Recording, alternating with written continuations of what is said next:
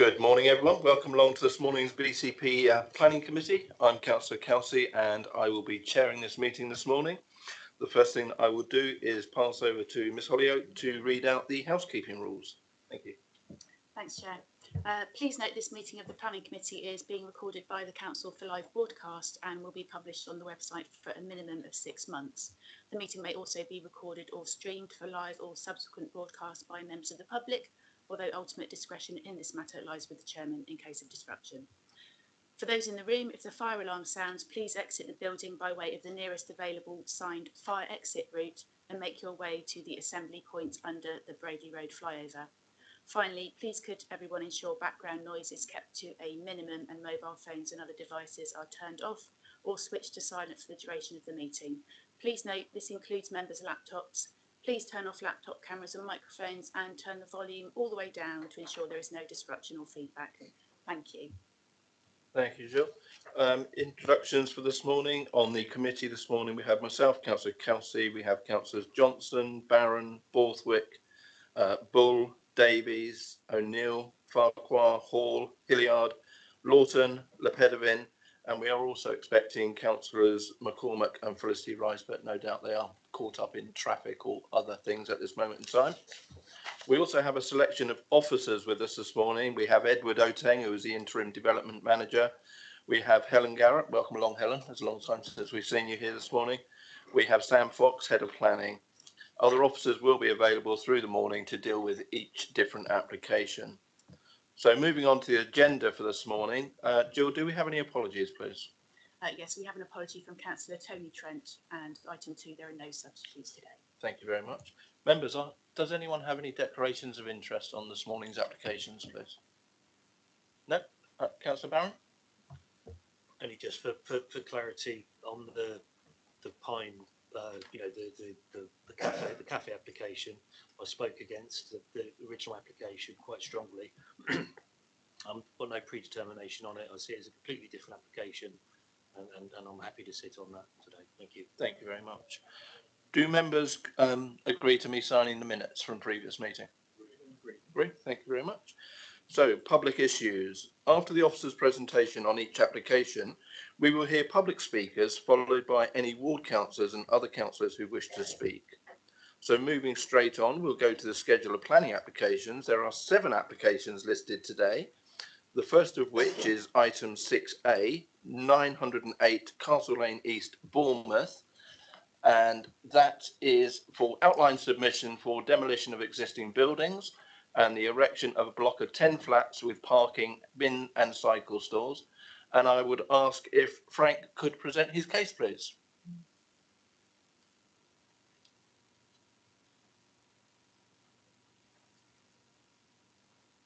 Can you hear me, Chair? We can, thank you, Frank. Can you see my presentation? We can indeed.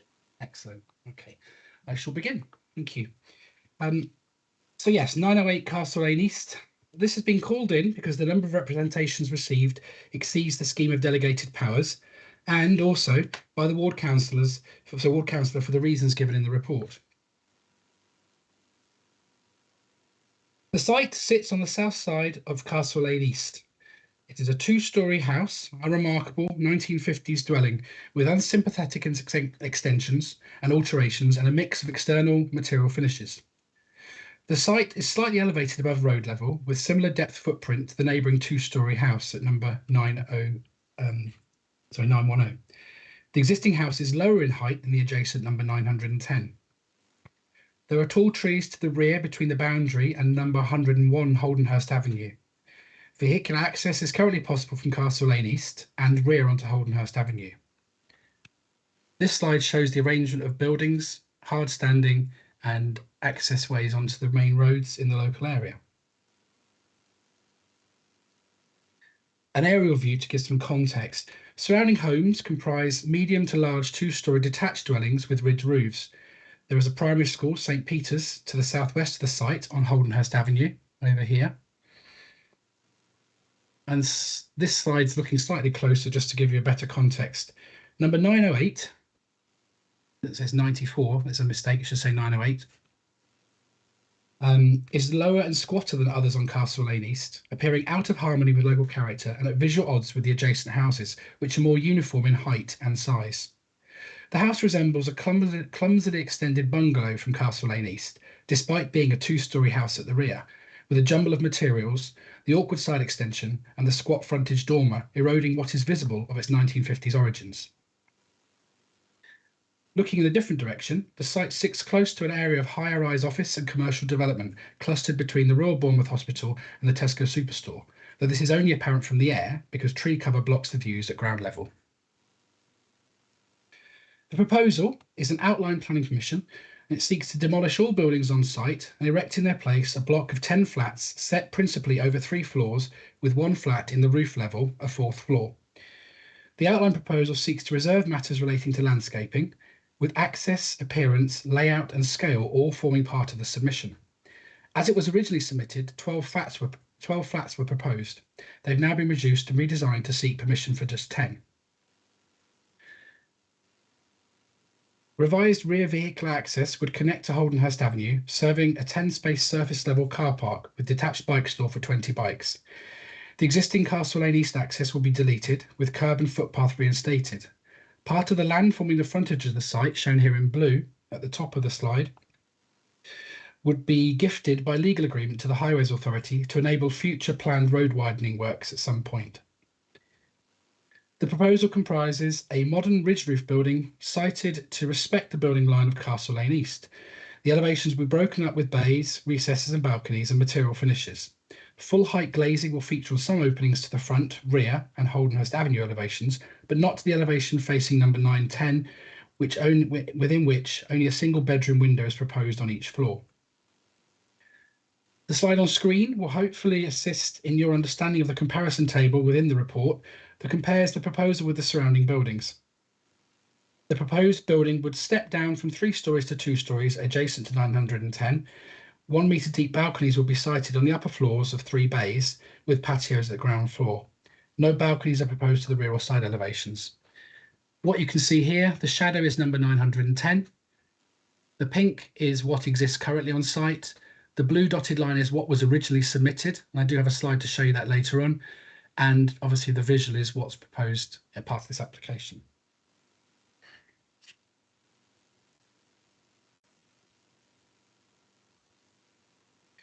There would be 3 flats per floor and 1 flat within the roof space above this. Of the 10 flats, 8 would be 2-bed and 2 would be 1-bed. There are 3 flats per floor, apart from the top floor, which would only host 1. All flats exceed the national minimum floor space standards. Following changes to delete rear chunks of the building originally proposed, pedestrian access to and through the building have been significantly improved. Bins would be stored at ground level within the footprint of the building, where they weren't before, and they'll be serviced from the northwestern end, over here. Some notes on trees and landscaping. There are 3 trees of importance in connection with this application. 2 of them are lime trees and are shown as G1 on the plans. I'll come to the plan in just a second. They're located on the public highway adjacent to the Holdenhurst Avenue entrance and a Monterey pine within the plot of 101 Holdenhurst Avenue, so they're not actually on the site. The trees and landscaping team have assessed the revised proposal and the ARB information submitted. The tree losses on the site resulting from the development will be limited to samples considered to be of low value, which the trees team raised no objections to their loss of, subject to robust conditions to secure the delivery of the proposed replacement trees on site. The orange trees are to be removed. These trees around the frontage would all remain. These 2 here would be lost. These other trees within the site would be removed, as would this one on the boundary here. The landscaping plan is indicative and will be controlled by condition on the reserved matters, and tree planting can be secured at that point. So conditions are also proposed to ensure root protection of the site trees on off-site and the ones that are being retained. Hard and soft landscaping are a reserved matter, as I said, but a bespoke condition is proposed to clarify the parameters of what should be submitted at reserved matter stage if permission is given. So a bit more detail in the condition than normal. The case has been undetermined since 2021 for a number of reasons. Firstly, the original proposal was reduced from 12 to 10 flats, with major scale and design changes to address concerns of overdevelopment from the council and residents. This slide shows what we were first presented with when the application first came in. A more traditional design, but much larger in scale and bulk. It's not apparent from this plan here, but this was an overcroft with car parking underneath, as you can see on this section of the back of the building, which would have stepped out over here. So the bulk and scale of the building were much more visible and imposing. I can come back to this if members want to discuss this later. Secondly, bat surveys were required to respond to neighbour concerns who sent in videos showing bats in the building. And then the Dorset Wildlife Trust concerns about an existing roof roost. The concerns were raised outside of bat survey season and necessitated a delay until last summer. In recent months, just the caseload and queues of cases waiting to go to committee have delayed the consideration until now. So with reference to paragraph 136 of the report, the development satisfies all policy requirements and subject to conditions is not considered to be an overdevelopment or one that has unacceptable harms or impacts on any of the matters addressed in the report. The proposal would fully accord with local development plan policies and benefit the local area. The approval is therefore recommended, subject to the list of conditions set out in the report. Thank you, Chair. Thank you, Frank. Jill. Thank you. So we have a speaker in objection, Mr. Peter Britton. If you'd like to come forward, Mr. Britton.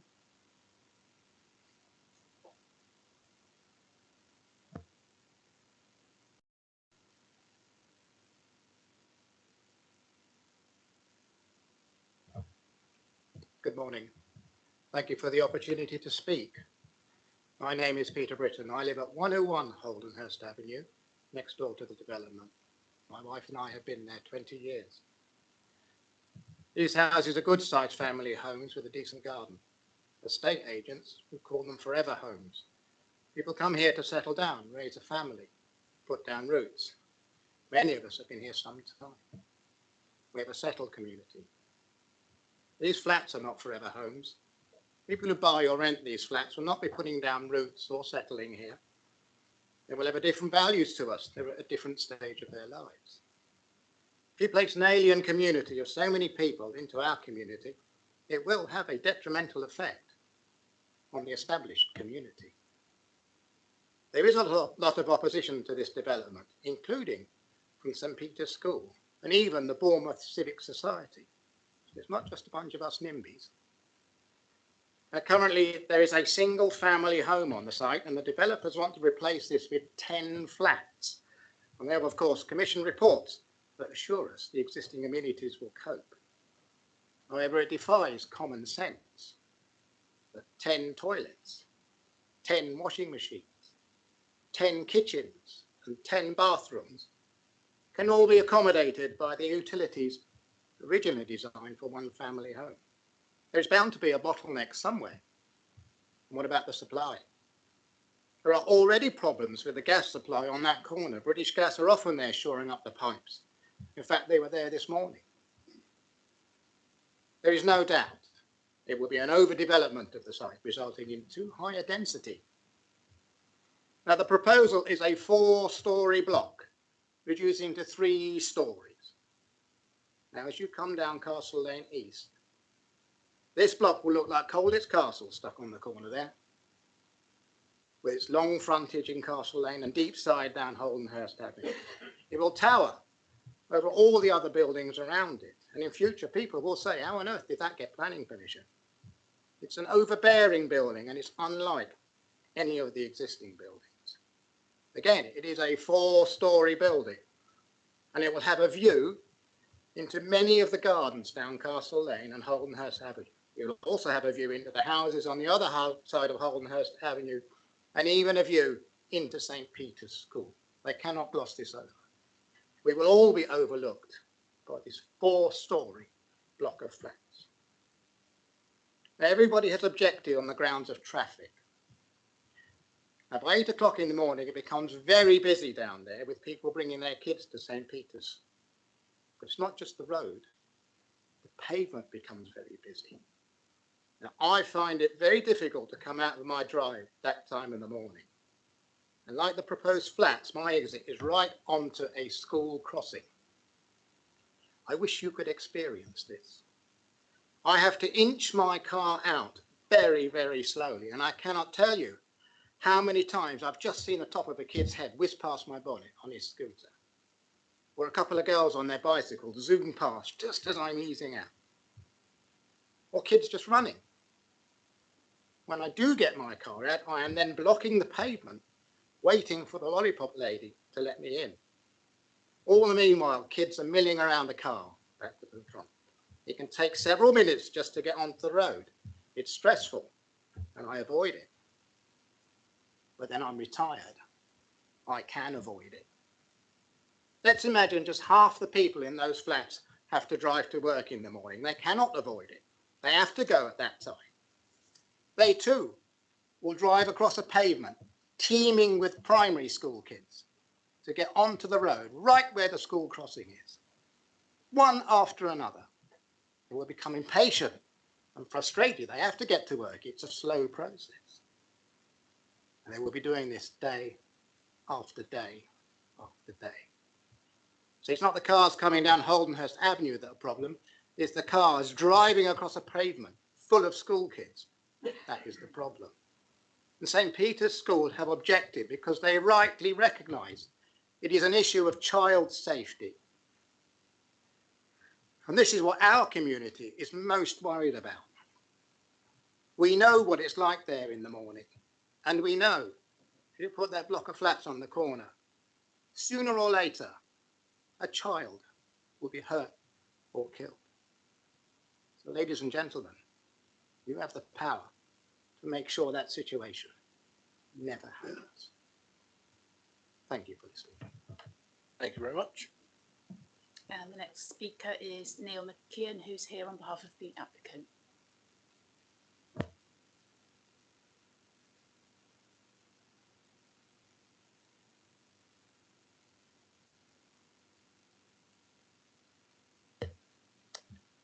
Good morning, members. My name is Neil McKeown from Pure Town Planning, speaking on behalf of the applicant. The proposal seeks to demolish 908 Castle Lane East and erect a 10-unit building over three to four floors with parking provision from Holdenhurst Avenue. Following in-depth discussions with planning, urban design and tree officers, the original 12-unit proposal was revised to 10, with reduced footprint and reduced massing to the neighbouring 910 and more contemporary design style. Officers considered this amended style and articulation to be more appropriate for the spacious corner property of Castle Lane East. The proposal has been shaped in conjunction with officers to reach the best utilisation of the site and ensure an acceptable relationship to neighbouring amenity and the character and appearance of the area. The application site is in a sustainable location on a key transport route within walking distance of shops and services and amenity spaces directly opposite. The proposal, as noted in the officer's report, is for 8 2-beds and 2 1-beds, which ensures a mix of units which meet minimum stay standards and appropriate amenity for each. The report confirms the existing building at 908 has no architectural or heritage quality, with unsympathetic extensions which sees it being out of step amongst its neighbouring properties.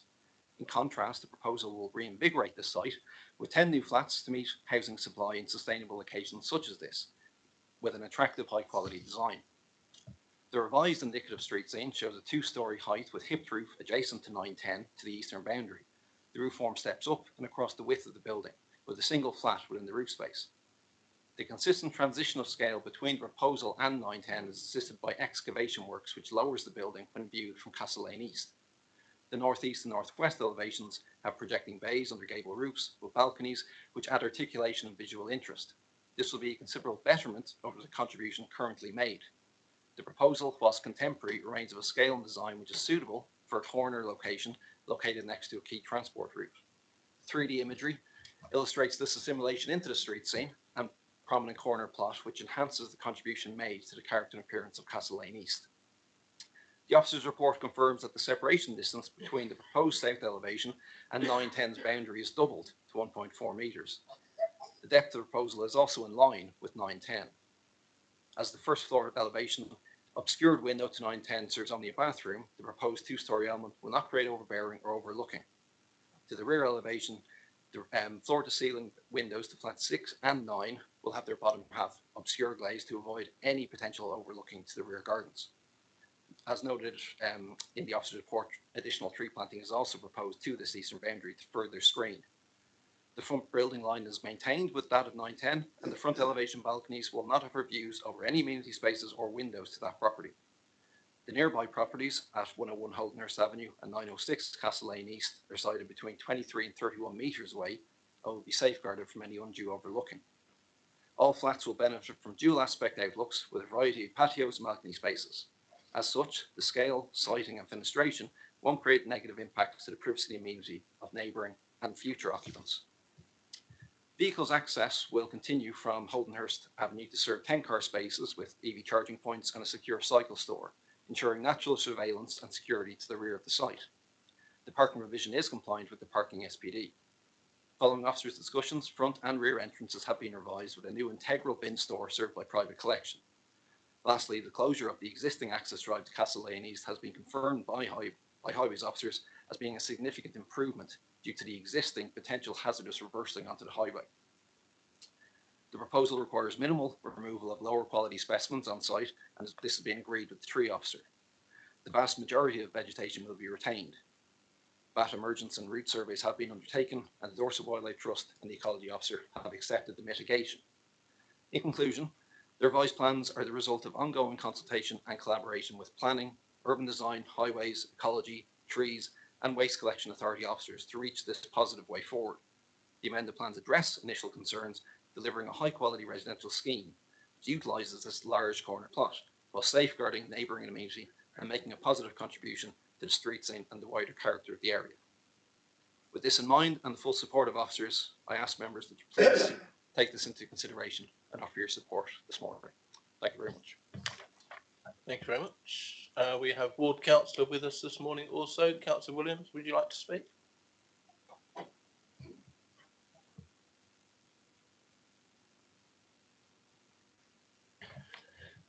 Morning, councillors.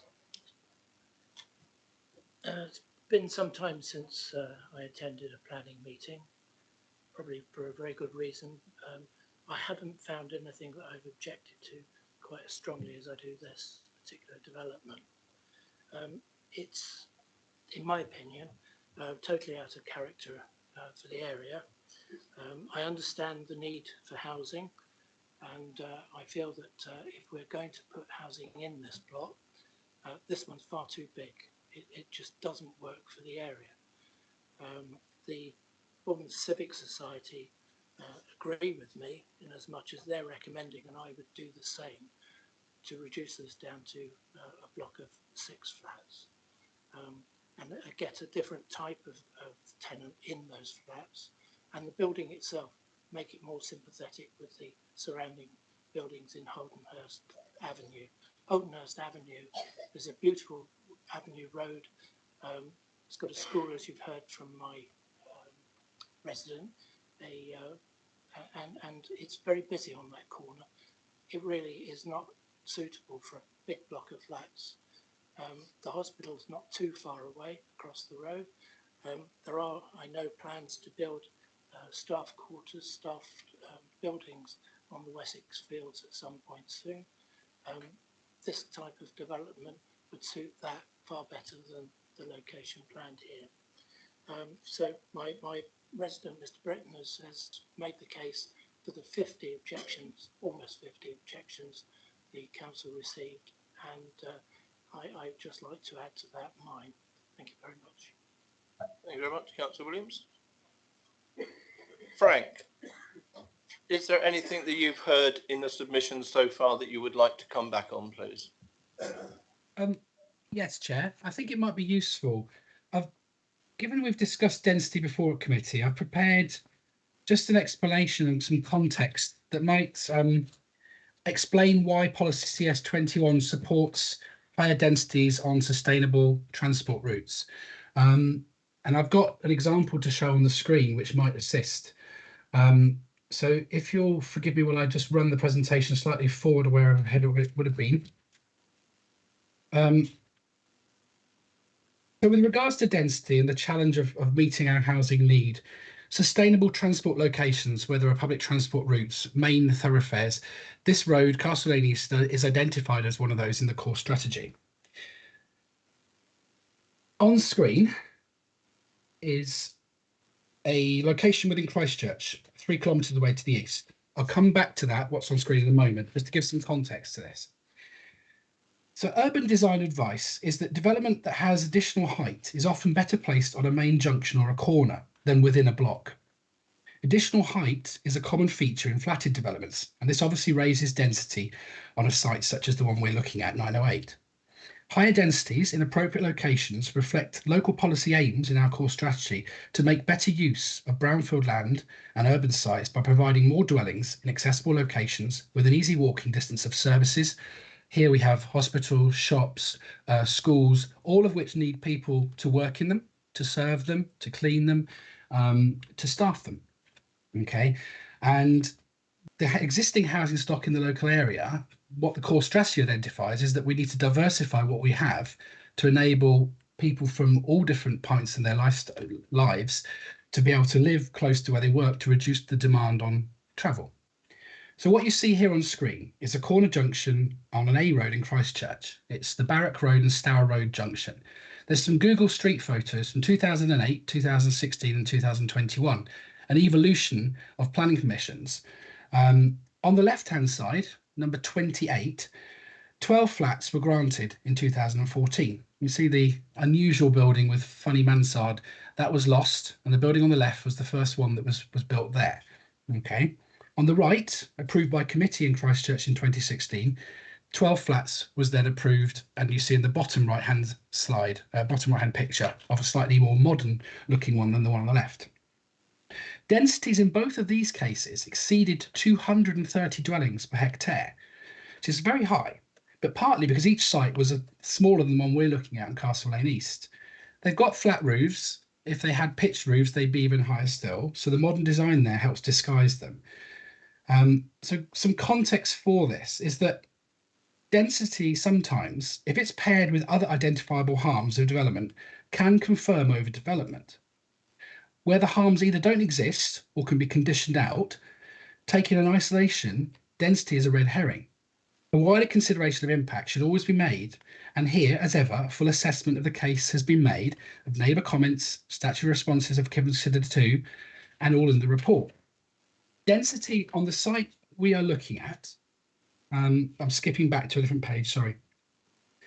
Density on our site is 114 habitable rooms, sorry, dwellings per hectare. The adjacent development of the semi-detached and the detached houses is close to 25 dwellings per hectare. So there's a big difference there. But as you can see, to achieve policy CS21, higher densities are what is supported by that policy. So we then look at the design, and I go back to the slide I showed members before, which was the one we had originally come in, with a more of a pastiche approach, looking to create 2 separate houses with a glazed link. But these houses are obviously quite big, bulky on the back. In some respect, without being rude to the developer, looks more like a car park at the back of a supermarket with the overcroft parking. That was felt to be too much here. That was overdevelopment. So we asked for reductions. We also asked for something that brought the site forward, made it a bit more modern. And looking again at the other examples in Christchurch, there the solution was to go with flat roofs and set the roofs in. So density is a tool we look at, but the policy here supports the creation of a mix of dwelling units and sizes to meet the demands and need of the local population. So whilst we accept the demographic of the existing population is what the objectors talk about, the policy requirements require us as a council to be responsible and think about the future and make this location self-serve in terms of where people can live and work, live within the range of where they can walk to for work. That's what I wanted to say about density. I don't think there's anything else. I think the developer covered some of the other points about how we got to this point. But if there's any of the slides members want to come back to during the discussion, happy to bring them up as appropriate. Thank you, Chair. Thank you, Frank. Members, who would like to kick off the debate on this one, please? Councillor Hilliard. Thank you, Chair. Two questions, please. First of all, I think we've got the highways officer. Could he explain the process you go through to analyse safety of the junction, because I go by there a few times a week, and I know early morning, as we've heard, it just chock-a-block, and I just don't know how you would flow extra cars. Thank you.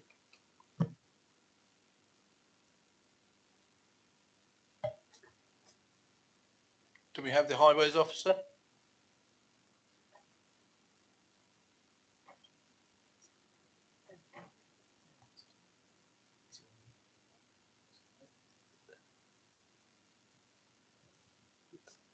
Frank, have we got the highways officer there?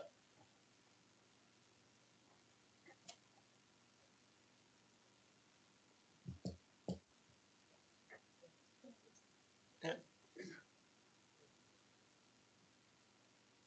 Who is it? Lee, are you on the call? Yes, I am, Chair. If you want me to perhaps just chip in with a few comments, I can perhaps do that. Yeah, if Councillor Hilliard, could you ask your question again, and then maybe you could answer that for us, Lee, please? Thanks, Mr. Smith. Yeah, if you could just give us a basic summary of the process of how you analyse the flow. Obviously, it is a very busy junction, and assess not just the road, but also the pavement traffic. Thanks. Yes, certainly. As I said, I didn't do the application, but I can make some general comments. Often with traffic flow, it's about the percentage impact. So if you look at the main roads in these areas and you were to look at the traffic flow figures, I don't have them to hand, but clearly the amount of traffic flowing from this development would be an incredibly small percentage compared with the traffic on the main road. So in percentage traffic flow terms, it would be very, very, very small. In terms of emerging out onto the footway, drivers emerge very slowly out of footways onto footways generally. They'd be expected to give way to pedestrians on the pavement, and pedestrians would be identifying those driveways and see those. It's not something that where we're talking about somebody travelling at high speed and pedestrians just running across the front. People emerge from driveways slowly. So I think there's a perception there, as I said, about the amount of children, etc. I heard the objectives comments earlier on, but you would expect drivers to be reasonably emerging from an access and allow for the movements on the footway. I hope that assists. Thanks, Mr. Smith. But obviously the picture, I think either what we see now, but also there was another picture. The Holdenhurst Road was showing about 10 cars tailing back trying to get onto Castle Lane, which is a normal occurrence most times of the day. And then you've obviously got people turning in to Holdenhurst from Castle Lane, and it just can you say something about that conflict? Because I would do really, which I think those kind of we're into inconvenience there. And I noticed again listening to the objector talk about taking a long time to emerge from the driveway.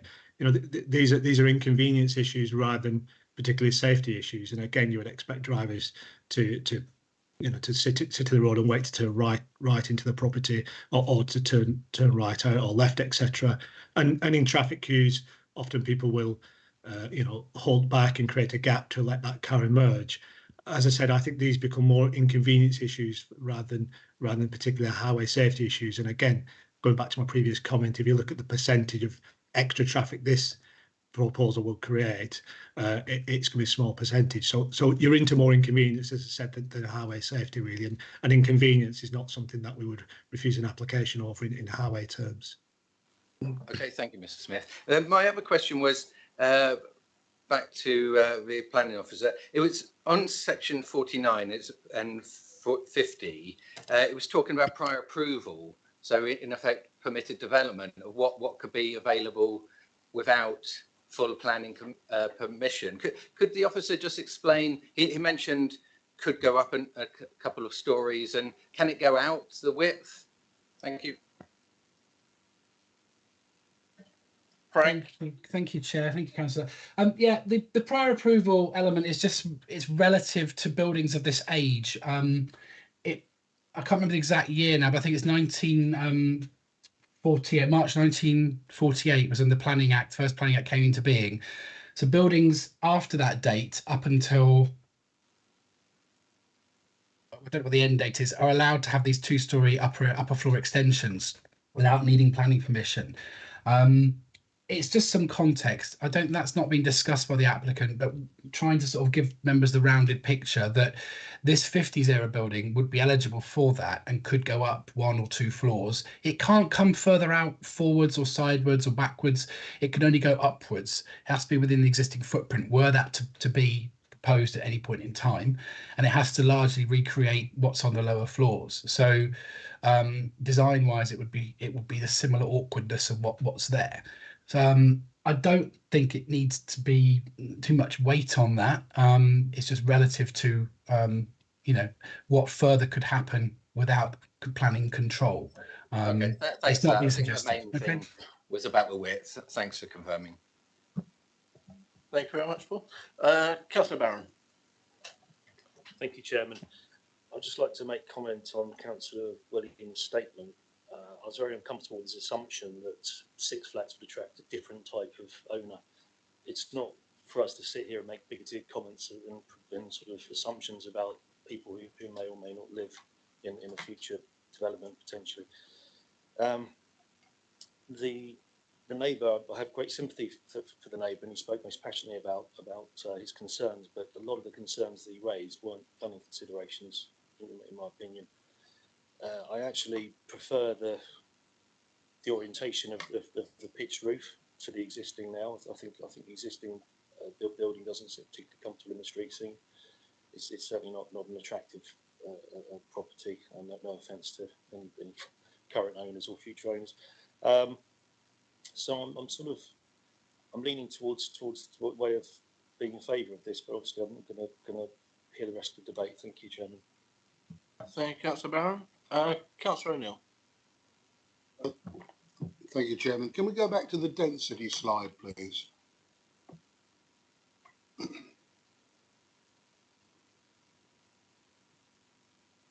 That's the one. That's the one. I mean, I actually find this particular slide quite interesting because I think it tells a story, and I think it tells an important story. Top left, 2008, there was a building, I think it was 10 or 12 apartments or flats. And in 2016, that was then replaced by a more modern building with a number of flats. And yet later in that, 221, because the precedent had already been set, another block of flats was put on the other corner. And I have real concerns about that.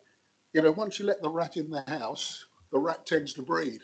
And I think this one is a real issue, a real question mark in my mind about scale, mass and density on this site relative to the surrounding houses, which are large family homes with quite nice and large gardens.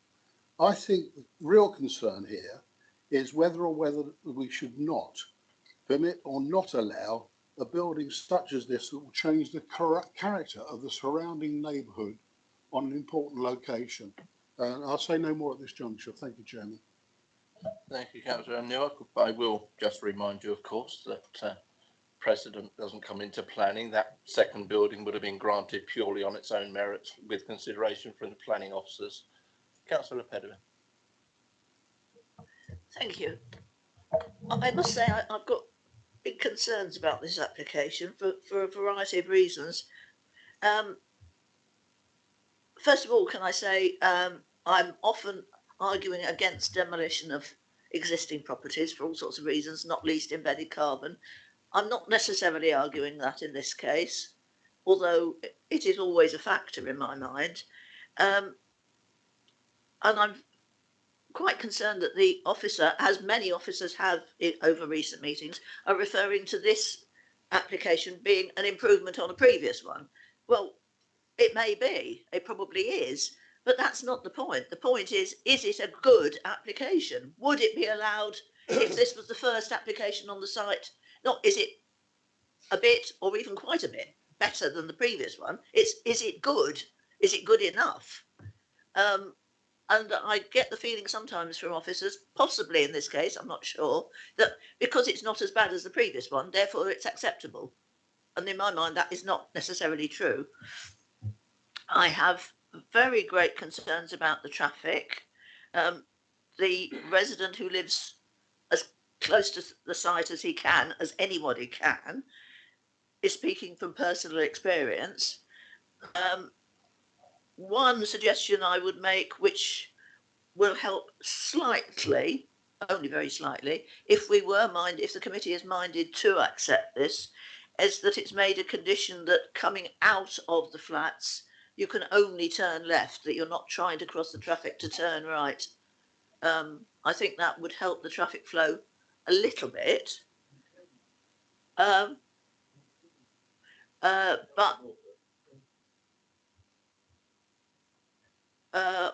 it could even be a condition that is turn left into it, so you can't cross the traffic flow in either direction. The other thing that comes back to me is the housing needs, not necessarily the density, but the needs. And the housing needs document that I was prepared for me a few years ago, but I've asked recently, and I'm told it is not materially changed, is that the need, even in Bournemouth, is for more houses than flats, and 2, 3, 4 bed houses, not 1 bed or even 2 bed flats. So we keep agreeing to flats, more and more and more flats, but that's not what is wanted and what is needed. So when you're replacing a house, which could, I imagine, be replaced by more than one house, not 10, but more than one, that would probably meet people's requirements better than 1 and 2 bed flats. So that's another concern for me. And the other point is, of course, that there are no blocks of flats of any sort in the vicinity, even though this is made to look a bit like a house, sort of. It's still a block of flats, still higher, and it's still flats, and I'm struggling with this one. Thank you, Councillor Pridham. Councillor Davies, please. Thank you, Chairman. My main concern is we've been shown Christchurch site compared with this site, but the main difference with the Christchurch site, there isn't a school across the road. And there's no two ways about it. This is the most congested area, I think, that possibly in Bournemouth. You know, I sit on the fire authority and I have to go to Salisbury quite often. And a week ago today, I was a quarter of an hour just trying to get past this junction. This is where the bottleneck is. That most of the people are coming down Holdenhurst Avenue and trying to get onto the Castle Lane Road. And I think a thing that we must remember as well, this is a primary school. These are young children from the age of 5 up to 11. And I think, you know, we really are causing problems, and I can see why the school is so concerned about it. So at the moment, I must admit that I'm really struggling with it. Thank you, Chair. Thank you, Councillor Davies. I'm just going to bring Frank back in, and then I'd like to bring Edward in, please. Frank. Thank you, Chair. Just to come back on a couple. At the beginning, it was mentioned the school have objected. The school haven't objected. 2 members of staff who work in the office have objected and talked about highway safety concerns. The school formally haven't written to us, but the members of staff who I've spoken to have written in their own capacity to express their concerns, what they see and hear on a daily basis from parents and what they've had experience in the past. So the school, having chased them up, didn't then send a formal response. So it's people that know the school well that have written in, work at the school that have written in. Just want to clarify that. A moment ago, one of the councillors asked about left turning and the difference between the previous scheme not being acceptable and the current one being acceptable. Just to clarify that, when the scheme was submitted, it had the more, what's the word? Sorry, wrong way. This proposal, more brick, more residential dwelling like, but much larger in scale and bulk. This is the scheme that was presented to us. We negotiated this down, had amendments made to this to make it comply with policy and not exceed that. This was considered to be overdevelopment. The scheme now before you is policy compliant. It satisfies all the policies, even the density policy, CS21, because this is a strategic, sustainable thoroughfare. the higher density is acceptable here. I understand what members are saying about this being the first flat block in the area if it were to be approved, and that's a difference. But principle wise, in terms of policy, the development before us satisfies our development plan policies in terms of trying to diversify housing stock and cater for people not having to drive so far. And that's why the traffic exists on this junction, because people are driving to and from workplaces. Having a greater range of housing stock within walking distance of the big supermarkets, of the big hospital, of the shops further along to the east, offers the beginning of a sea change where people can walk to work. And it's this difficult thing to drag us out of our cars and make us make choices that we've become used to go on public transport again. We've not, things have changed in the last 20, 30 years where car ownership has gone up. Our policies are designed to take us through 10 to 20 years to create a sustainable environment now leading into the future. So that's why we say the principle of the proposal is fully policy compliant. And looking at design, obviously there could be a number of ways of dealing with the scale and the bulk. The previous original iteration had a much larger feel to it. The new proposal drops the height, staggers it up and turns it around the corner. So I think there's some points there to make clear. In terms of the request to make left turning only, there's no highways request for that from the statutory officers on that, and that would incur costs and fees to change the highway to make that happen. I'm not sure that's something we can pursue, but if it's something the member wants to propose, then maybe Lee could talk about that. Thank you, Frank. I'm going to bring Edward in now, please. Thank you, Chair. It was just a point, if you like, to alleviate the elected member's concern when she drew attention to the fact that very often officers make comparisons between schemes. And what I wanted to do was to correct that and say that in the planning judgment, the officer is really looking at the proper planning of the area. It's never about comparison, it's about the merits of an individual proposal. Thank you. I accept that, but I wonder why it is felt necessary to refer to a previous one. It's irrelevant, in my view. Yeah. I suppose, Councillor, the applicant should have possibly withdrawn the scheme rather than work on a revision which has now forced officers to compare the revision with the current live scheme. But that's a matter for the applicants. Yeah. Thank you.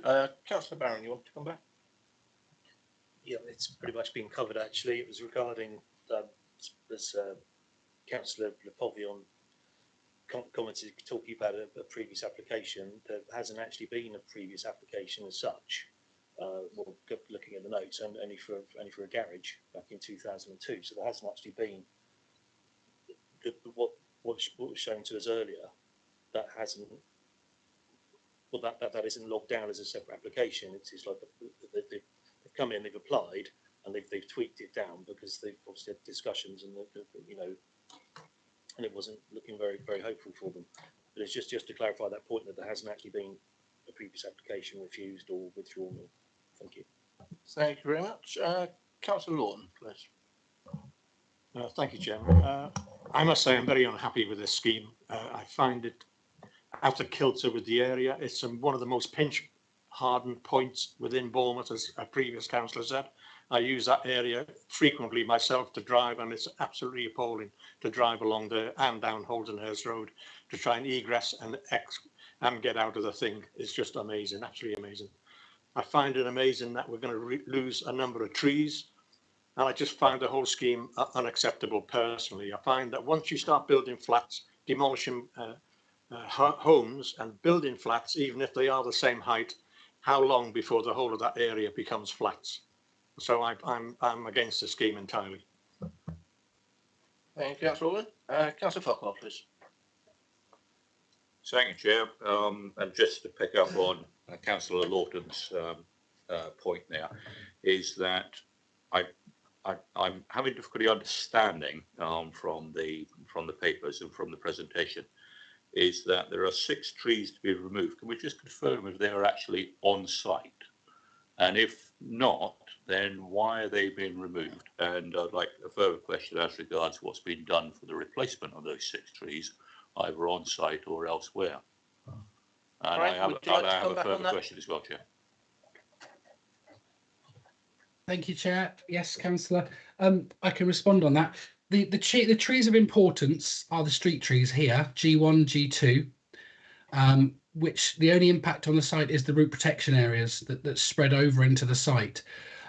We looked at various options for underground bin storage here, which was basically limited by the fact that anything going into the ground would affect the root protection areas of these street trees. Hence why this footpath here that serves the bins taken out to be serviced and emptied here is of a certain construction that doesn't go down into the ground. And again, same here with the parking spaces, the cell webbing that would go beneath so that the trees in the neighbouring garden, of which there are quite a few, wouldn't be impacted in terms of their root protection area. None of those trees are proposed for removal. The trees that are proposed for removal are these fast-growing trees at the front. Of these, 2 were to be removed. The rest would remain. And the others are, I can't remember what I referred to in my notes, were they comprised were I'm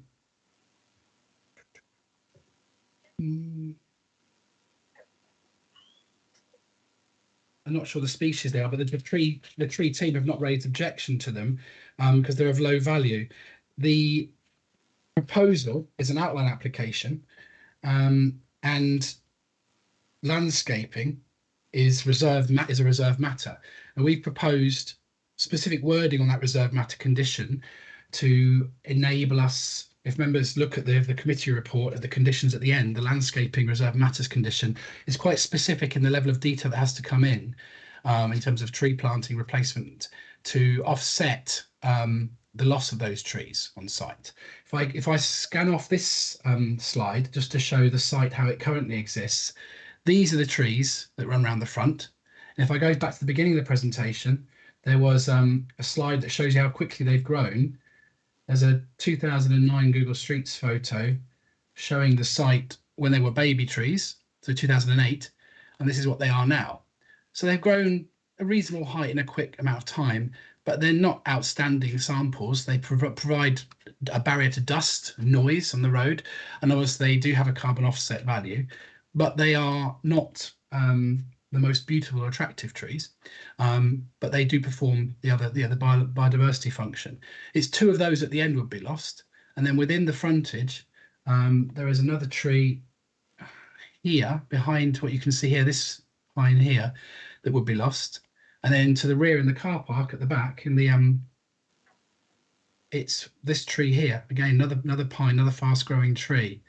And neighbours have cited concerns about loss of privacy, so there are trees shown indicative on the proposed layout. Sorry, I'm whizzing through this just to get to some trees are shown on this boundary here, where they would be possibly planted, and other trees here at the entrance, smaller species, and then some additional planting here at the frontage to supplement the trees that are being retained within here. Does that answer the member's question about trees sufficiently? Councillor Farquhar? If I may, I'm perhaps even more confused than before. So the coloured trees on the drawing, and I raised this issue before that I'm colourblind, so consequently I work on tones, so I can't tell you what colour they are. But the ones which are shaded in, those are the 6 trees that have been removed. My question was, are they actually physically on the site? And what plans are there to the replacement? And if I may, Chair, I don't understand the terminology, it's a reserved matter. Does that mean that the public doesn't get to see, or do we not get to see, or is it some point that the replacement of the trees is decided yes or no? So my question was, were those trees, those 6 trees that have been removed, are they going to be replaced on site? And if not, are they going to be replaced elsewhere? Frank, would you like to come back in? Yeah, Chair. Sorry, Councillor, I wasn't clear on the response. Yes, all the trees that are being lost are on the site. To aid you in understanding which ones, those are the shaded ones. So where my mouse, can you see my mouse moving or not? You can't see my mouse moving on. Correctly. Thank you. Okay, so these two on the boundary next to G1, they would be removed. 2 trees within the garden here will be removed, 1 at the frontage and a larger canopy one at the rear, which I showed in the car park. Those will be the ones being removed. Okay.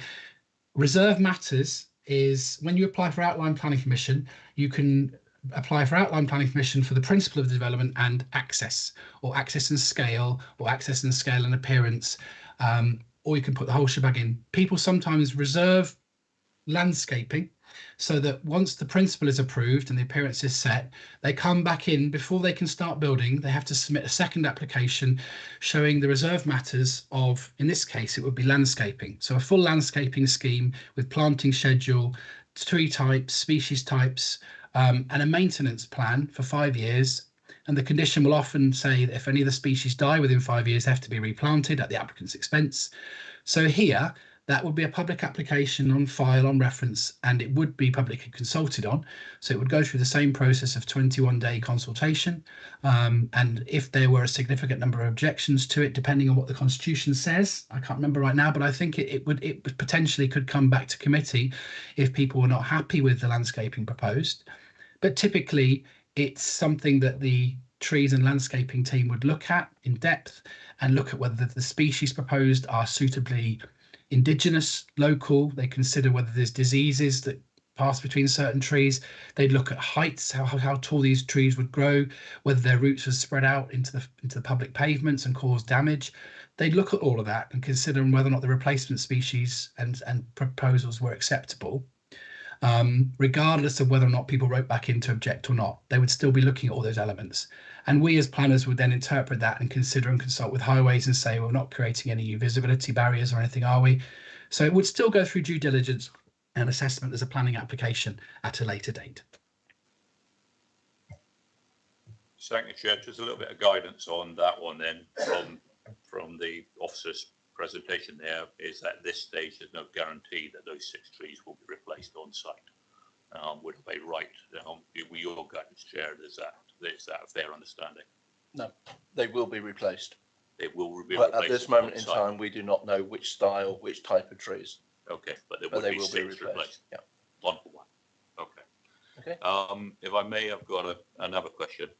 And it might actually relate to this reserve matters because we've had very little information about the green credentials, to use a terminology of my own, as regards what heating sources, etc., what solar panels and the like. There is a mention of solar panels, but apparently that is to be at some later date. Could I ask why it is that there isn't in the plans an opportunity to actually look at moving away from central heating from carbon, fossil fuels, etc., and what actually credit can the developer offer other than the 10% would be for renewables for the shared amenities, the shared lighting, and the communal areas, please. Frank, would you like to come back in? Yes, Chair, certainly. Thank you. Slide up on screen shows on the southeast elevation, bottom right-hand side of the screen, solar panels on one of the roof faces. That's the closest to south facing the site has. The scheme is for 10 units, which is below the policy threshold of 20, at which point we can formally require that they be power 10% of the development in the future.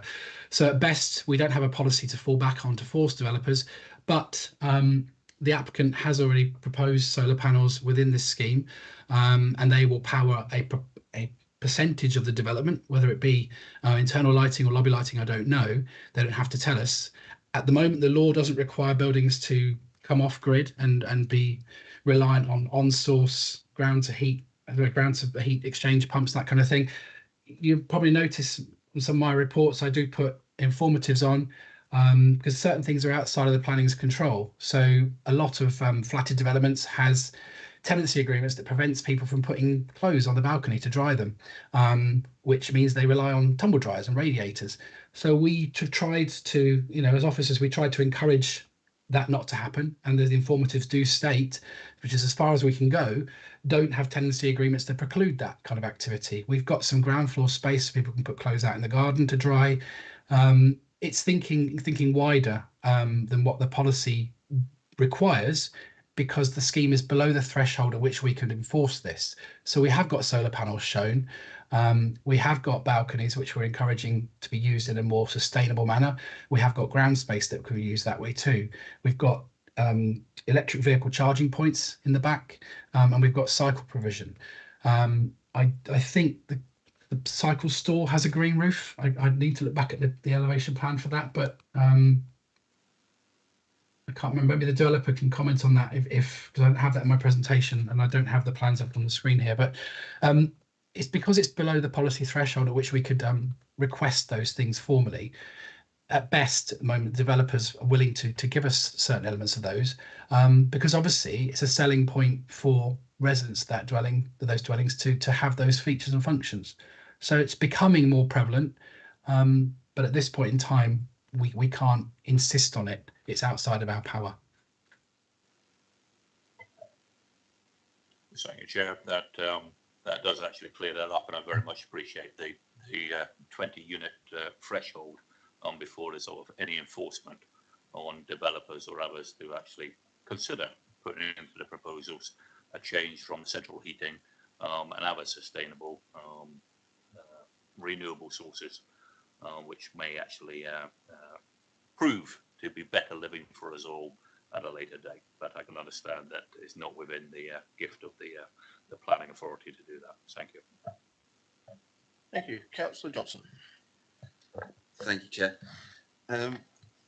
There's a lot of things to consider on this. I think what I'll come to when I go through my thoughts is that it comes down to perhaps letter of the policy versus the spirit of the policy as to how we go on this, because simply it's policy compliance across the board. That is a simple fact of the matter. Yeah. But to run through my slightly deeper thoughts, yeah. First of all, regarding flats versus houses, yeah, if it's compliant with policy, then we cannot deny it because it's not a house. You know, they might not be wanted, but the simple fact of the matter is at the moment they are needed, and there's nothing within planning policy to state that we can just deny it because it's a block of flats. We can argue that might make it out of character, but the simple existence of the flats is not something that we can touch on.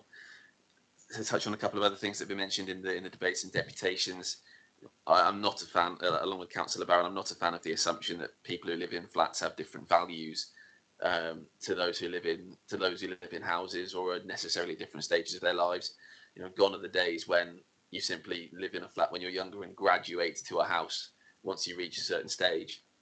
You know, those days are gone. That's the way things have turned out. You know, utilities are not for our consideration. The relevance of how this application started when it was first put in, you know, that's for us as individual members of this planning committee to decide. I think it's perfectly right that the planning officer gave us that information and allowed us as elected members to decide whether or not it's relevant to our decision and our thinking. I think it would be lax to not give us that information and let us make that decision. In terms of the actual application itself, the height, looking at the plans, the height for the part that's closest to 910, I think it is Castle Lane East, is, if it's higher, it's centimetres higher, and the higher elevation is stepped away a considerable distance. So I don't subscribe to the idea that it towers over the nearby properties, because it's not high enough to that point. You know, it might be 4 stories. The property next to it might technically only be 2 stories, but the pitched roof gives it the appearance of 3 stories, as does the current application. So I don't think we can refuse it on height grounds or overbearing grounds, because I simply don't think it is. I think it's saved by the fact that it is a corner plot. I think something like this puts a few houses down, surrounded on either side by 2-story detached dwellings, would look out of keeping and would look incongruous. But the fact it's a corner plot, for me, allays a lot of my concerns in that area. The aspects all face away from the neighbours. They face out onto the wooded area opposite the development. Again, the loss of the house I don't see as a great consideration. It might not be particularly offensive, but it certainly doesn't add anything. or have any particular merit that's worthy of protection. But I think the biggest thing for me regarding character and things like that is that this is not an idyllic tree-lined avenue in a quiet residential area. This is as we've heard, a very busy main road, and that to me reduces some of the impact that a slightly different type of building would have on the area. If this was something where there was minimal traffic going down it and it was only used by the local residents, then I would have far more sympathy with that particular view. But the fact it is on a main road in a place which is noisy, people don't travel down there for the aesthetic of the area.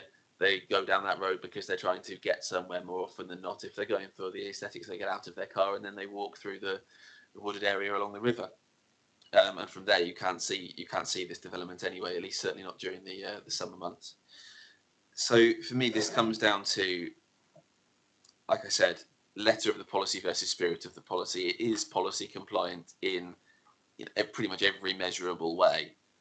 But that's why we are here as the arbiters of whether that spirit of the policy is obeyed. To me, I cannot see a planning reason to refuse this, and I will support the officer's recommendation to grant. I think, as we've had quite a bit of debate already, I would make a move to that effect, Chair. Thank you. I'll second that, Chairman. Thank you. Thank you both on that one. I've noted that. Councillor Bull. Thank you, Chair.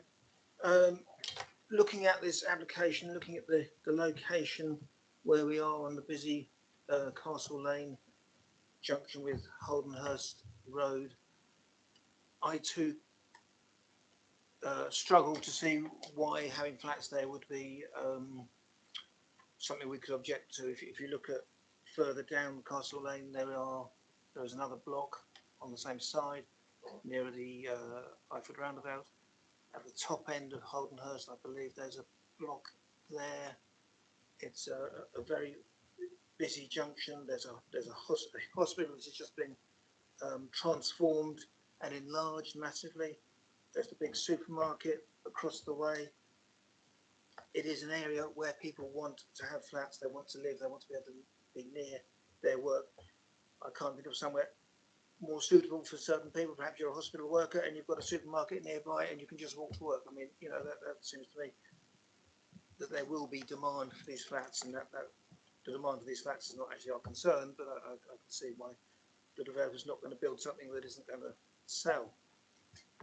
I agree with Councillor Lepedevin that if we can condition a left-hand turn coming out of the flats, that would help things.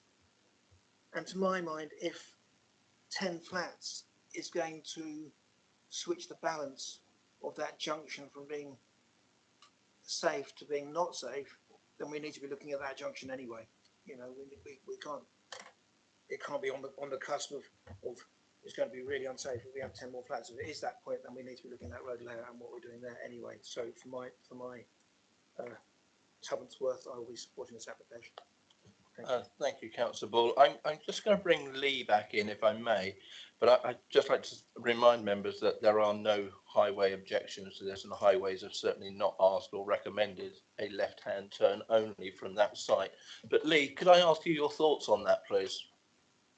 Yeah, certainly, Chair. It's not something we do. We don't write turn restrictions, etc., on private accesses. The legislation is very difficult in that area.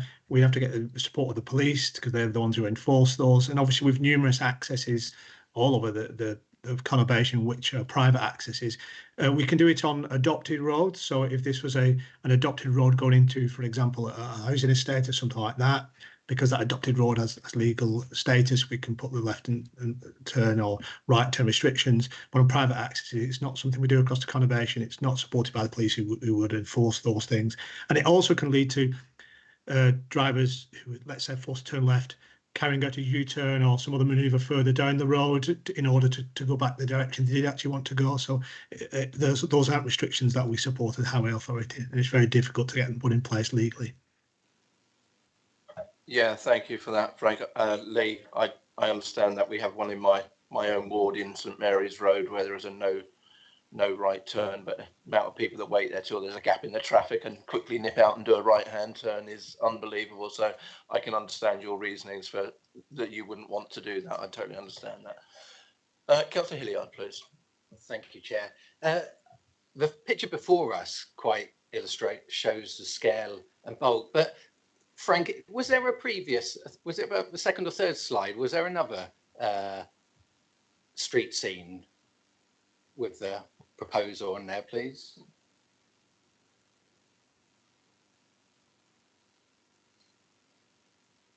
Sorry, Chair, I don't have the benefit of seeing all the slides, so I've got to literally go through them one by one. Yeah, so I think it's one of your first.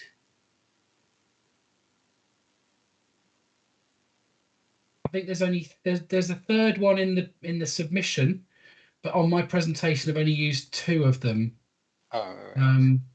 It may well be in the plan pack that you have in. Yeah, I thought there was one with, because obviously that doesn't really show the neighbouring properties in true form, it's just blocked out. But I thought there was one where it showed superimposed on the actual street scene. Oh, sorry, yes, you mean the silhouette type one, don't you?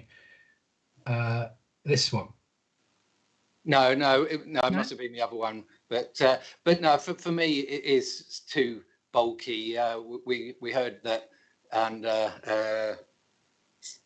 permitted developments, they couldn't go any width. This is just too bulky mass, and it's against other policies as well. So I can't support this. Thanks.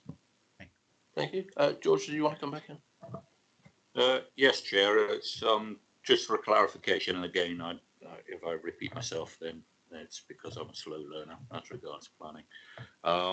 There is nothing in planning law or restrictions that can prevent an owner of a property demolishing it. Am I right in thinking that?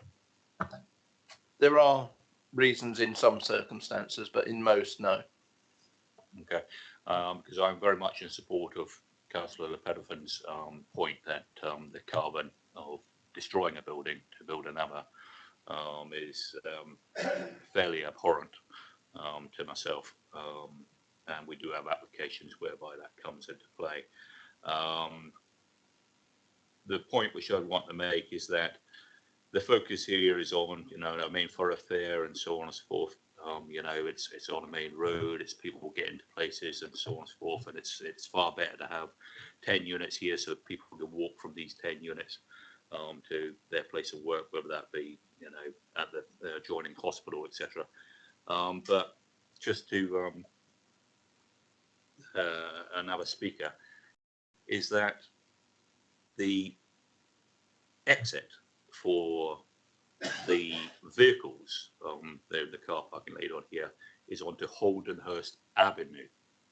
Now, I drive down Holdenhurst Avenue as regular as anybody else because I'm an adjoining ward, and Holdenhurst Avenue, the clues to the name, it is a tree-lined street because it's an avenue, so therefore it is tree-lined. So there is an impact of actually building property of this size and scale actually on an avenue that already exists.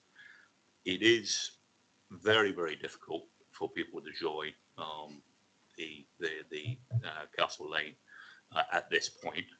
So even though we have no restrictions against people exiting from private properties, etc., it is going to add to the issues on that particular choke point from Holdenhurst Avenue going on to Castle Lane. I am against this development, not because of President, etc., but because it doesn't fit into the street scene and the establishment of the properties which are along this particular stretch, and it certainly doesn't fit into Holdenhurst Avenue, which I drive down on a very frequent basis, to my mind. However, I have not got the skill set to actually identify what particular policy would help me to make a proposal to actually refuse it. But I do understand that there is a proposal to grant at this precise moment in time. But perhaps a more experienced member or yourself, Chair, should that proposal fail, could come up with an idea as regards refusal. I will not be supporting the proposal to grant this particular application. Thank you. Thank you very much. In that case, nobody else wishing to speak, we will move to the vote on this. I will support the vote. And I've been going backwards and forwards listening to what you've all had to say on this. But at the end of the day, we work on policy. This application is policy compliant in every single way. There isn't one policy that goes against us on this application. Everyone's talking about the transport side of it and the traffic and that. Yes, vehicles will be coming out, but I don't ever envisage the fact that 10 of those flats are all going to come out at exactly the same time onto that road. We're not going to have a massive queue of traffic turning left to all suddenly at 8:30 in the morning. Not everyone goes to work at the same time. I live in a block of flats and I don't ever see 2 cars go out at the same time. There's always a gap in between them. So I don't think that that is actually a relevant point.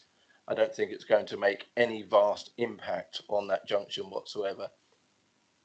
Yes, you've got the hospital nearby, you've got the law courts nearby, you've got several big office blocks nearby, you've got the big Tesco's nearby, and people living in flats do work and they will be going to those sort of premises. And, you know, to be able to, as a young couple, to be able to get your first property in a block of flats like that, which is very convenient for you to go to work, etc. Hopefully, they won't need to have a car. They'll be able to walk. There's a very good communications route around that way. So I think we need to allow people to move and to go into the properties that they feel that they want to go into. And I'm sure, knowing developers, that they're not going to build a block of flats that they do not think that they will get the occupiers for. It's just not in their remit to do such things, because they'll just be wasting their time and completely wasting the developers' money. So I am going to support the move to grant this one. What I will do now is call out everyone's name in turn. If you could please state for, against or abstain on this, that will be really helpful. And we'll start with Councillor Barron, please. For. Councillor Borthwick. For. Councillor Bull. For. Councillor Davies. Against. Councillor O'Neill. Against. Councillor Farquhar. Against, and for the purposes of the minutes, if my name could be recorded. Councillor Hall. Against. Councillor Hilliard. Against. Councillor Lawson. Against. Councillor Lepedevin. Against. Councillor Johnson. For. And myself also for, but on my reckoning that move is lost. So therefore I will go to another move. Is anyone prepared to make another move? And in making that move, I will expect you to come up with planning policy reasons to do so. Councillor Hilliard. Thank you, Chair. Yes, so recommend against, and it's policy CS20, the need for family homes. CS21, on scale, character, bulk, and CS41, density. The report does actually say that on density it is against policy. On CS21, we know there are no flats around of this scale and mass, so again it's against policy. And the report also says that the plot is large enough to have an additional family home, so again it is against policy. Thank you. Thank you. Frank, are you satisfied with those, or is there anything you would like to say on that, please? Thank you, Chair. Yeah, I just not contrary to density policy. The policy for density here is CS21 because it's on a major sustainable transport thoroughfare. Density higher than what surrounds it is acceptable with policy. The member talked about policy CS20 and CS21. We are obviously we're following discussion. We're looking at a reason for refusal, trying to craft something. Now you've come up with these CS21 scale and character and bulk. That certainly can feature into a reason for refusal. CS20 need for family housing. That would be very hard to defend at appeal, I think, because the bulk of the areas in surrounding is family housing. This seeks to diversify. The other part of the policy is to provide a mix of housing types and stock. we discussed this, the lack of a family house, loss of a family house. Don't think that could be a reason for supported an appeal. We fight to struggle with that. While I'm talking to you, I'm trying to follow the discussion on the chat as well to find out if that's something. So if I can take a moment, Chair, just to read through that and come back in a second. Is that okay? That's fine. Just the one other option, Frank, is whether or not policy 6.10 needs to be added. Yes, I've just seen that, Chair. Thank you. Just talking to legal to check.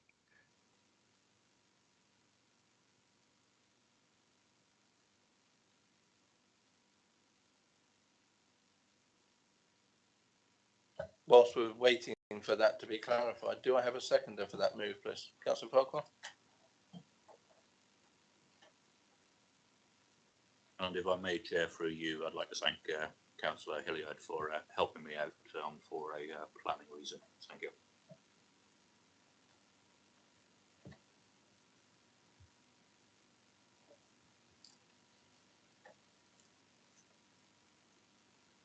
Sorry, Chair, it's real-time discussion going on in the background here. We're currently looking at policy 610 and working out whether or not that needs to be included. CS6 does talk about design scale. CS21 talks about design scale, and CS41 does. I'm concerned about including density in that simply because it doesn't conflict with policy. The report, just to clarify, does say that the density of the proposed development exceeds what's around it, 114 compared to 25 or so, and 40 odd in the neighbouring estate. But that isn't a policy conflict. So that's the distinction there. So it can't be refused for being contrary to density because it satisfies CS21's density. Just there's an additional message just here.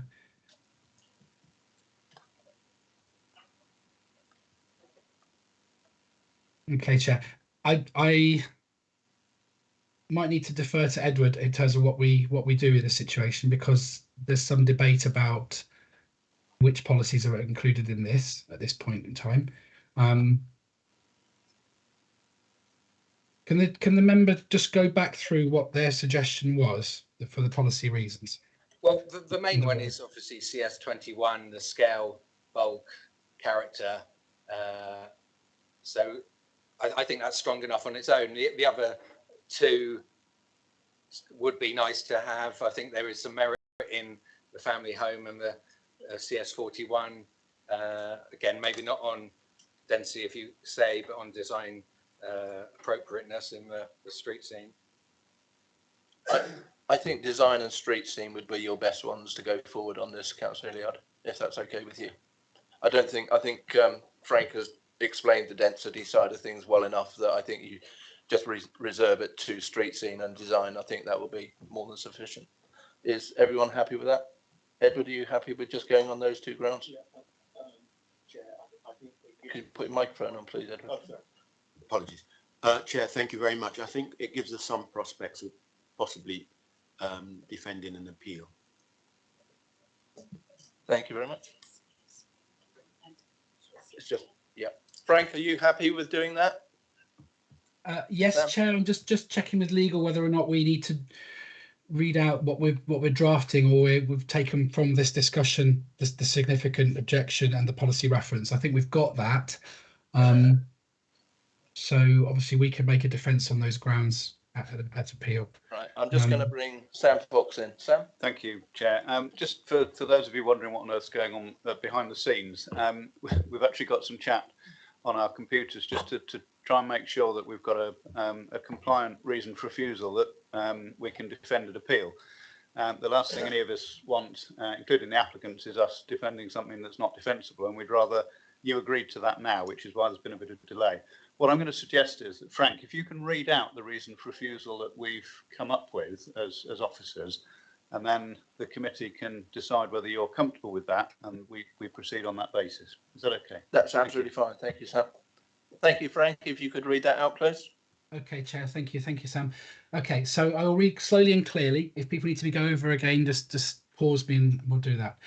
The proposal, because of the excessive proportions of its frontage, inclusion of flat roofs and balconies, extent of built site coverage, finished materials, the design of the elevations, would represent a visually incongruent structure in the street scene, which is otherwise defined by detached two-storey houses. The position relative to the prominent corner would result in the proposal being visible from 3 road routes of approach and also from the parkland opposite the site, representing a discordant and alien structure out of character with the established local area defined by two-storey detached houses, and be out of keeping with the pattern of development in the area.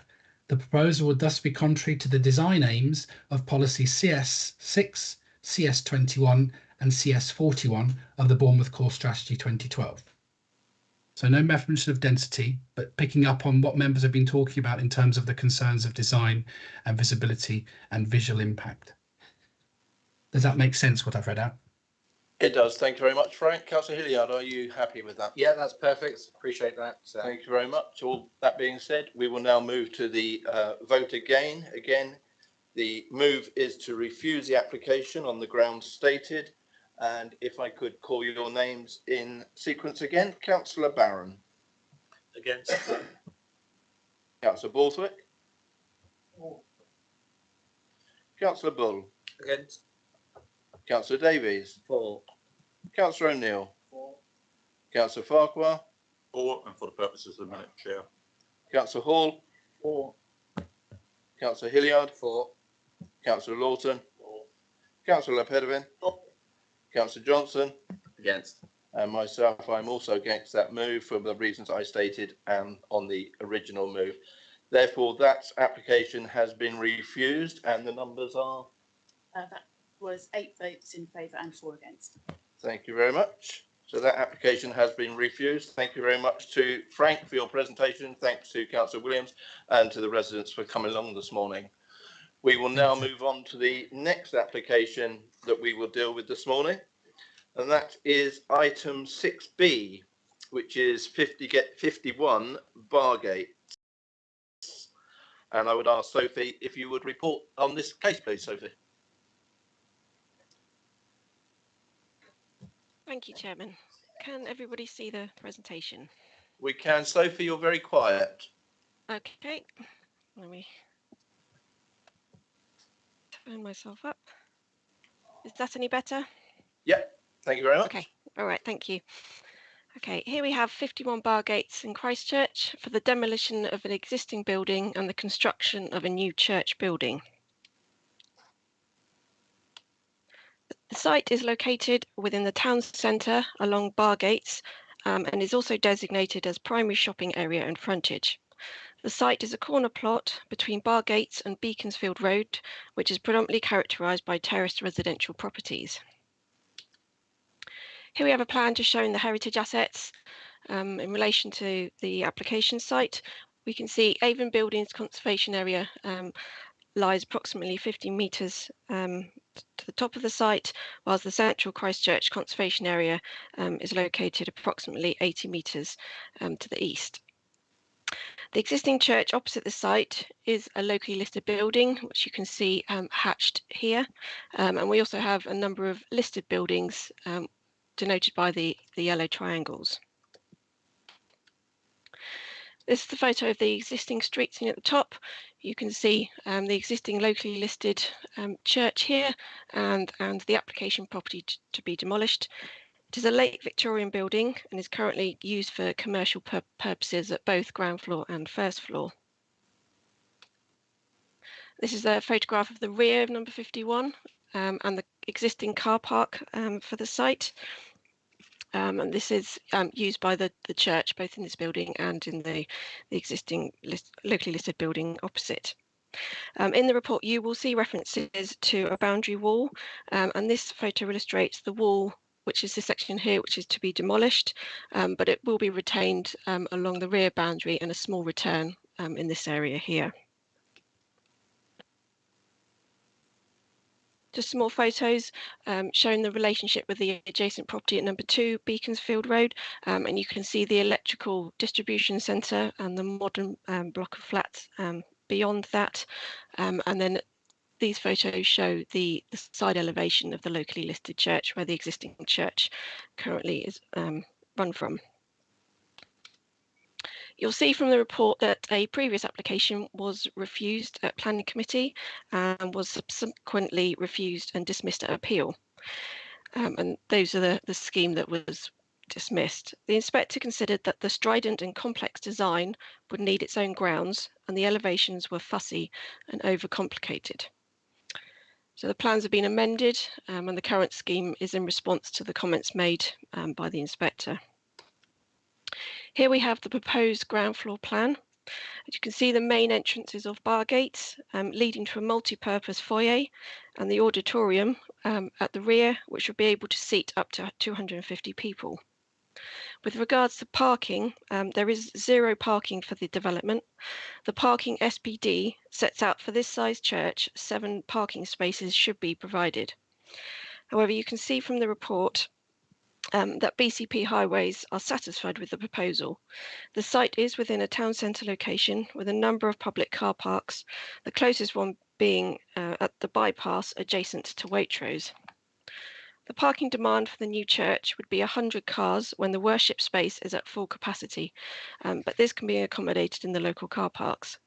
The planning inspector on the previous scheme did not consider that the lack of on-site parking was an issue and concluded that the proposal would not harm highway safety. Like the previous proposal, a financial contribution of £5,000 will be secured to carry out a review of on-street parking in the local area and evaluate if any changes are required as a consequence of the proposal. In addition, 12 cycle spaces are being provided, which is 5 over the required number in the SPD.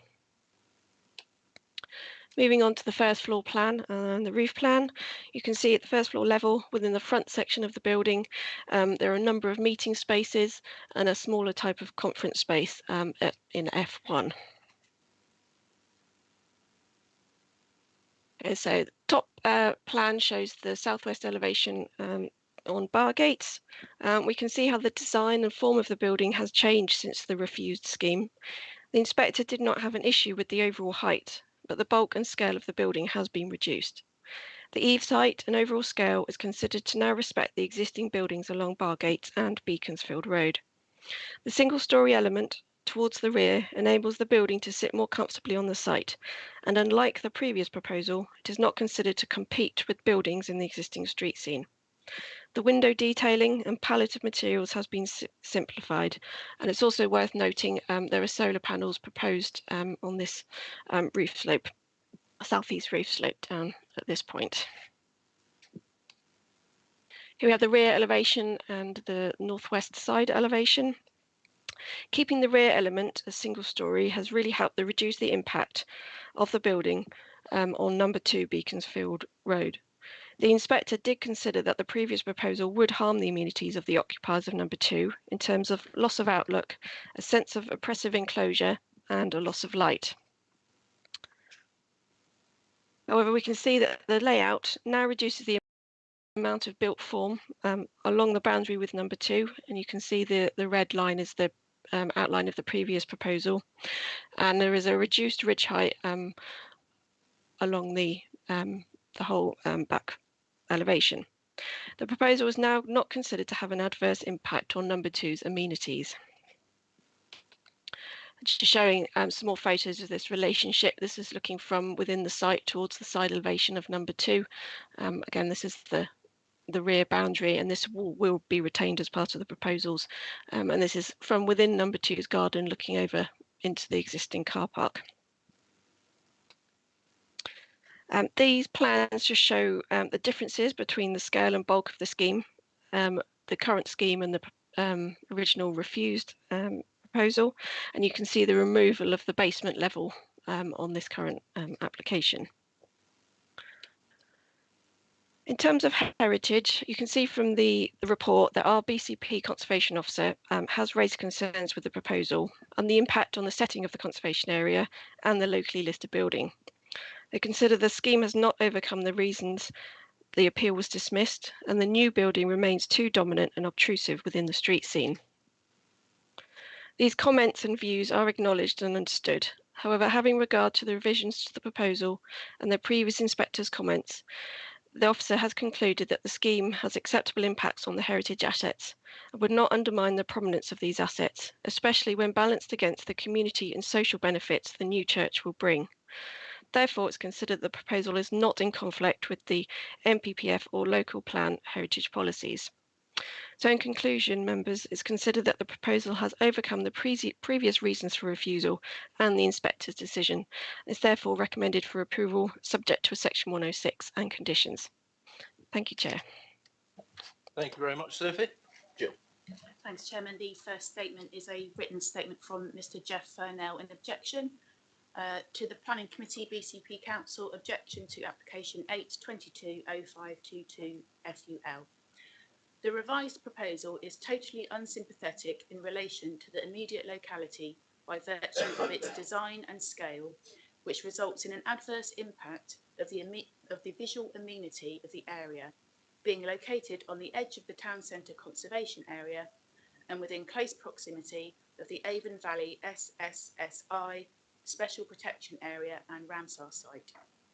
The proposal fails to be compatible with or improve its surroundings in its relationship to nearby properties in Beaconsfield Road and Bargate. I therefore consider the proposal is contrary to the policies of the Christchurch and East Dorset Plan HE2 and H12 and request the application is refused. Jeff Furnell, Beaconsfield Road, Christchurch. The second speaker is here in person. It's Mr. Charles Shepherd. Mr. Shepherd, would you like to come forward?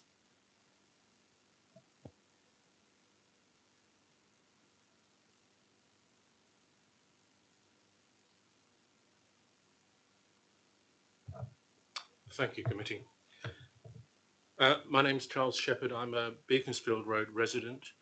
I'm an architect with over 40 years experience in working with historic buildings in heritage locations, conservation areas, and also with church architecture specifically.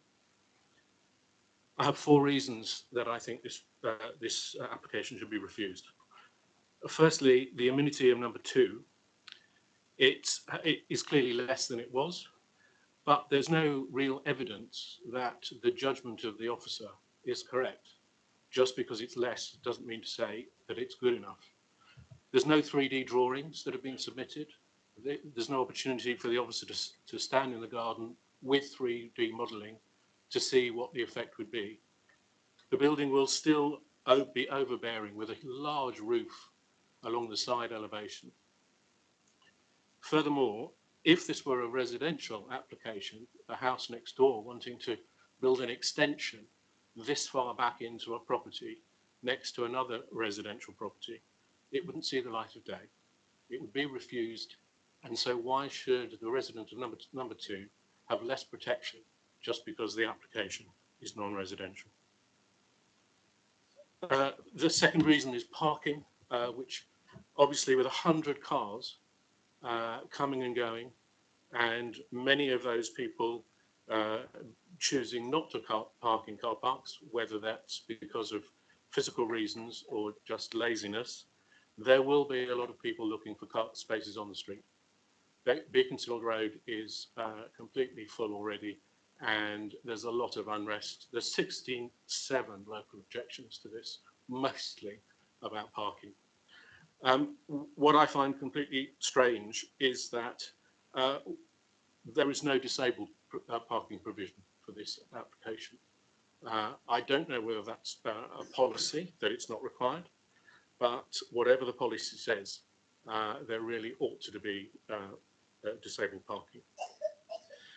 The third and probably the most important reason that I think it should be refused is the judgment as to whether the building is inappropriately and poorly designed in such a way that it impacts detrimentally on the local heritage assets, the listed buildings, and the conservation areas. Your experienced council experts, the Conservation Department, Urban Design and Conservation Department, have looked at this closely, and they've concluded that the application still harms the area significantly and should be refused. The planning officer takes a different view. So this is a matter of interpretation and view, and not a question of policy.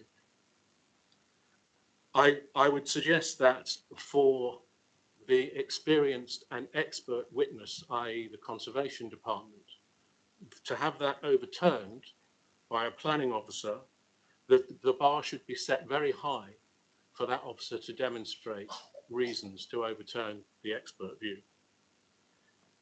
Better is not necessarily good enough. In particular, I think this building demonstrates poor design in the following ways. Firstly, it has an almost full footprint, infilling most of the site. This is inappropriate and against the urban grain, and especially extending so far down a very small scaled residential street. Secondly, the two building masses and roof forms are poorly related. The previous scheme was disastrously overcomplicated. This one is a little better, but it resorts to a lower rear element, i.e. the church, in order to reduce the impact on number two, but it leads to a poor relationship between the two forms. The roofscape of the rear element will actually accentuate, the hip will actually accentuate the fact that it's a large building, a large bulk of building behind. The low pitches of the roofs are alien to the character, and the mono pitches and the central higher gable do not relate well to the architecture of the area of the street scheme. The higher gable of the church, which the front elevation now seeks to ape, is reflective of the inner plan and the function. Here, it is not. It's just window dressing to try and make it look as if it fits in. The setback and the flat frontage on the corner weakens the building where it should be strong. The entrance lacks importance and loses relationship to the whole and the expression above. The applicant has said that the scheme is generic so as not to be complete. Yeah, I'm going to have to stop you there, I'm afraid. We've already given you way over your allotted time. We were quite generous and we've allowed it. Thank you very much. Thank you, Chairman. And speaking in support is Reverend Chris Brockway.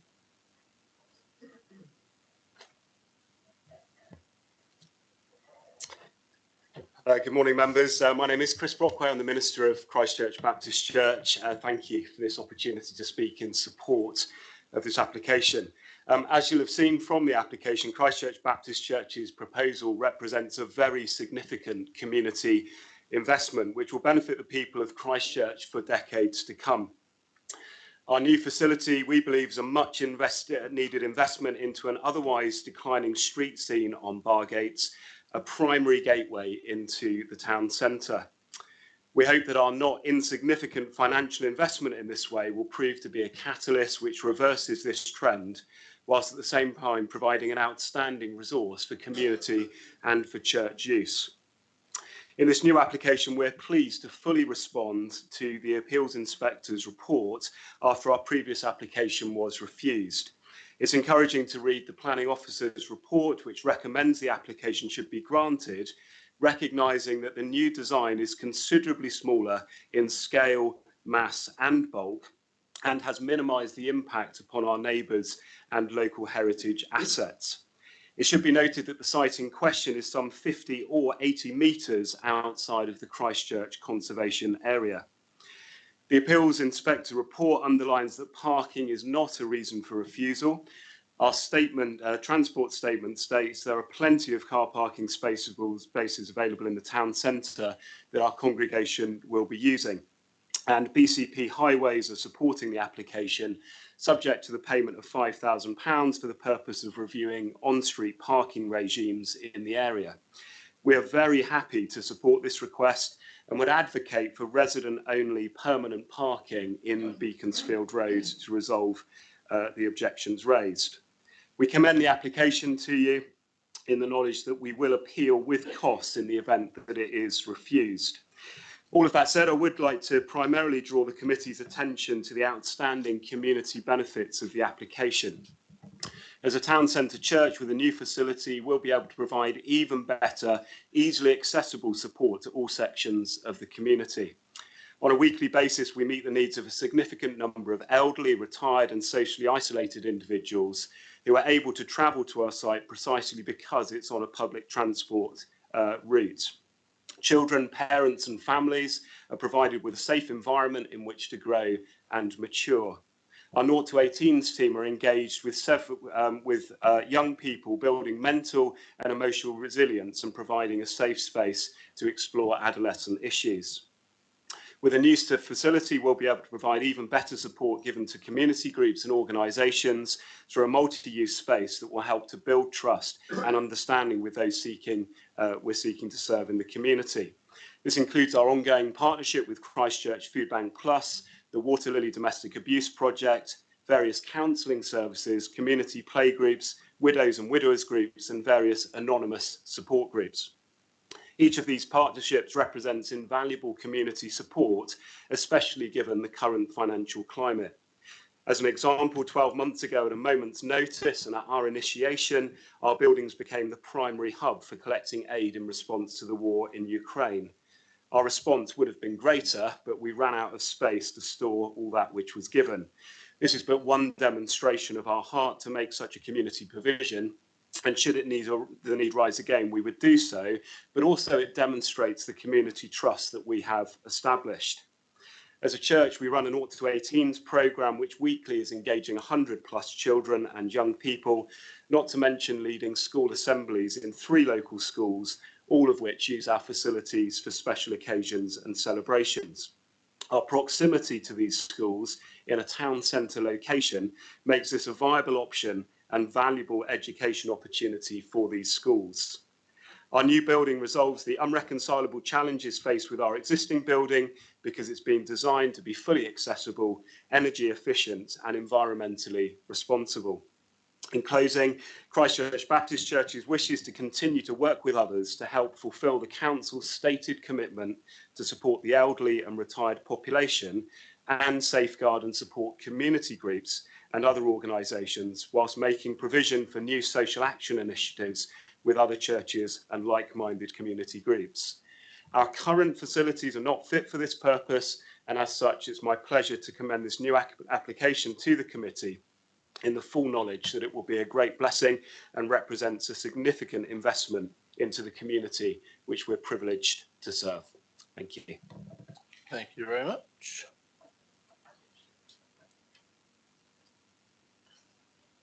Before I bring Sophie back in, members, I'm going to make one comment, and I would like you all to ignore the remark through that statement with regards to if this is refused, we will go to appeal for costs. Please ignore that remark.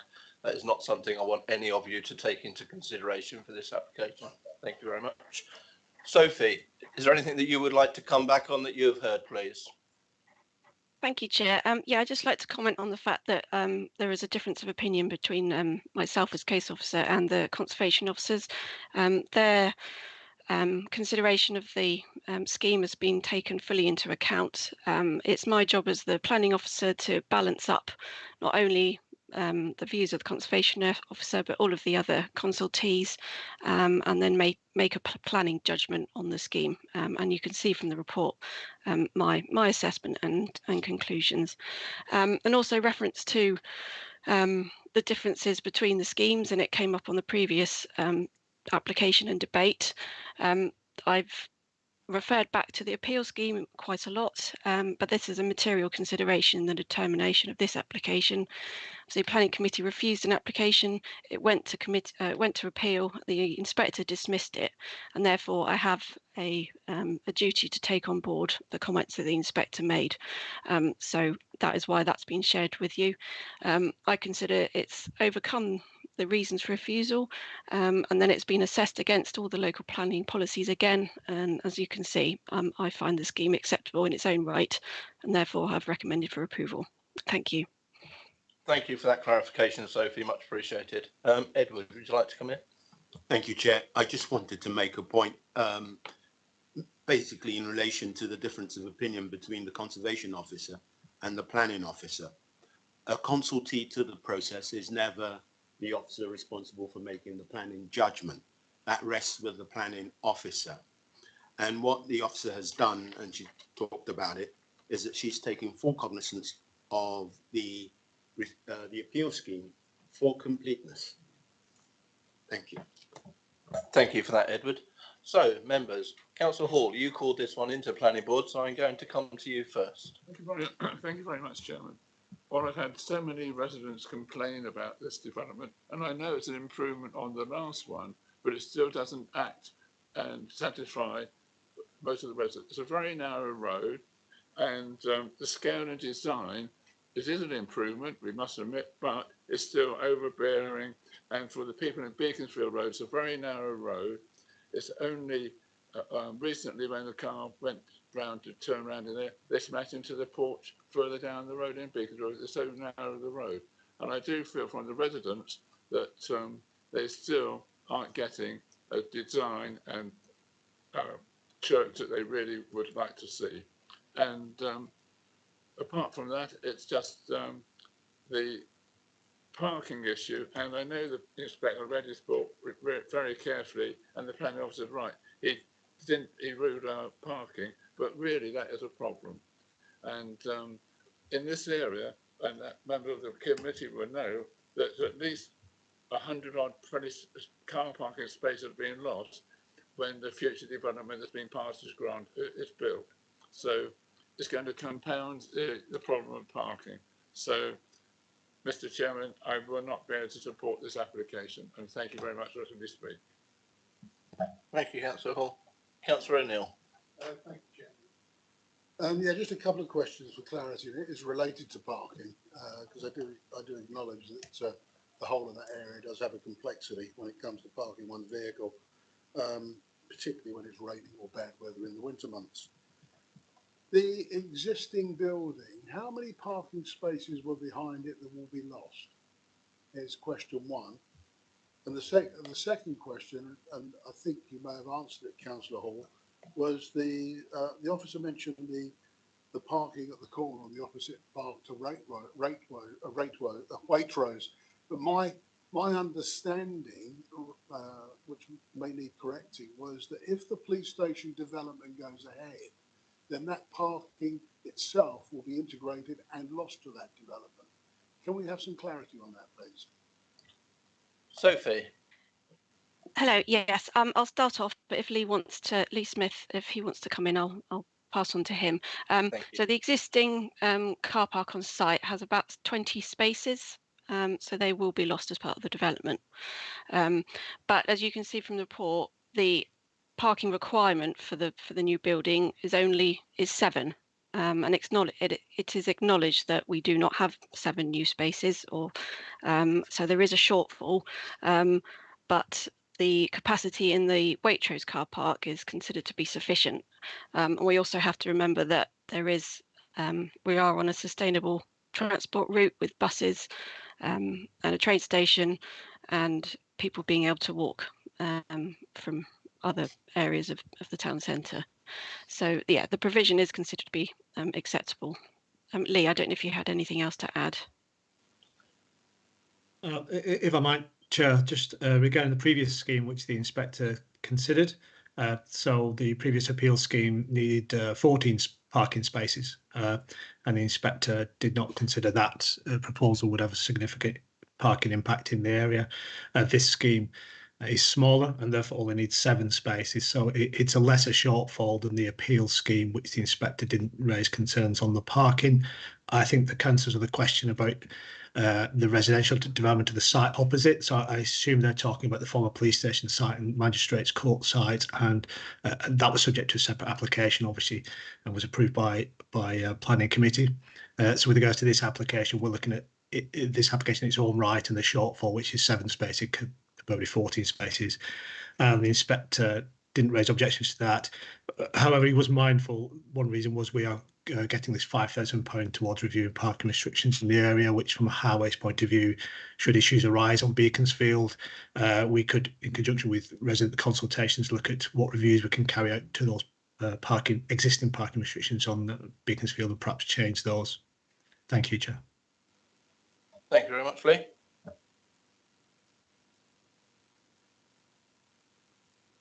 Thank you, Chairman. It was a question regarding the planning inspectorate's concerns over parking, which has just been answered for me. Thank you.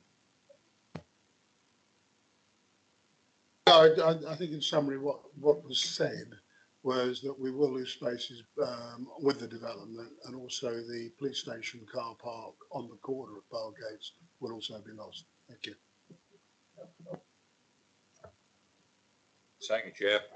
Mine also relates to parking.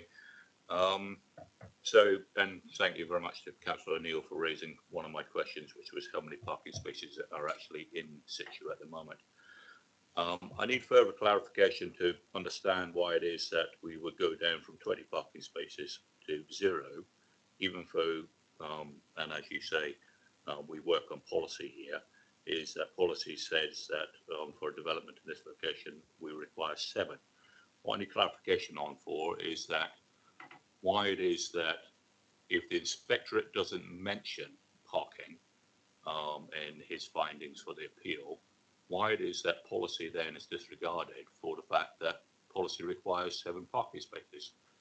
As a follow-on to that, and I put a great deal of weight onto this because of the demographic that may well use this new facility, is that my question is the fact that we don't have these 7 parking spaces, where is the nearest disabled bay to this particular application site, e.g. dedicated disabled bay, and how many of them are? Because I've had a quick look on Google Maps. I'm also familiar with this particular road and the surrounding roads, and I'm not aware of any disabled bays which would benefit possible users of this application site other than that. So my 2 questions is what was the reason given that we are not providing the 7 parking spaces as per policy for this application, and where is the nearest dedicated disabled parking to this actual application site, if you please, Chair? Lee, would you like to come in on those before I go to Sophie? So certainly I can, Chair. So with regards to 7 parking spaces, it's a town centre location, and it's highway authority view that there are public car parks nearby which can cater for the 7 parking spaces. Certainly the Waitrose car park isn't too far a walk away and rarely reaches capacity, particularly I would say on a Sunday when the church is perhaps likely to have its main services. And the inspector did comment on parking. So again, just reiterate what I said before, that they, similar to what my highway authority comments just then, they considered the location of those public car parks was sufficient to cater for the likely demand. With regards to disabled parking, the council's parking SPD, where a development isn't providing parking, such as this, it doesn't specifically state it has to provide parking. So if the development was proposing parking spaces, then we would insist on a certain amount to be disabled. So there isn't a requirement for it to provide disabled parking spaces. So then what we do look at is the availability nearby. And people with a registered sort of blue badge for their car can park on WL lines for up to 3 hours, provided there's no loading restrictions.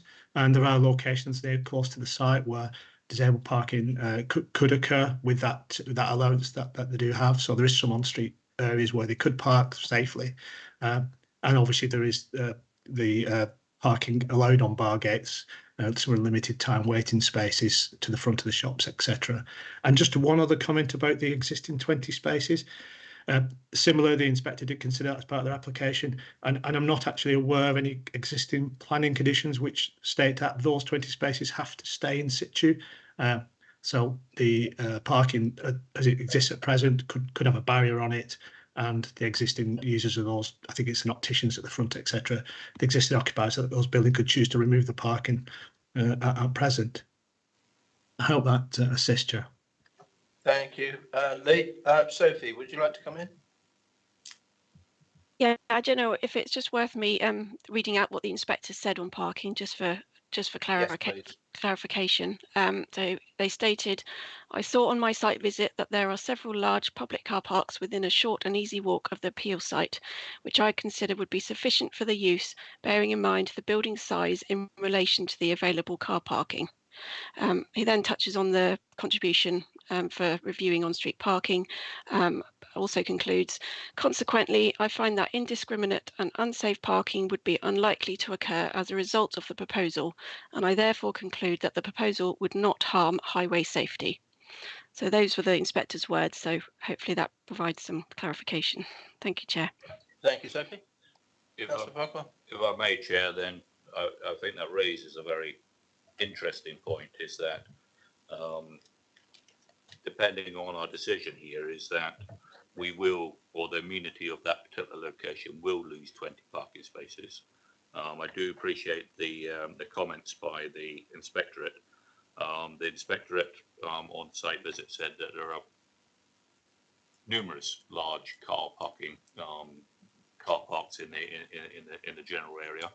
We've already found out that those car parking facilities are already under strain, but also that with other planning applications is that they won't be necessarily available. I find it,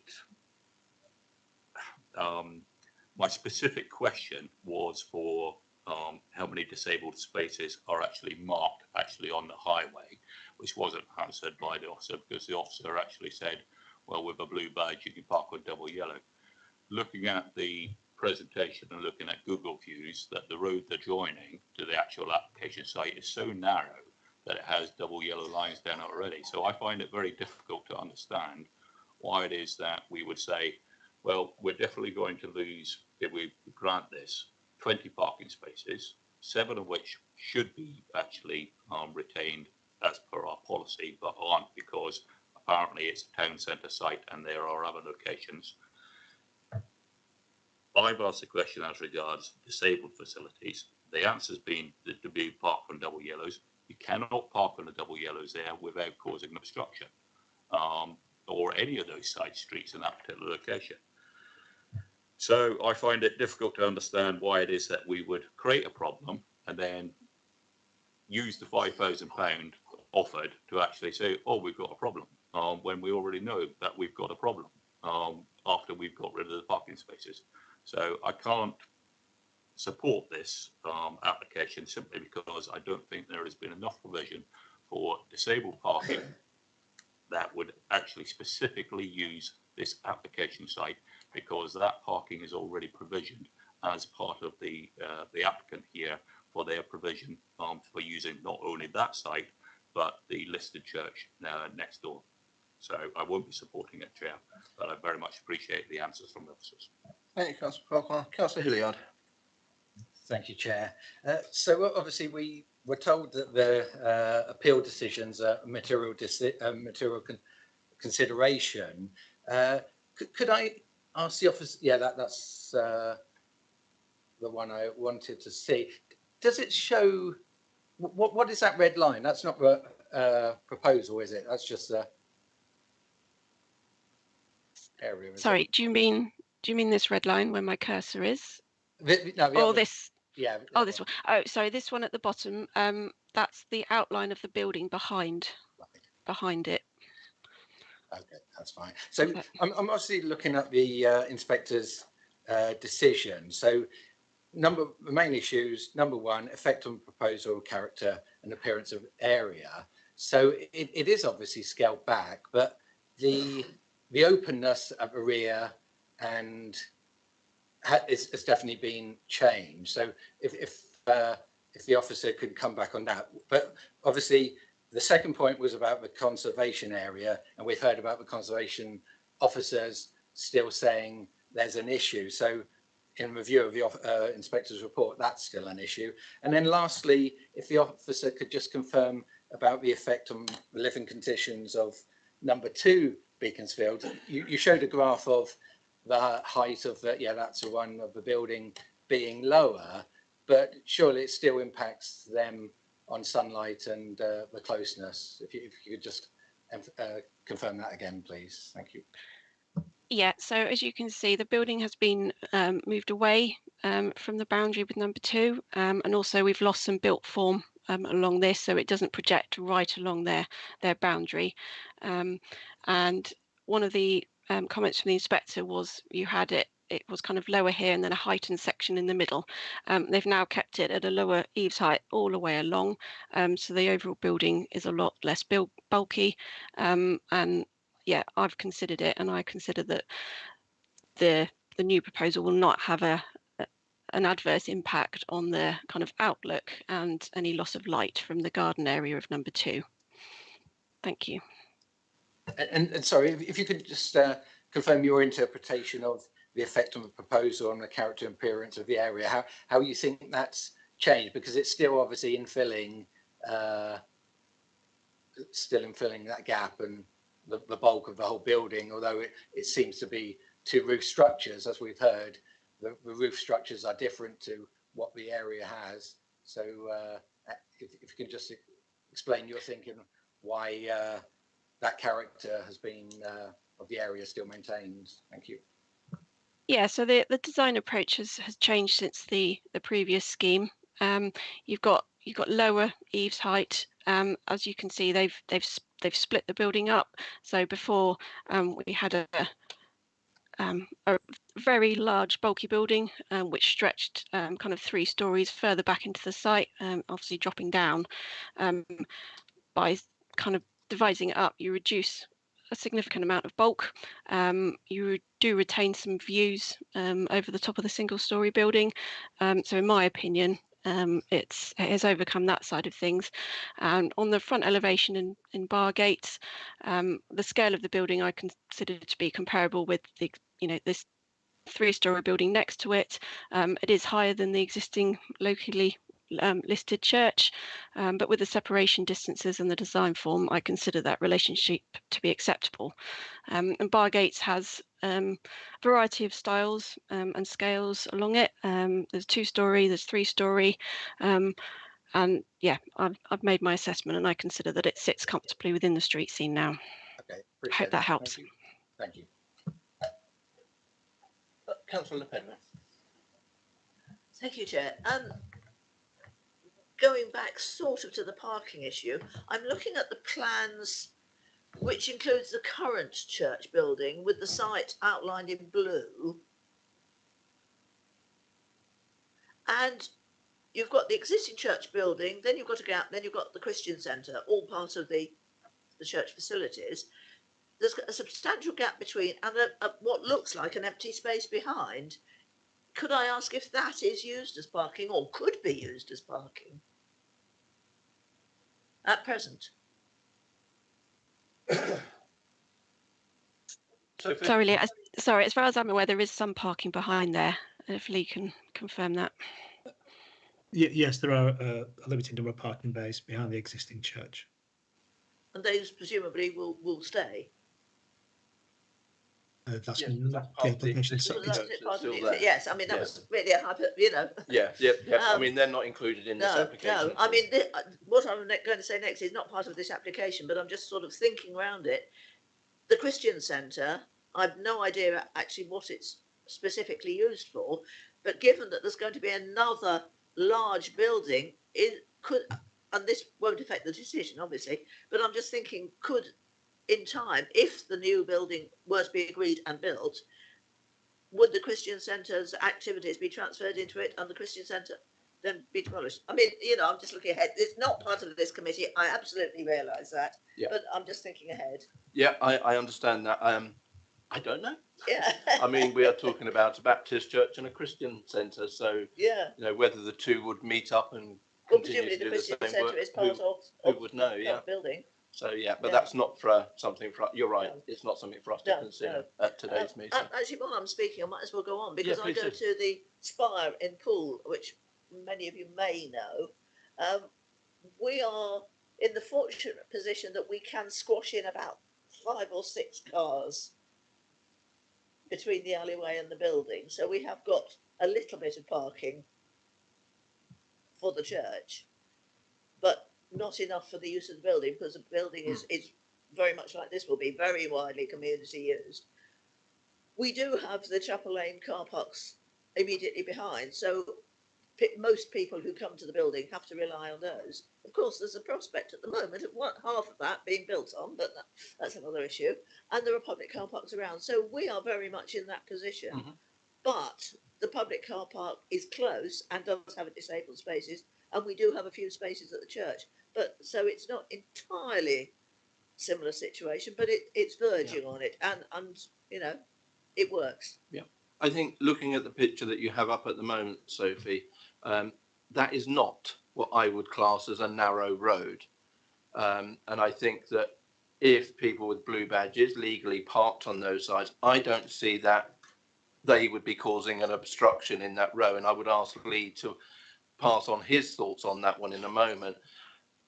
Yeah, we would normally ask, or it would be really nice to have designated disabled bays, but it doesn't mean that people that parked in them would necessarily be attending that church. They could be parking there for 3 hours and going somewhere totally different. So I think it would actually be better if there were not designated disabled bays there, because that would actually enable people with blue badges that were going to turn up there to park on the double yellow lines that were available for them there. And as you rightly say, there are car parks nearby. We're all aware that we may lose some of that car parking to a development that may or may not take place in the near future. I mean, none of us know. It's been dragging on for more years than I care to remember on that police site. So who knows whether or not it will actually take place. And then until it takes place, we have to accept that that car park is still there. And we must deal with this application on that basis. It is still there at this moment in time. It's not disappeared tonight. It's not going to disappear tomorrow morning. So at the moment, following on from what the inspector's report said on the previous application, he was satisfied with that. And I think we point out so many times that the inspector's reports are material considerations in planning. If we go against his reports, the likelihood is that he will throw the book at us afterwards. That being said, I'm not particularly bothered about his reports, because that's not for us to consider, in the fact that we can't just say it because of what he says. We have to make our own minds up. But I do urge you to consider the material points that he has made in his appeal report. Lee, could you come back on my thoughts on the disabled bays, please? Yeah, certainly, Chair. I think you're right in a sense that on the Bargates there, and on the picture you can see the new church, and slightly to the left that is what's Christchurch carpet building. And there are existing bays to the front of there, which could be the £5,000 securing could be used to make those into designated parking bays. There's some areas of WL line which again could be removed and converted into disabled parking bays. This is what this sort of £5,000 contribution is being secured for those kind of alterations, on Beaconsfield, as I said earlier on. But yes, I think there are areas where designated disabled parking bays could be placed if needed without causing major obstruction to the traffic flows. Thank you very much, Lee. Chair, do you want me to come back about the car park opposite? Please, if you would, Lee. Yeah, just to correct slightly, the former police station site and magistrates court site, the public car park there has been closed. It was actually, I'm going over slightly considerations of that application, but just for clarity, it was owned not by the council, by BCP Council, by another party who decided once the application received permission to close that off to the public. But as part of sort of prior legacy Christchurch Council and Dorset Council being aware that that car park would be lost because of the land being allocated for housing, and over 100 spaces were created in Christchurch Town Centre in advance of the loss of that parking on the Magistrates Court site. As I said, I'm going over that all consent slightly there, but just to clarify, extra parking was created, including the Waitrose car park, I would add, to cater for the loss of that car parking opposite. Thank you. Thank you very much, Lee. Any other members wish to make a comment at this moment in time? Councillor Johnson. Thank you, Chair. Yeah, this is a bit of an odd one for me, really. I think, again, it's mostly policy compliant. The heritage issues are there, but I think that I agree with the planning officer in this case. I think the impact of the new building may not be to everybody's taste, but in terms of applying the policy, I think on balance it comes down in favour of the officer's opinion. I think the impact on number 2 is a big concern for me. I think it is borderline at best. However, I think that the impact on them would not be necessarily too light. Certainly wouldn't be too light into the garden or anything like that, because of the adjustments to the application that slope it quite considerably away from number 2. I think the impact would be on perhaps openness that they would have to that rather odd aspect that they have, and that window that faces sideways towards Bargate, which is not a common feature on a house of that type. I wouldn't imagine. But equally, nor are we removing great views and sweeping seascapes from the view out of their window. We're removing a car park and turning it into a building. They're not looking out onto the sea or the seafront or anything like that. It's a car park being turned into a building. It is an odd one. I mean, I personally don't particularly like the design, but that's hardly a reason for me to think about refusing the application. I think this one comes down to me the fact that with the inspector's report, I do think that there have been enough and sufficient changes made to allay the inspector's concerns. Certainly, that the planning is something, the parking even is something that we should leave be, because I can't see any sort of defence on refusing it on those grounds. We have the right to perhaps disagree with the inspector, but equally they have the right to then come back and go, "What on earth are you talking about?" Because they are the higher authority in this case. So for me, I can't see enough planning reasons there to refuse it as it stands, Chair, and I'll be supporting the officer's recommendation. Thank you. Thank you, Councillor Johnson. Yeah, I will, as no one else has so far, I will move the officer's recommendation. And one of my reasons is it's a church, and although some people are saying it's out of character in that street scene, I travel around the country and incredibly a lot, and I very rarely see a church anywhere that is in keeping with the rest of the street. Churches are renowned for being totally different for the rest of the street scene. That is what they do. That is how they are designed. They are different. They are a place where people can see it's a church and they go towards it. So from the street design thing, I don't think it causes any problem to it from the conservation area point of view. I think the developers and Sophie, you've done a very, very, very good job in coming along with this, working with both the developer and with the inspector's report to get something that is acceptable to us. I commend you for that. It's a very good job. But I will move the officer's recommendation on this one, and I would look for a seconder. Councillor Johnson, thank you very much. I will now come to the vote on this one, and again, I'll call names in order, and the move is to allow this. Councillor Barron. For. Councillor Borthwick. For. Councillor Bull. Against. Councillor Davies. For. Councillor O'Neill. For. Councillor Farquhar. Abstain, and for the purposes of the minutes. Councillor Hall. Against. Councillor Hilliard. Against. Councillor Lawton. For. Councillor Pedevin. For. And myself also for, and Councillor Johnson, please. For.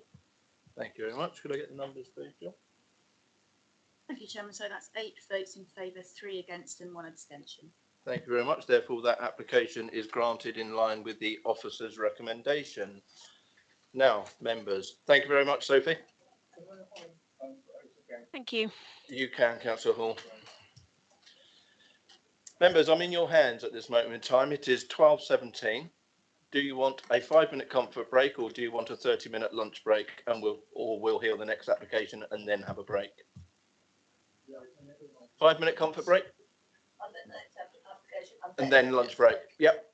Okay, 5 minutes.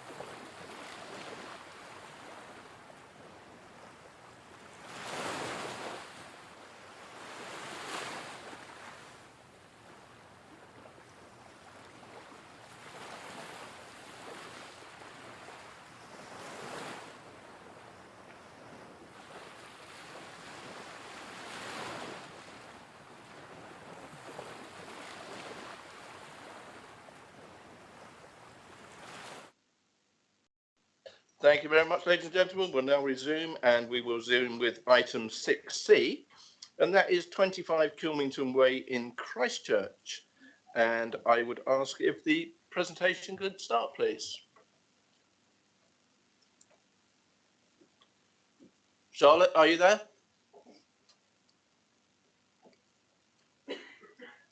Thank you, Chair. Sorry. We can, thank you, Charlotte. And you can hear me well. I can, thank you. Good, thank you. Okay, I will begin. Just get to the slides that I've got. Here we go. Right. This application is for a new dwelling to be erected on land to the side of the existing end of terrace property at 25 Kilmington Way. I should point out at the beginning of the presentation that since the application has been submitted, the Highcliffe and Walkford neighbourhood plan was made last month, and therefore the application has been assessed against policies contained within the neighbourhood plan as well as those contained within the local plan.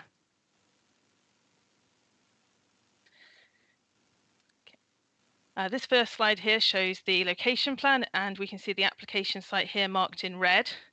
And this is also the existing property at number 25, marked in blue there. As you can see, the application site comprises a corner plot on the northern side of Kilmington Way, which is this road that curves along here. As I said here, is occupied by an end of terrace 2-storey house. The site lies within a planned housing estate consisting of 2-storey dwellings, which you can sort of see roughly the aerial imagery of here. These dwellings are of a uniform neoclassical design and are of similar scale, arranged in small terrace blocks. We've got some here, terrace block here, and obviously here is our terrace block with the row at the moment of 5 terraced houses, number 25 here sitting at the end of the row. And as I say here, this is the application site itself that the arrow is pointing to. These photographs show the application site and the existing, you can see the existing terrace here. And this is obviously the application site to the side of number 25. This is obviously looking down from Kilmington Way from the east. I've also, this closer-up shot's obviously also showing it with the site to the side. I've also included here at the bottom a street view scene, which just shows how it was back in 2009. I think that's important because obviously this formed part of a planned housing estate with this sort of landscaped area and this tree here, which I will come on to in a moment. Okay, these are some further street scene photographs. The site, as I said before, is an area of open amenity land situated between the side elevation of number 25 and the masonry wall that they have that encloses their rear garden, and then the pavement here of along Kilmington Way. So it's very much, because of its open nature outside of the sort of high boundary wall there, it sort of reads very much as part of the street and in the street scene. Okay. And I've also, as I said before, included the other photographs of from 2009, the street view, to show sort of how it was in terms of there was hard landscaping here. Actually, that's in contrast to some other landscape parts of the site, which typically are grassed with then sort of shrub planting. As here, it was gravelled with shrub planting there. Now it's also it's got some grass, but it's all very much a bit more untidy. Yes, so the rear garden of the existing dwelling, as I said before, is enclosed by a high-level masonry wall, which obviously wraps around to adjoin a garage block. We'll see that better in the next plans. Okay, yeah, there we go. You can see. Right, this slide I've covered off here because it shows that there was a cedar tree on the site. You can see it here on this street view image that I showed before. It's a bit closer up here, and it's effectively, I've also included the map to sort of identify its position here. This is sort of the TPO area that there's there as well, and these TPO trees here, and it's understood that TPO was put on in place in line with this sort of housing estate because of a number of trees planted around it to sort of offer visual amenity to the estate. But as saw in the previous site photographs, that tree is no longer in situ on site. And we do not have a record of a tree work application being made for the removal of this TPO tree. Okay. Now turn to the site plan, which you can see is very detailed.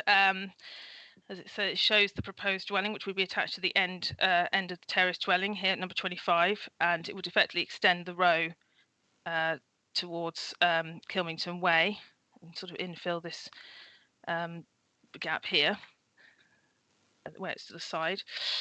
The proposed layout for the new dwelling reflects that of the arrangement of the existing houses. So you'd have the front garden here, with the front leading up to the front door, and then the rear garden here as akin to what's already along this row.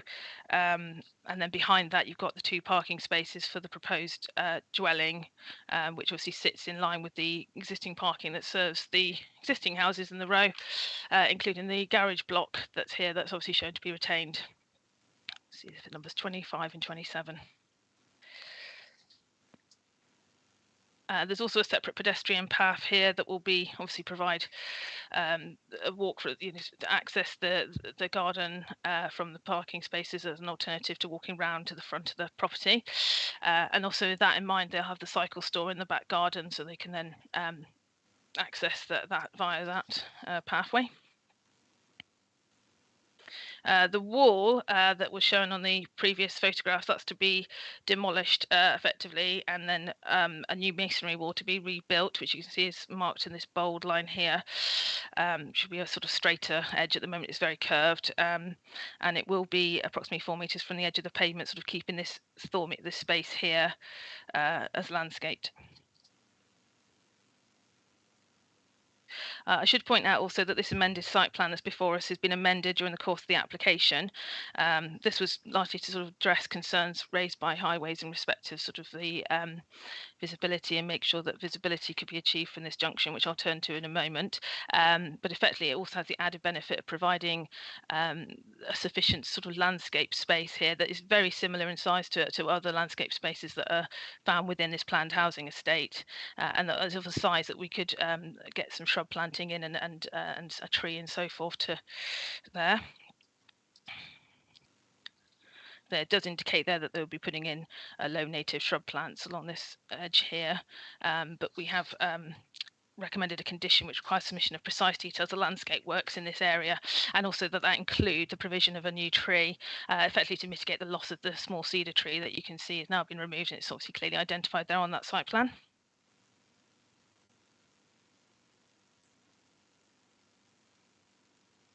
Now turn to the Highways layout plan, which shows effectively that the proposed dwelling will be set back, and this is what I was discussing in terms of the changes that have been made with the wall here as well. So the wall has been set back, and obviously the dwelling's already set back here, and that effectively ensures that it's set behind a 43-metre visibility splay that we have here. That takes up to the sort of midpoint of the carriageway there, and obviously ensures that there is a clear visibility from the junction where we're at a driver's position at the junction here, so that cars approaching from the east can be seen, and conversely that any car approaching this way can also see cars leaving the junction from Nollywood here. Also clearly identifies the pedestrian visibility displays for the parking spaces as well, so that there's visibility as they leave and cross over the pavement here.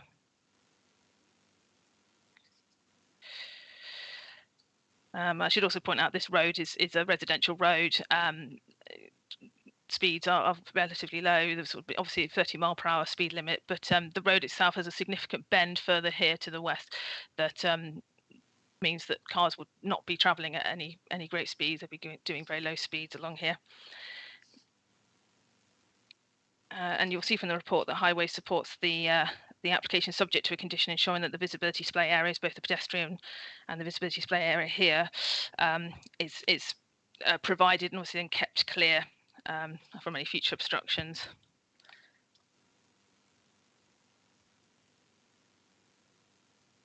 I've also provided some photographs just to sort of show that context there. Standing from the junction of Nollywood there, looking back towards the site and where the existing high masonry wall is already, the existing house here.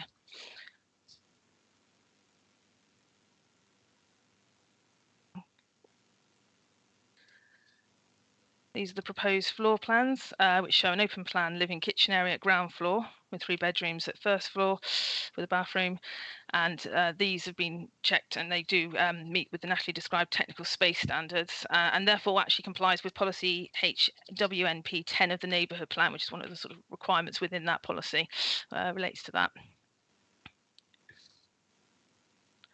I've also provided here details of the cycle store, which was sort of referred to in the previous slide.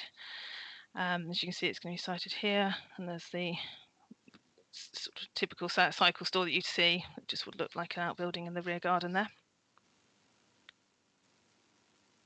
And some more photographs that sort of clearly show the front and rear elevation as it currently is of the existing terrace. You see the neoclassical design with the parapet roof matching windows and doors. And I turn to the proposed elevations, which show that the proposed dwelling would be of the same height and depth as the existing row of houses. I saw that in the previous site plan. It would be slightly wider in the terrace by approximately 0.9 metres, but this one it's of a similar width to number 27. And as I say, the elevations don't continue to show the entire terrace, but there is other wider houses within the terrace. So you can see here that the proposed dwelling seeks to replicate the neoclassical design with the parapet roof of the existing houses within the terrace. Windows and doors to be arranged in a similar manner to those already in the terrace. The only difference being that the door is to sit on the end here rather than over on this side, which is obviously what you see for the remainder of the terrace. However, I think it's worth pointing out that you don't sort of read the terrace as a whole because it sort of sits oblique to the road. Right angles to the road rather, so, and there's obviously intervening features, garages and so forth, so you don't sort of read it together, so it's not considered that that change would have a result in any material harm to visual amenity. It's also worth pointing out that the windows are proposed on the end wall of the dwelling, which provide visual interest and offer natural surveillance along this part of Kilmington Way, which we don't have currently with the number 25. A condition is also recommended to ensure the brickwork is to match, because as I say, they've pointed out that the brickwork is to match the host terrace. This is very important because it's attaching onto it and would read as one enlarged terrace, that we get a brickwork that matches in, and so we'd ensure that we have a sample of that to ensure that. So in conclusion, it's considered that the proposal would make efficient use of land and would provide a 3-bedroom dwelling in a sustainable location in accordance with local plan policy LN2 and the Highcliffe and Walkford neighbourhood plan. It would retain a degree of spaciousness and setback that is characteristic of the planned housing estate and is of a size that would enable tree and shrub planting, as said before.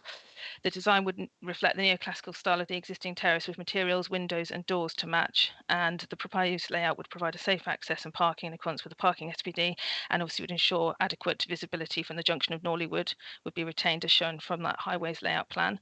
The proposal would fully accord with the local plan and neighbourhood plan policies, and therefore approval is recommended subject to the list of conditions as set out in my report. And that brings my presentation to a close. Thank you, Chair.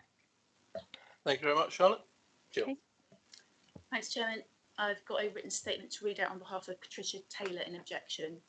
Following the consultation date, Mr Watson decided to park a large boat and or his commercial vehicles on the site in question. Although a fraction of the size of a 2-storey building, these proved to be ample confirmation of the dangers of causing such obstructions and loss of driver's vision on this sharp bend blind corner in Kilmington Way. It is interesting to note that Mr Watson has since moved the obstructing boat further back and removed the vehicles. Driving high commercial vans, it's possible he was previously unaware of the dangers to drivers of small family saloons or sports car type. We are aware that objections cannot be considered on the basis of fears about loss of property values or purely financial considerations. However, I understand that Mr Watson now claims he has no intention of building this second property. Surely the potential personal gain to one individual whilst causing maximum inconvenience and possible danger to local residents is a fatuous and unreasonable reason for granting planning permission. The original developers had the wisdom and foresight to reject an extra dwelling on this site, not only aesthetically displeasing and out of character with this attractive development, but a potential hazard to drivers. We trust the planning department has the same wisdom. There are no speakers registered in support. That's a ward councillor here. Thank you. Councillor Martin.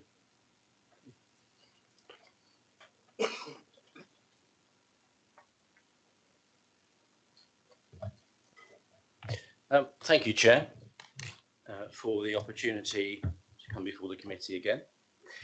May I also thank Charlotte Haynes for her very thorough and detailed report. The points read out by Jill Hollyoak have been eloquently made by Mrs Taylor, so I don't intend to repeat those. But on behalf of the many residents who have objected, my main concern with this application is one of safety, which I know a number of people have raised with the planning officer, as I have. You'll also be aware, I think, that the Highcliffe and Walford Parish Council have also raised objections, citing a number of issues, including highway safety and design and character. And I believe that road safety lies at the heart of this issue. And I have to say, I respectfully disagree with the position of the highways team and the planning officer about this aspect of the application. When Charlotte was talking about her narrative just now, she was talking about there's clear visibility out of Norley Wood, for example. Again, I mean, I live in the road next to this, and I'm very, very familiar with Kilmington Way. I would suggest there isn't clear visibility as you try to exit that road. I tried it again this morning, to be honest, and it's not clearly visible.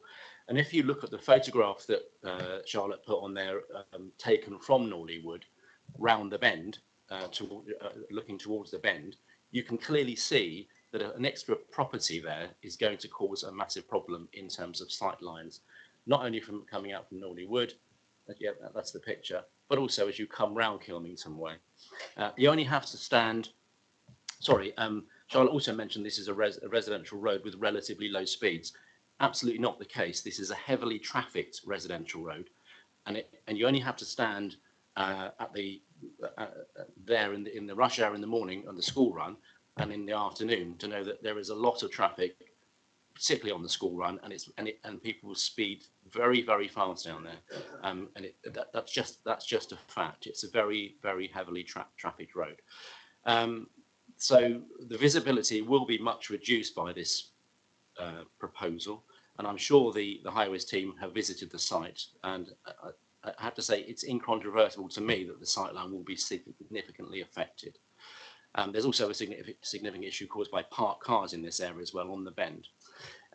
Quite by coincidence, I have a meeting with the head teacher at St Mark's School next Tuesday concerning a whole range of traffic, safety and parking issues in this vicinity. And safety at this location, not the application itself, by the way, but safety at this location on the bend and Kilmington Way is on the agenda. The planning officer, I think, asks in her report that, or says that it's not clear what business employer traffic uses Kilmington Road. Well, I can answer that. It's the local medical staff at the practice that's on the Lymington Road, and also patients from there, which also makes it a really busy road for those reasons as well. And I think that's been raised by some of the residents. The planning officer says that the new additional property will make a modest but valuable addition to housing supply. And I would say that one property is not a particularly valuable addition in the context of the obvious danger, at least to me and to the residents, that this will create. And at the risk of sounding like a broken record, I repeat what I said in the December planning meeting regarding Jesmond Wood, that there are 875 new homes, including hundreds of new family homes, coming on stream nearby at Rowshot Hill, and dozens of additional units being constructed as we speak in Highcliffe. In fact, the centre of Highcliffe looks like one big development site at the minute, with builders' vans on every corner. So there's no shortage of additional supply coming through in the Highcliffe area. In any event, the vast majority of the 2.5-bed Georgian homes in Norley Wood and this part of Kilmington are not in fact family homes, but they're occupied in the main by couples and single people. In fact, I think only 3 of the 30 or 40 Georgian properties there are occupied by families. I have no objection in principle to residential infill. Indeed, we have much of this in the Highcliffe area already, much of it close by, but not at the expense and the additional pressure on sensitive habitat sites. This site is actually just a few yards away from Jesmond Wood, that this would cause. Mrs. Taylor made the point about the boat and the commercial vans being parked on the site, and I wholeheartedly agree. The boats are still there, and it really makes the point for us that what an extra hazard a new property would be. Now, I don't know if the applicants intend to stay in their current home, move to the new home, or move away completely. And I do appreciate that's not a consideration for this planning committee. Nevertheless, again, I do agree with Mrs. Taylor that with the proposition that the principle of gain to one individual who may or may not remain there, whilst causing maximum inconvenience and danger to residents, is an unreasonable proposition for gaining planning permission. I do urge the committee to reject this application, and I thank you for your time and consideration. Thank you. Thank you, Councillor Martin. So, Charlotte, could I ask you to come back on anything that you've heard, please? Yes, thank you, Chair. Yes, I would first say I appreciate the concern about safety that's been raised by the councillor. Obviously, it's a quiet residential road with a bend on a sort of housing estate with cul-de-sacs. I think I've got if I can just stop sharing this and just quickly share another window of mine, because I've actually got a illustration of the estate, more zoomed out, shall we say, in relation to, obviously there was concerns in relation to the sort of school which sits up here. The site is down here, and then obviously the main road and Lymington Road where the surgery is further down here. So it, to my mind, it seems that it wouldn't be an obvious location for vehicles to be travelling this way.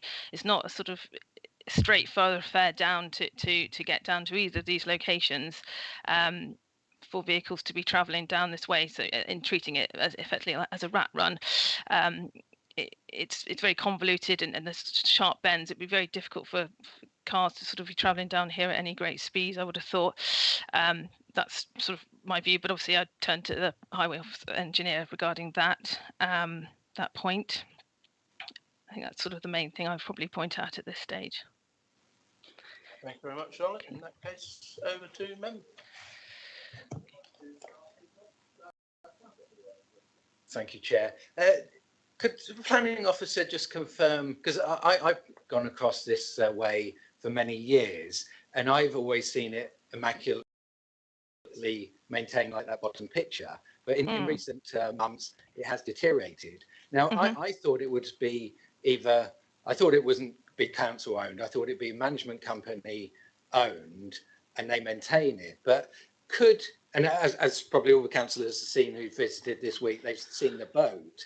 Could trees be planted? Could bushes be planted? Could the wall, the existing wall, could that be brought out towards the pavement, 2 metre wall? What could actually be done on that now, in effect, without any permissions? Thank you.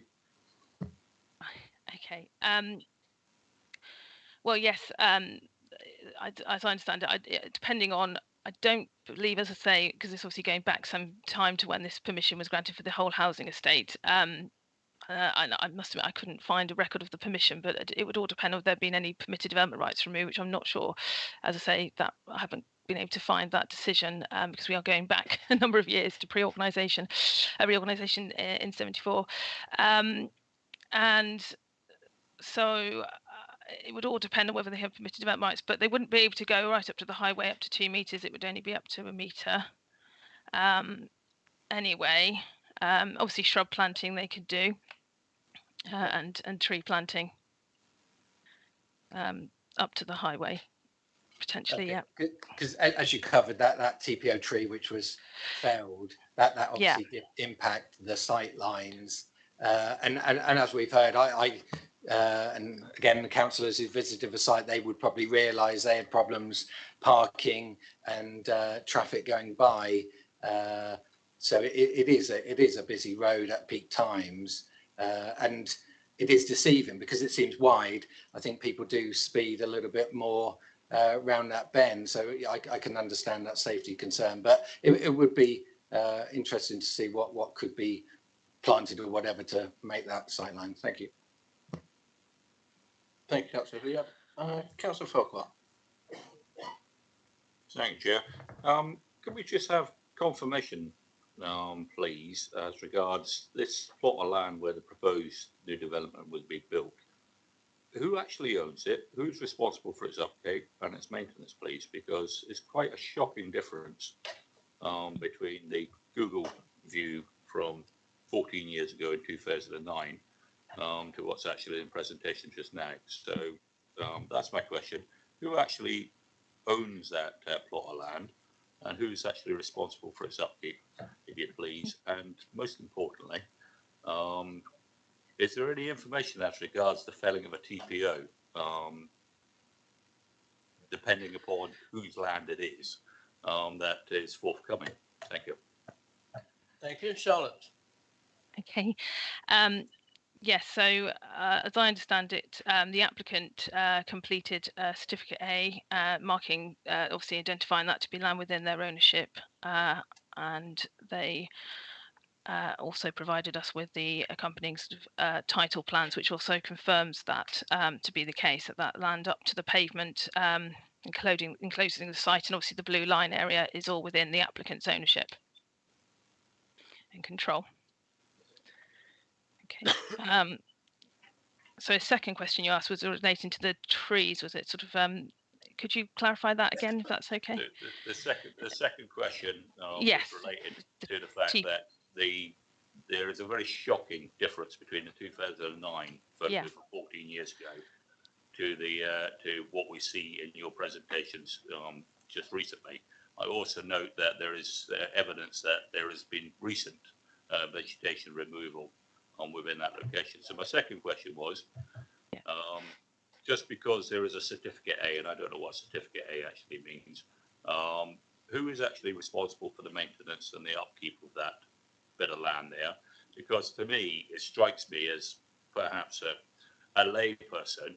One would anticipate that, and the opposite side is that it is not actually owned by those properties, but essentially that the maintenance of it and the upkeep is a real impact to the public amenity for anybody living or visiting that particular area.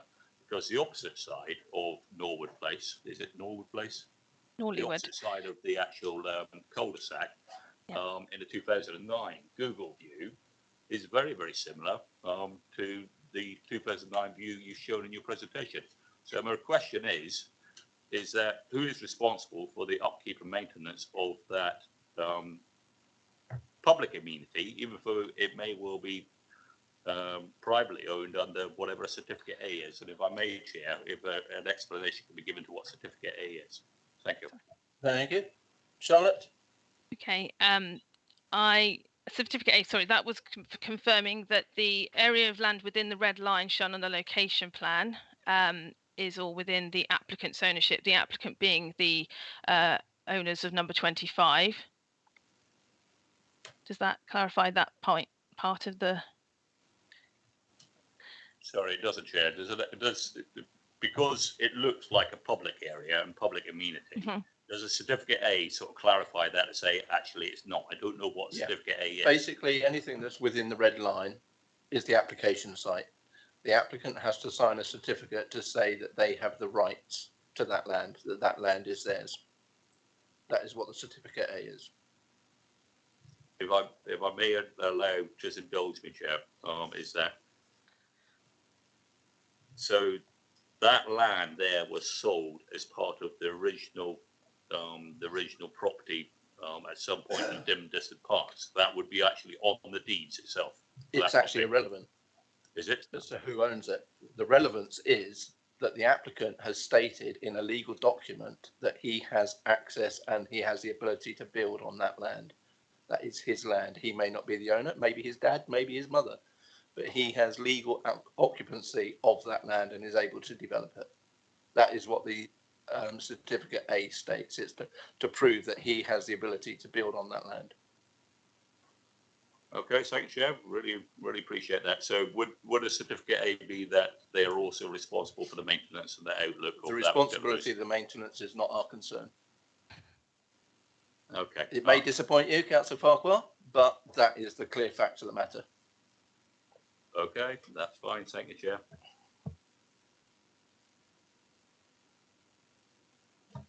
Deep breath. So we've heard criticism of the applicant or whoever's living there that they've stored a boat there. Well, to my mind, what I'd like to ask is whether there's any planning conditions on the original consent that would stop them doing that. Are they in breach in keeping caravan, a boat, or whatever they wanted to do, or if they wanted to be like Margot and Jerry and turn the side of their own land to grow veg on there. The only issue I've sort of got is obviously with the felling of a protected tree.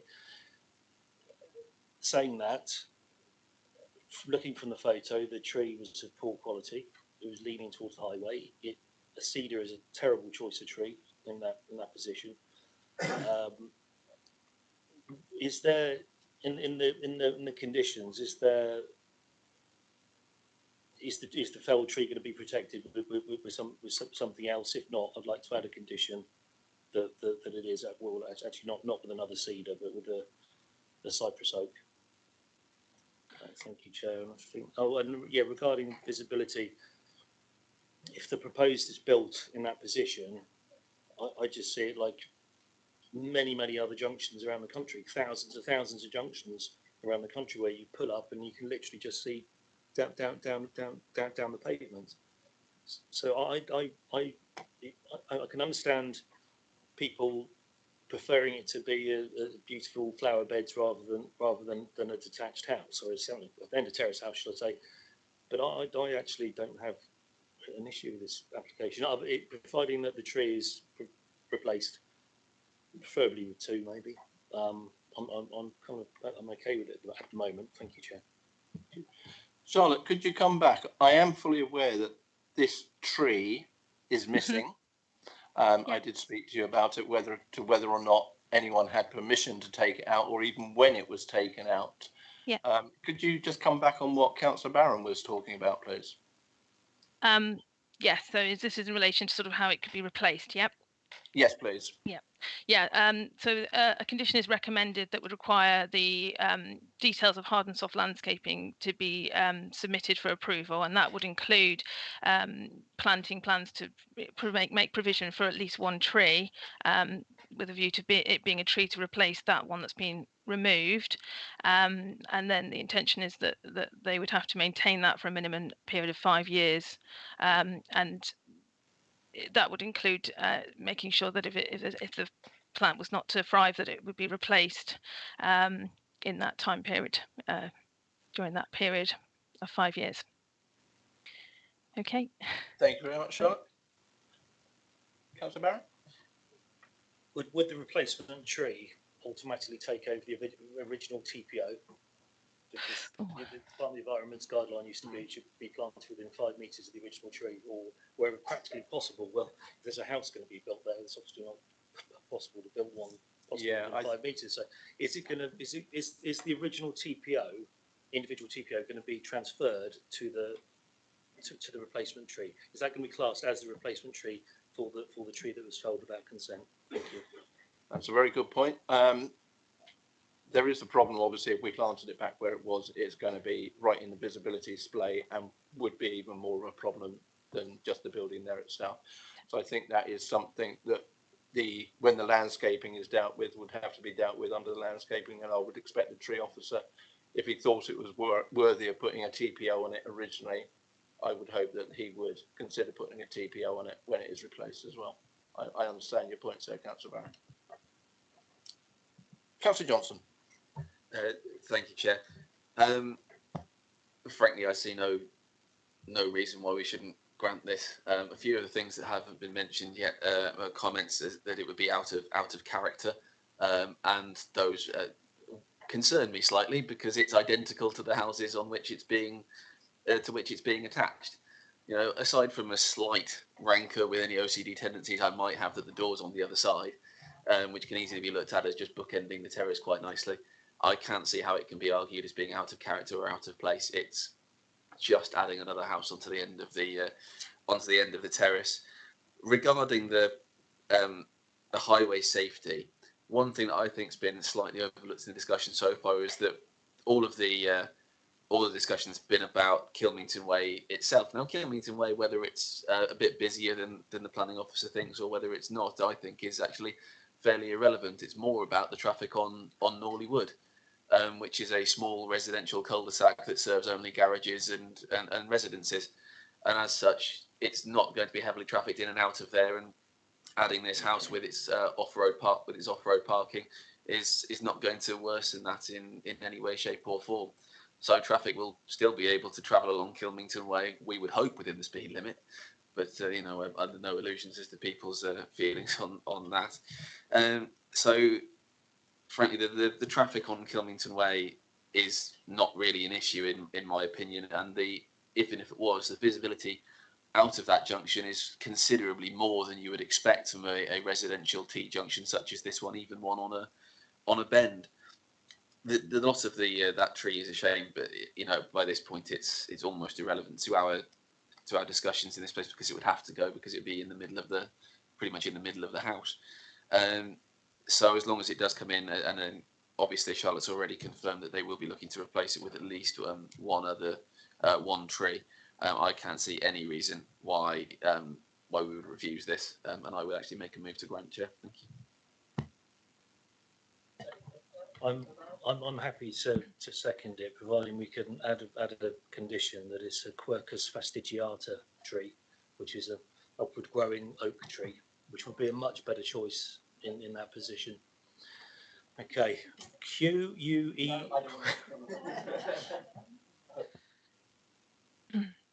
Yeah, QUERCUS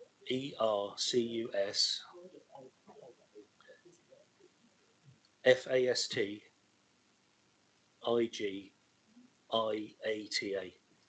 commonly known as the cypress oak. Thank you.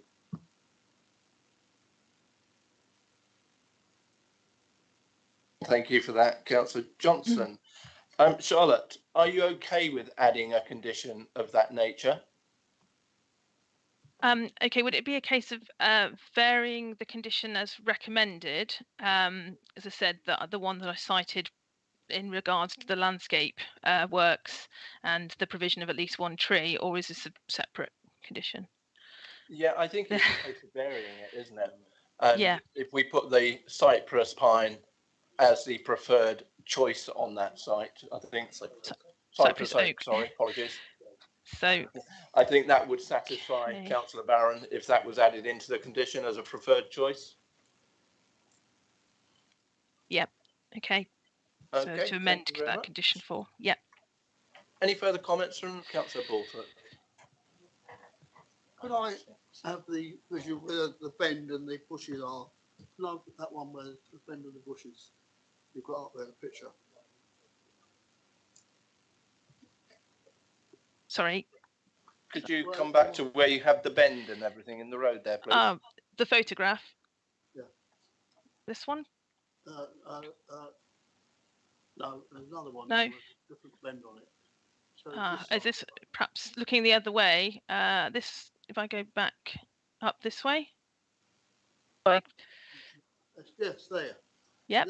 Those trees on the left there, on the bottom right, they seem to protrude into this other half of the road there.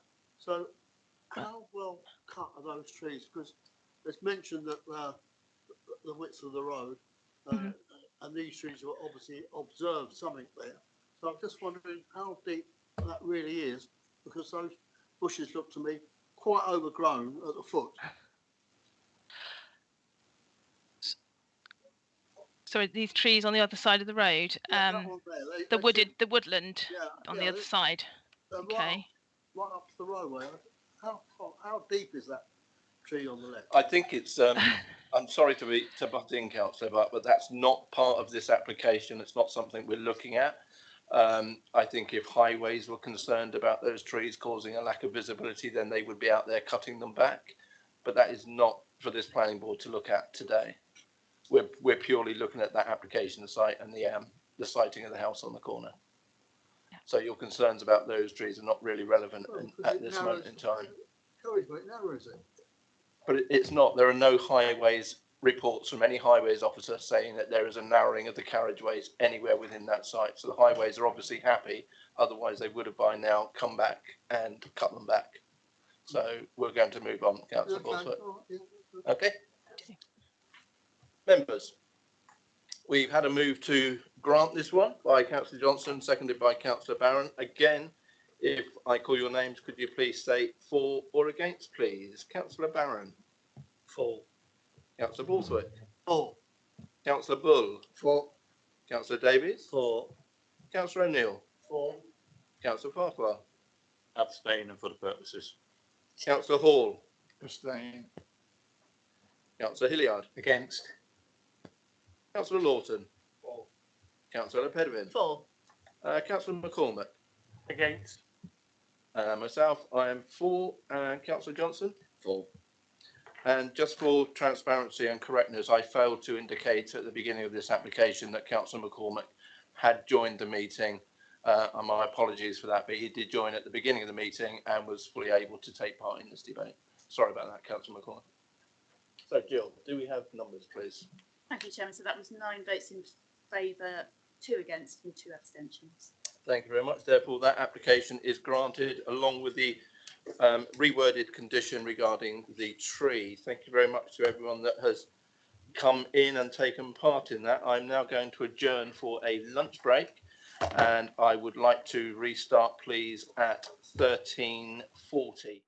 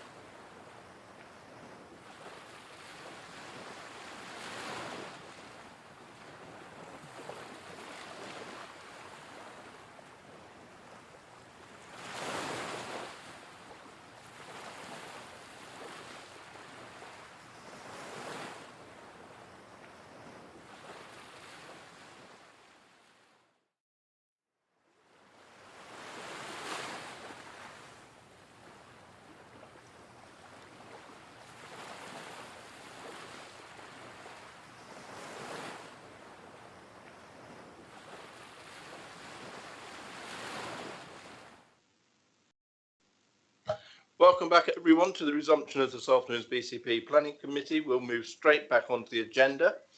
And the next item is item 6D, Branksome Chine Cafe, Pinecliff Road, Poole. And I would ask Jed to present your case, please, Jed. Oh, that's a good afternoon, Chair and Planning Committee. Sharing the presentation now.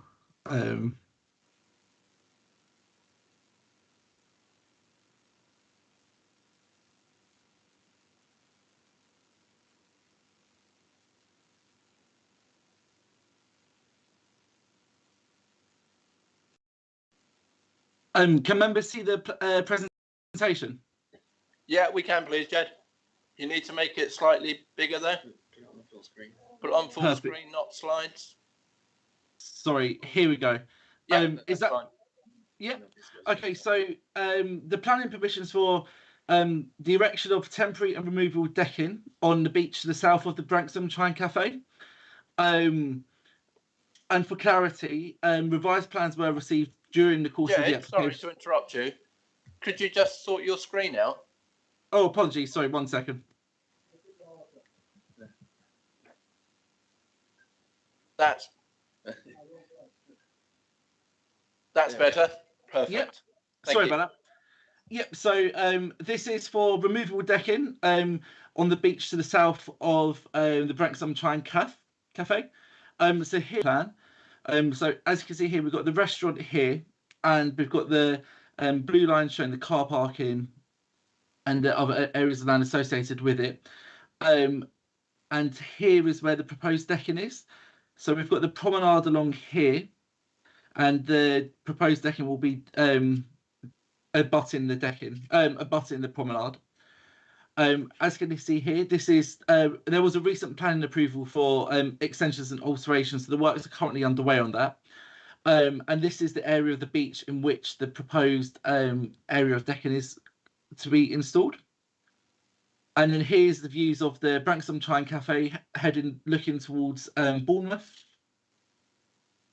And here is views of the Branksome Chine Cafe with westerly views heading more towards Sandbanks direction. So as previously mentioned, this is where the proposed decking will be. So it will adjoin the promenade. And here is an aerial Google imagery of the surrounding area. So along the promenade is exactly where the decking is proposed to be installed. Here we have a proposed plan for the decking. So it's some 36 metres in width, and it projects out 5 metres in depth towards the sea. And then in the central bit here, we've got the access from the promenade onto the decking. So there's slopes and steps with a handrail. The proposed decking would be constructed with wood timber. And here is a section drawing of the proposed decking. So this is the restaurant and the terrace. This is the pedestrianised promenade. And then as you can see here, then it attaches to the wall between the sea and the promenade, and it would be mounted on 0.20 centimetre high oak rafters, so it would be flat lying to or as flat lying as possible to the sea or to the sand. During the course of the application, we did have a number of objections from residents of the flats on Westminster Road and Lakedale Road, with various objections pertaining to things to do with noise, overlooking, lighting. This diagram here shows just some distances away from the proposed decking. So the blocks of flats along Westminster Road would be at least 113 metres away from where the decking is installed. And the nearest block of flats along Lakedale Road is some 157 metres away. It should also be noted that these are on an elevated position as the land significantly drops down towards the Branksome Chine Beach and the CAF. So in terms of for users using the proposed decking or customers of the Branksome Chine Cafe, you've got a significant distance between the decking and the residential dwellings, and they're also in an elevated position. So therefore you'd have a reduced a minimal kind of impact on neighbours in that regard. The proposed decking is also proposed without artificial lighting, so the decking would only really be used during, I guess, daylight hours, but there is a condition imposing hours of operation on that, and other conditions to protect neighbourhood amenity include things such as no amplified music or any kind of live music to be played on the decking. And this is the end of the presentation. Thank you very much, Jed. Over to Jill. Thanks, Chairman. There are no objectors registered. Mr. Matt Allen is here to speak on behalf of the applicant.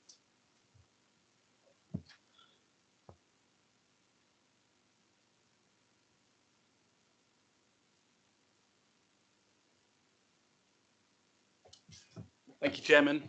Hello, members. My name is Matt Allen. I'm a Chartered Town Planner and Director of Pure Town Planning. The Planning Officer has comprehensively explained the full details of the proposed scheme in his opening presentation to you a moment ago. Throughout this application, we've worked closely with your officers, which we thank them for their time and efforts. The scheme as originally submitted was for 2 decked areas. However, following comments were received and discussions with the planning officers and internal consultees, this was reduced to the single decking area that you see today to alleviate concerns. I wish to now briefly outline the main considerations why we feel planning permission should be granted today in line with the officer's recommendation. Firstly, looking at the principle and the impact on the character. The decking is to be used in conjunction with a recently approved, members will remember this went to December's Planning Committee, and now under construction, Rockwater restaurant at the former Branksome Chine Cafe, and the associated Rockwater shacks, which are currently open and providing takeaway drinks and food. The decking area will provide less formal outside seating for Rockwater's customers of both the restaurant and the shacks for that European alfresco experience.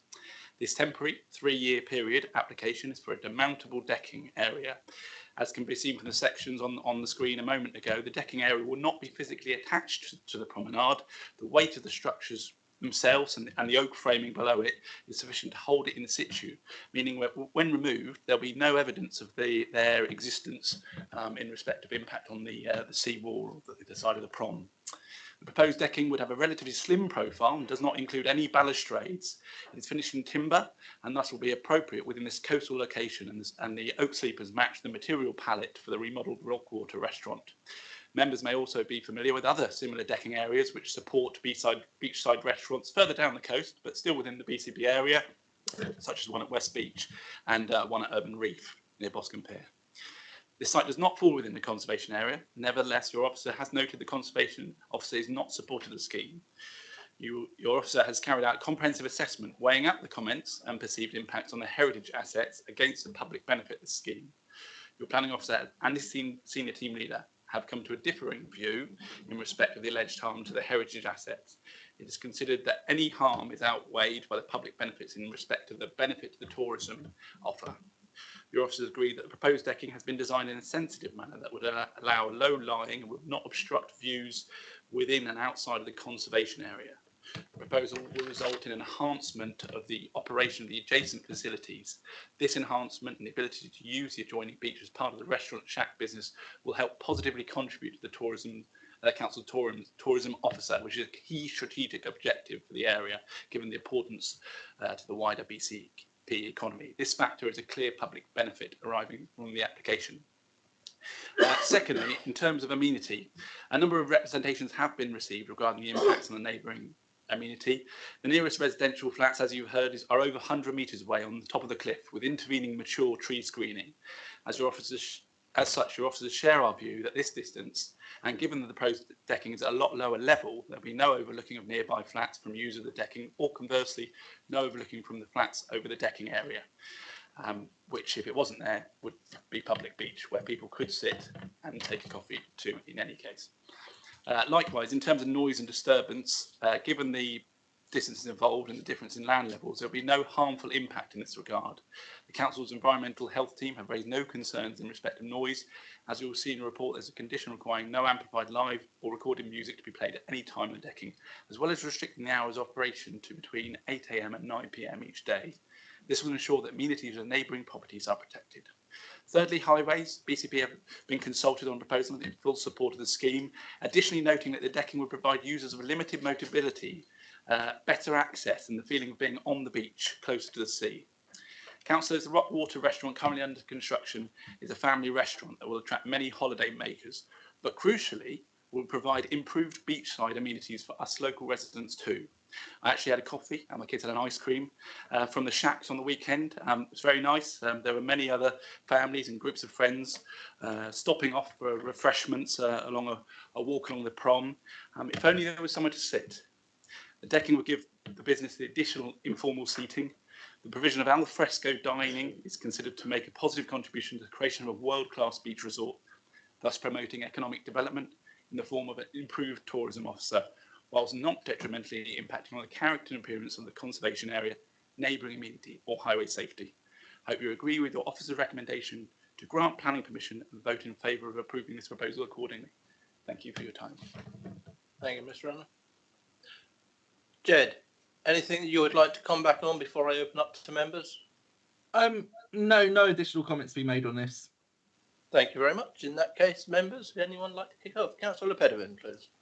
Thank you. A couple of questions, well, sort of questions. The person speaking just now, Matt, referred to limiting on the hours of use, but I don't see it in the conditions. So I wonder if Jed can comment on that.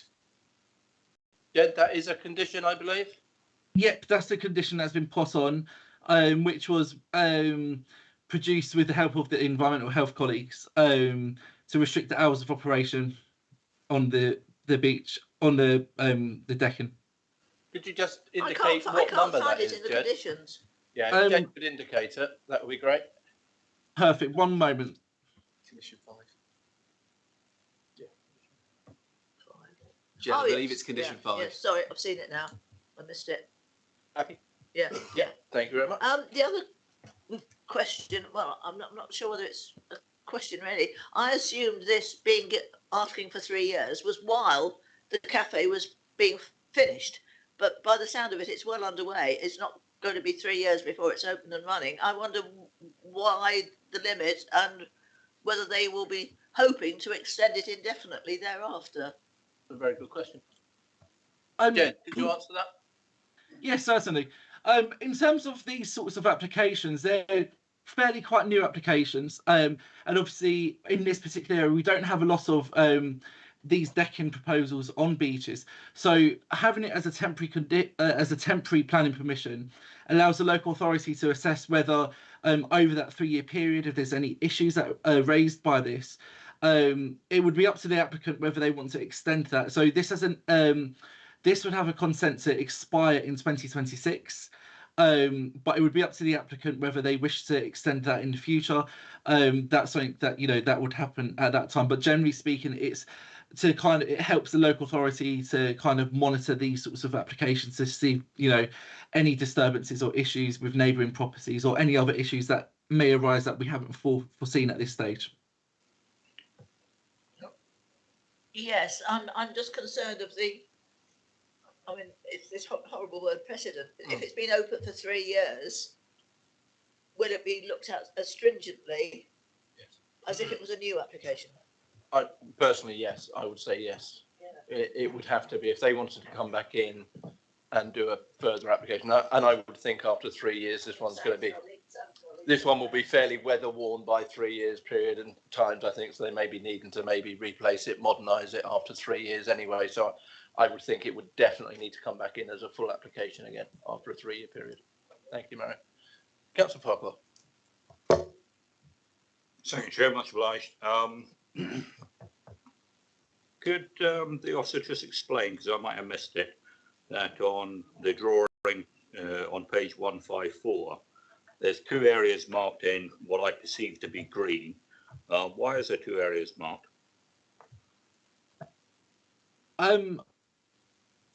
In terms of, sorry, are you referring to one of the site plans? That's correct. Page 154 in the pack. Drawing number 1234 -A. Jed, I think that may be where originally there were going to be 2 decked areas. Yes, I haven't got the I haven't got the pack to hand here, but I think originally there were 2 areas planned for decking. One was nearer to the car park, and that was removed with objections from the Highways Authority. So what you should be looking at on plans is one area of proposed decking as illustrated here. Yeah, the picture that we have up, the picture that Councillor Farquhar is referring to, is the one where there is a groin slap bang in the middle of the 2 decked areas, and I'm presuming that's the old plan. That's an older That's plan. now been superseded, because I see on your map there that the 1 decked area is to the left-hand side of the groin now, rather than That's both correct. sides. That is a superseded drawing. This is the only location of the proposed or of decking. There's a one proposed decking. Thank you, Jed. If I may, a further question, Chair. You may. Thank you very much for that clarification. I do appreciate it. My question relates to the photos that were shown taken recently from the beach. I can see on the prom that there are bench areas or benches actually against the what I guess is a seawall on the opposite side of the promenade. How many benches will this decking actually block the view of people taking advantage of the bench itself and the respite?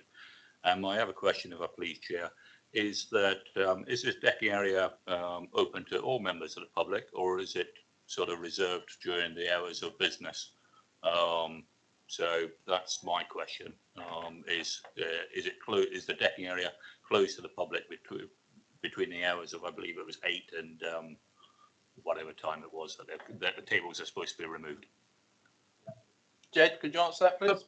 Yeah, thank you for your question. In terms of the number of benches that may have views or would include the views over the decking, would be you've got 2 benches adjacent to the seawall on the back of the cafe. It should be noted that along this promenade, there's a number of series of seating points and benches all along. So you'd only have potentially 2 may be impacted by this. The proposals aren't seeking to remove these, and there's other options and choices in terms of for members of the public to sit on other benches. In terms of the use of the decking, it is applied for by the Broughton Chine Cafe, and there's no real details to say whether with the application whether that they'll be solely for public use or just for patrons of the business. It would looking at the plans, it would be in conjunction with the businesses. So I would take the viewpoint that these are for customers of the Broughton Chine Cafe. Thank you, Chair. Could that actually be confirmed? Because to my mind, the loss of public amenity during the day is kind of questionable on what is our greatest assets, which is 7 miles of golden beaches, and for a commercial business to deny public access to that public amenity even for a period of time, to my mind, is a consideration. I think this is going to be there for the restaurant use. They're the ones that will be paying for it to go there, and it will be no different to the other decked areas that we already have along the seafront, i.e. the West Beach. Theirs is for their use. The one along at Boscombe at Urban Reefs, that is for their use as well. This is just purely to offer further facilities for their customers. It's taking up 5 meters of the prom of the sand there. I would think, a rough guess, that's probably 40 meters before you get to the sea after that decking area. I'm not sure that the public will be losing too much of their own space to sit, and most people tend to sit further close to the seafront anyway, rather than right back against the prom walls. Oh, well, just to confirm that there are benches all the way along there at fairly close intervals. So even if 2 are less than attractive, well, they'll still be there. They haven't been asked to remove them. And I think what we also have to remember is that this is down lower than the prom level, so people will be able to sit on those benches and see across the tops of those people anyway. So their view is not going to be distracted in any way. That actually isn't made clear what actually level down from the promenade it is. Yeah. Yes, thank you, Chair. It's just that I misheard in the presentation that this was going to increase the tourism offer for the BCP geography, as opposed to the tourism offer for patrons and customers. Well, I think that goes hand in hand, doesn't it? If you're making tourism offers better from providing better facilities, then that improves the tourism offer for the whole area, full stop. Absolutely. I just want to be quite clear on that. Thank you, Chair. Thank you. Any further comments from anyone? Councillor O'Neill, followed by Councillor Barron, please. Thank you. Yeah, it's more to do with general appearance of the area.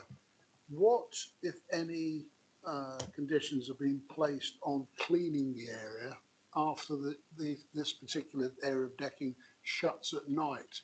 I'm very conscious of the fact that we get onshore winds in the evening, napkins get blown across, get blown away, drop down onto the beach, all sorts of bits and pieces end up on the floor. What position is being placed with the owner of the cafe to keep this area clean post-operation? Jed, could you answer that? Yes, I mean, we during the use of the day and kind of the furniture is proposed to be removed off of the decking of an evening. So with that, it would I guess a common sense approach should be taken that the owners of the beach of the restaurant would be obviously making cleaning, doing cleaning, a routine regular cleaning of that during the business operations. In terms of it could be something that maybe a management plan could be added as a condition to look at how it's kept clean in terms of sweeping, removal of rubbish, but it would be during the business hours that it would be used, it'd be regularly cleaned by the staff of the restaurants anyway. Obviously out of the business hours we can't control people walking across it, maybe sitting on it themselves. There'll be I guess there may be some informal uses which obviously but yeah, it's one of those things it's likely that the restaurant owners would be cleaning that during the day, and this is something we could possibly look to have a management condition of the decking on. Certainly,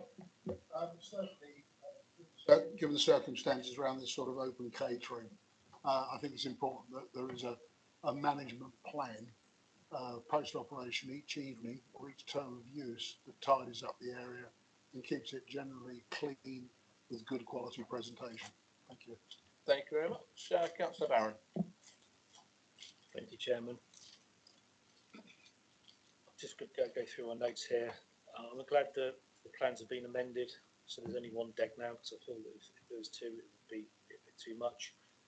Environment Agency don't have any objections.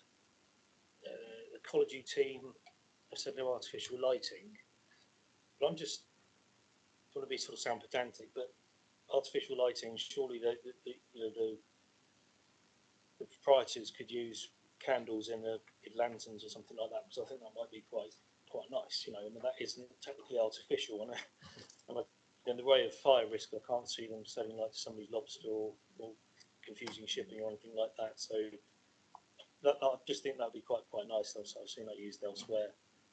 The living conditions of neighbouring properties, well, they're 300 feet away. I really don't think that's going to be. I don't really think that's going to be detrimental to them, to be honest. What else have we got here? Some of the objections online were carrying drinks and crockery across the promenade and the danger to cyclists. Well, cyclists should be cycling within, taking care of where they're riding and cycling appropriately, or not cycling at all, depending on the restrictions and the time of year and the time of day. So I don't really see that as a planning consideration. I like the scheme. I think it'd be really nice if the proposed was approved. Thank you. Thank you, Councillor. Councillor Johnson. Thank you, Chair. Actually, Councillor Barron's shot a few of my foxes there. A lot of the objections that I've seen aren't specific to the proposed decking. They just seem to be complaints about people not using the beach properly. Really, I think this could actually have some positive impacts on the use of the beach. For example, the more concentrated seating for users and customers of the takeaway may well lead to the effect of litter being more concentrated around an area that is then cleaned up properly afterwards, as opposed to what a lot of people unfortunately do at the moment, which is dump it wherever they've been sitting on the beach. Pardon me. Yeah, I mean, I can't see the harm in this at all. I think it's quite a nice little offering. It's proved very successful across our conurbation. I like the fact that it's set down a step, as we can see on the screen at the moment, so it doesn't leer over the promenade itself. I think it's quite a good idea, and I would happily support it, Chair. Thank you. Thank you very much, Councillor Johnson. Any further comments or anyone? No. In that case, Councillor McCormack. Yeah, I won't go out over anything that anyone said, but I would like to propose that we grant this in accordance with the officer's recommendation. Thank you for that, Councillor McCormack, and I will happily second you on that move. I think it will be a very good addition to the area again there. I run up and down that seafront every other day, and it'd be nice to see that. I see it at West Beach all the time, where people sat out there during the summer months. I think it'll be a really good addition to the area. I think possibly the addition of a management clause, just to remind the owners to say that they do need to keep the area clear and tidy. I don't want serviettes, plastic cups and things blowing all over the seafront, and just to make sure that is done. I don't think that's going to be too much of a hardship on the applicants on this one. So I think, Jed, if you would insert a condition to that state, that would be really helpful. Thank you. And members, any further comments, or we will go straight to the vote? Councillor Hilliard. Thank you, Chair. Could an officer just confirm the process after the 3 years? Will it, if they want to do it permanent, will it have to come back here? Yeah. Thank you. Yeah. Okay. In that case, we have a move to grant with that extra condition. George. Sorry, Chair, I didn't hear confirmation from the officer of the wording of that management condition, or acknowledgement that it was. We won't know the wording of that until they receive it. Well, it will be a case of asking for a management condition, and it has to be agreed by the officers once it is received. Absolutely, I didn't hear a confirmation that's fine. that the officer heard you. Yep, thank you very much. Okay, members, I call names in terms. Councillor Barron. 4. Councillor Borthwick. 4. Councillor Bull. 4. Councillor Davies. 4. Councillor O'Neill. 4. Councillor Farquhar. 4. Councillor Hall. 4. Councillor Hilliard. Against. Councillor Lawton. 4. Councillor Lepedevin. 4. Councillor McCormack. 4. Councillor Johnson. 4. And Councillor Kelsey also 4. Could I get the numbers, please, John? That's 12 votes in favour and 1 against. Thank you very much. Therefore, that application is granted as per the officer's recommendation, with the added clause of a management plan. Thank you very much, Mr. Allen, for your presence. Members, we will move swiftly on to item 6E, which is Guildford Court, 29 Surrey Road in Bournemouth. And I would ask Steve Davis if you'll kindly present your case, please, Steve.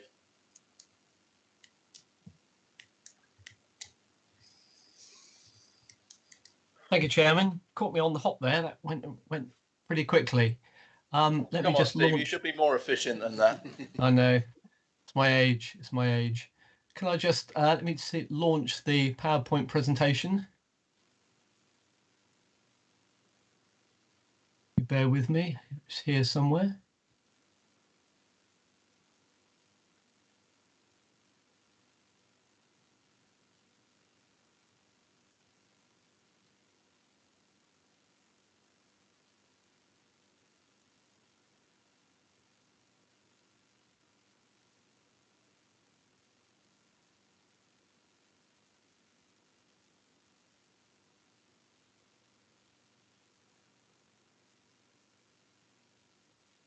Thank you, Chairman. Can you see that?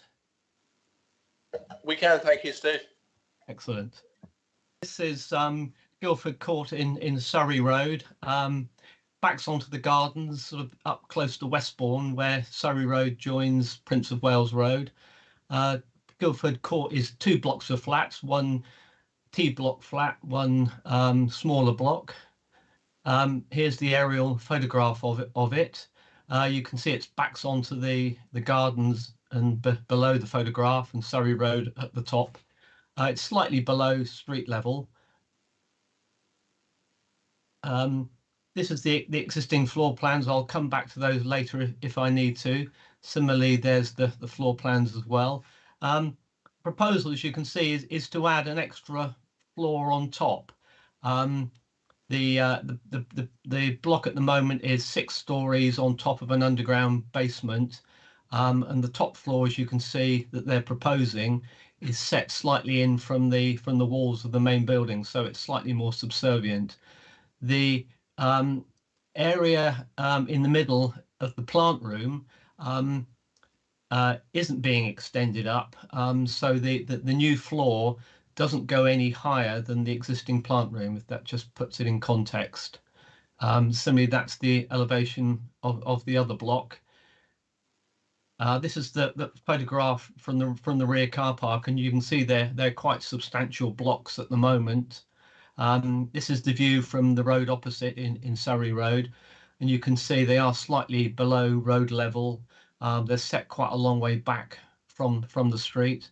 Here again, Chairman, is the view from Surrey Road. That was taken quite recently, so some of the trees haven't got any leaves on them. This is the view from the gardens at the back, again taken quite recently. So there's not much foliage. Obviously, in the summer you'll get less of a view. That's taken from the other side of the stream, so it is quite a long way back. But when you're right on top of it, again, there's not a clear view. Put it in context, these blocks are much bigger than the neighbours. Well, certainly the neighbour here, as you can see, this is a property in Prince of Wales Road that it's at a much lower level. So, Chairman, the issues are that the proposal here is actually permitted development. I think you heard earlier in one of your earlier presentations that the government have introduced a category of permitted development, which allows existing buildings to add a story on top of them without needing planning permission. But having said that, there are some various conditions and technical requirements that they have to deal with. In terms of the technical requirements, they have to produce a fire safety report to show that it's going to be obviously in the light of Grenfell Towers. You know, tall buildings have got issues with fire precautions, so they need to do a fire report, and they've done that. It's an independent report which shows that they can design the extra floor and have adequate fire precautions. Obviously, they'll need to go through building regulations and so on, and also that there's room locally for fire engines to come and there's water supply, so that if there is a fire, that can be dealt with. Other technical requirement is it can't normally be on contaminated land. This isn't contaminated land, not appropriate in a conservation area or on the site of a listed building, and they have to deal with the traffic impacts. And obviously they're creating eight additional flats here,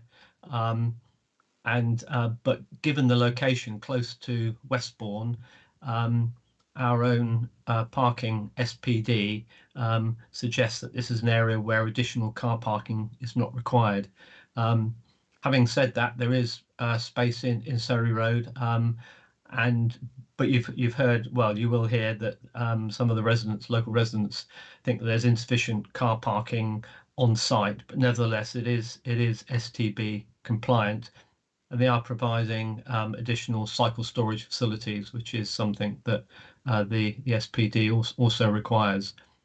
So, Chairman, the main conditions that we were able to deal with here are the impact of the design and the setting, and whether or not by adding the extra floor it would create something that's visually or in design terms unacceptable.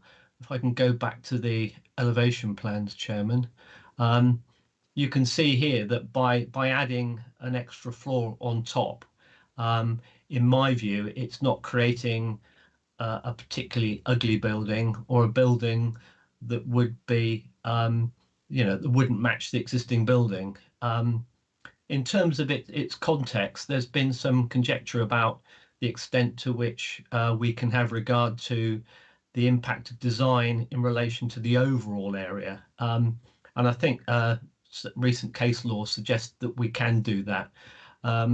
My view on that is, and again, if I can just go back to the street scene, I think because these buildings are so tall anyway, And because they're set back from the road and quite well screened by trees, I don't personally think that that the design will be so jarring and so out of character that it's something that warrants a refusal. Chair, the other issue that we've got to consider is the impact on residential amenity of that extra floor in terms of overshadowing and in terms of loss of privacy. In terms of overshadowing, I can go back to the block plan. You don't know whether you can see the shadowing there, but that's on to the top of the page is the north. So most shadows will be over towards the gardens. So I don't think that the additional overshadowing that there is will be significant. Obviously, it'll be a slightly longer shadow, but I don't think it'll create something that is unsatisfactory. The other issue, Chairman, we've got to consider is privacy and overlooking. And as you can see from all those windows that are there at the moment, that most of the neighbours are already overlooked by all the windows that are there at the moment. And I don't think that the new floor accommodation will just repeat the accommodation that's below or very similar to it. I think we're going to get. If I can just show you another photograph of a. This is the relationship to the property next door. And you can see that there's reasonable spacing there. The existing block of flats to the left has an aspect front and rear, and it hasn't got a prime aspect over the building to the right that's being extended. A lot of the local residents are obviously concerned about construction nuisance when the building works are being carried out. We're recommending a condition that they restrict the hours of construction, and they come to us with a plan to make sure that no nuisance occurs. The other issue, Chairman, we need to monitor is impact on trees. Obviously, the trees around the site are quite important. We're recommending an arboricultural method statement to make sure that when they carry out the construction works, that there's no damage to trees, and our tree officers satisfied that can be achieved.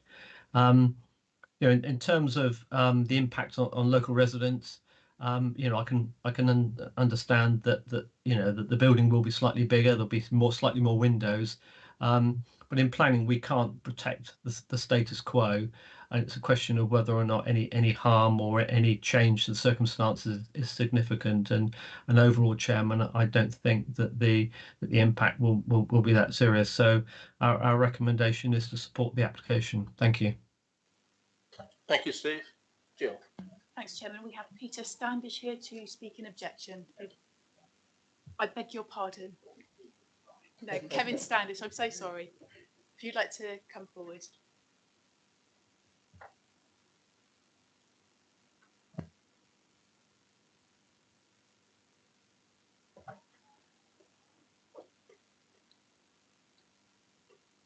Yep, you have 5 minutes. Yeah.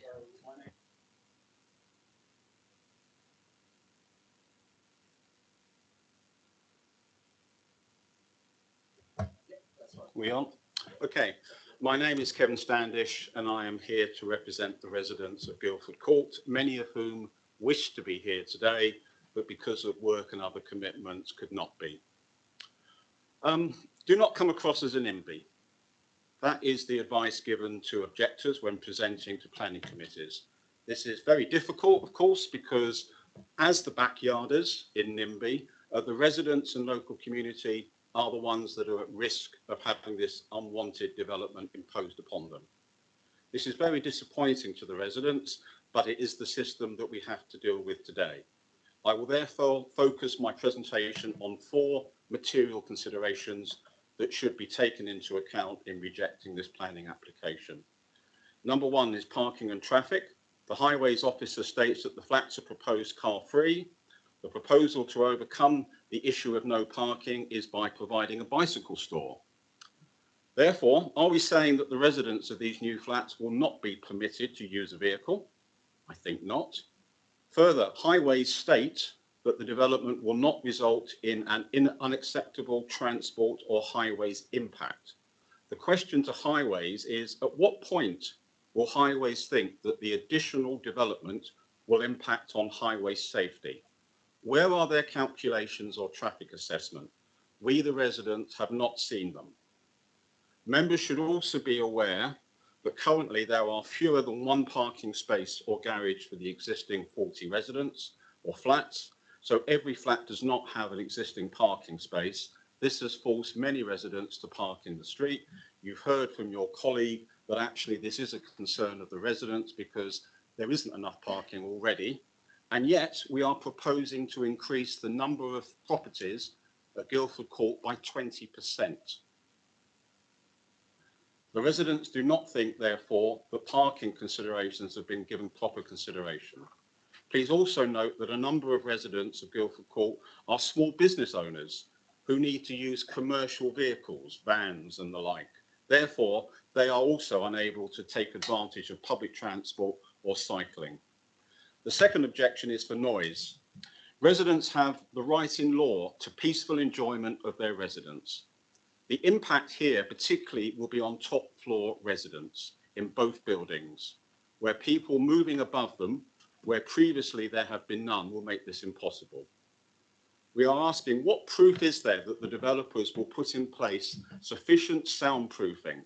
Top floor residents already state that they can hear birds and squirrels moving on the existing roof.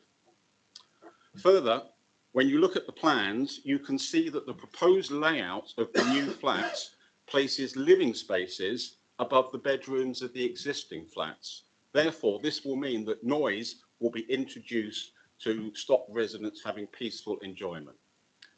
Number 3 is disabled persons access. Please note that Building Regulations M4 Category 2 states that the requirement for disabled access is met when a new dwelling provides reasonable provision for most people to access the dwelling and includes features that make it suitable for a range of potential occupants, including older people, individuals with reduced mobility, and some wheelchair users. The current plans make no provision for extending the existing lifts in either building to the new top floor, which is therefore discriminating against disabled people. It also means that, for example, in Block A, 10 flats will be using the communal area outside the doors of the flats instead of the existing 5, creating considerable additional noise. If this planning proposal is ever approved, it must first be resubmitted with the inclusion of lift access to the new top floors. The developer will probably tell you that the reason no extension to the lift is proposed is because the building already lacks disabled access because of the steps at the front of the building. What they have not told you is that disabled people currently can access the building via the rear access, and then they can go along the corridor and up into the lifts, and they can currently access every single floor of the building. Number 4 is layout and density of building. The residents disagree with the planning department conclusion that the extending the building will not change the external appearance of the building. This is already the tallest building in the vicinity. Making it taller will only make it stand out more. This is also the view of the Bournemouth Civic Society, who have objected to this development. They say that the society believes that there is no legitimate reason for heightening the block other than financial gain, and agrees with local opinion, which is over 25 emails and 99 petition signatures, that the increased height of the structure would create an eyesore for the district, culminating in ruination of the sightlines along Surrey Road. The society go on to state... Could I ask you to finish, please? I'm almost there, actually. My conclusion, therefore, is what is most disappointing with this process is that the material considerations do not consider the feelings and well-beings of the human beings that live at Guildford Court. I have therefore presented 4 material consideration objections and would remind members that there were 25 email objections, 99 signature petition rejections, and the residents are requesting, indeed expecting, that the committee reject this proposal. Thank you very much. There are no other speakers on this one, so we will go over to members. Before I do that, Sorry, before I do that, Steve, is there anything you would like to come back on, please? Yeah, so I can just comment quickly on the 4 points that the objector raised. Firstly was parking, and I just remind members that it's our SPD policy that allows them to have no parking for developments like this. It's within Zone 1, close to Westbourne. So I can't add anything more than that. I think we've dealt with a few applications earlier on in the committee today that have dealt with that issue of no parking in town centre areas. I can understand the frustration of local residents, but our policy is quite clear on that. In relation to noise, and will the residents of the top floor flat suffer from the new development? I would say that there's building regulations will cover that point. Under the building regulations, you do need to make sure that there's adequate insulation. So that's something that will be dealt with under the building regulations. In terms of the disabled access, as I said earlier, this is a permitted development item. It's not a planning application, and disabled access isn't one of the criteria that we can assess. But again, it is something that will be dealt with through the building regulations. The increase in height, is it significant? Yes, I agree. It is a point that members can consider. Is the extra height, will it produce a building that's inappropriate in this location? I made the point earlier that it is much higher. It is one of the higher buildings in the road, but because of its screening, it's set back, and the trees in the road, I don't think it'll stand out like a sore thumb as a building of that height in other locations would. So that's why we're supporting it. Thank you, Chair. Thank you, Steve. Edward, would you like to come in?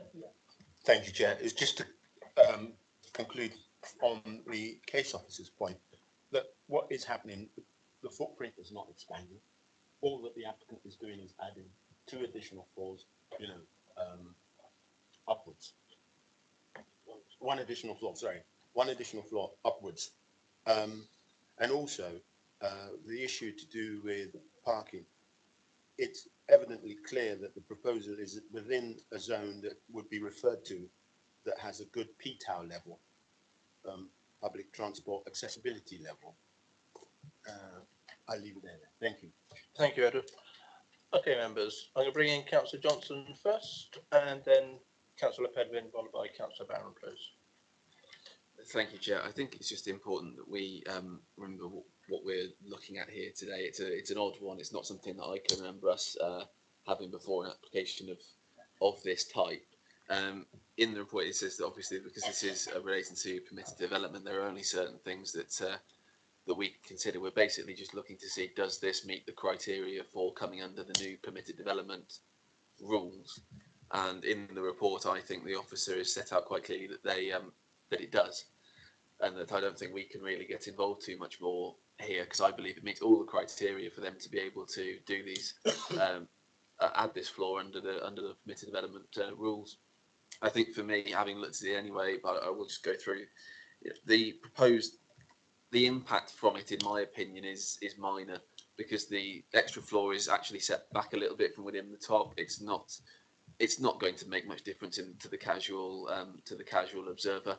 It doesn't have any impact on the view from the gardens, as I think in the officer's presentation he showed a picture taken from the gardens during winter times when there's no foliage, and even from there the view of the building is, well, it's almost completely obscured, and you're not going to be able to look at that picture and spot an extra floor. So as far as I'm concerned, Chair, there's no planning reason that we could use to refuse this. Thank you. Thank you, Councillor Johnson. Councillor Le Pen, please. Thank you. Mine are actually 2 questions, really, on the topics that have already been covered. One is the parking. I appreciate with the SPD no parking needs to be provided, but this is an existing block with parking and residents who already can and almost certainly do have vehicles that need parking. How is it in practical terms going to be regulated that the new tenants, the 8 of them, the 8 flat tenants, could be more than 8 people, do not have cars and do not try to park cars in the provided car parking when the rest of the tenants or residents clearly can and do. It's just the practicalities that worry me. Yep. Steve? Chairman, yes, I think that's something for the management company for the block of flats to deal with. You know, I'm not sure what the arrangement is, whether people have got allocated car parking spaces, but that's something that would be up to the management of the block to resolve. Thank you, Steve. I'm going to just deviate slightly, members, if you don't mind. We do have a resident that lives in the block now. Do you have allocated parking at this moment in time?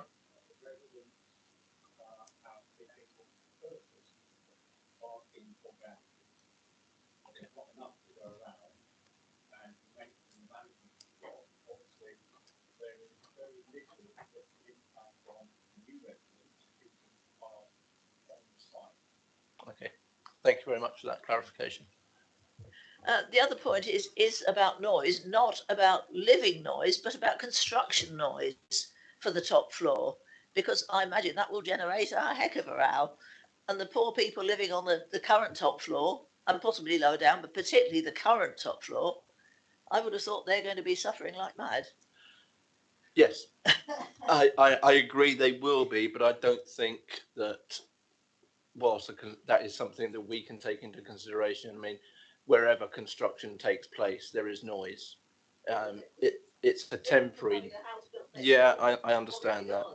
It's a temporary noise, though, isn't it? That's not going to last forever. And I would hope that the management company and the building company are going to be talking to these residents to make sure that there is something in place to help them if they can complain if it's getting excessive and things like that. And I know there is working hours being put into place, but it is a very difficult one. I mean, I agree with your hope, but there are management companies and management companies, and I have no idea what the one involved here is or what it's like. Exactly. Yeah, well, that will be, like I say, that's down for the management company to sort that one out. Councillor Barron.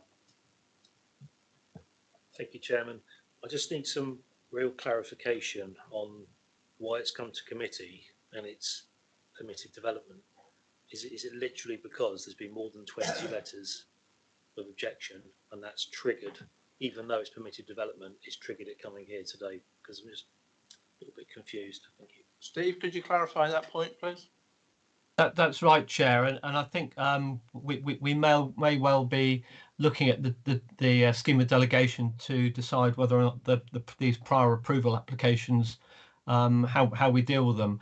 At the moment, a member can't call in a prior approval application, but if there's more than 25 representations, then it has to come before the planning committee.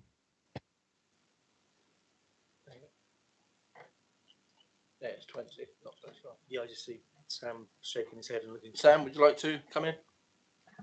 Yeah, I think, Steve, if I can just correct you, to my knowledge, it's 20 that is the trigger.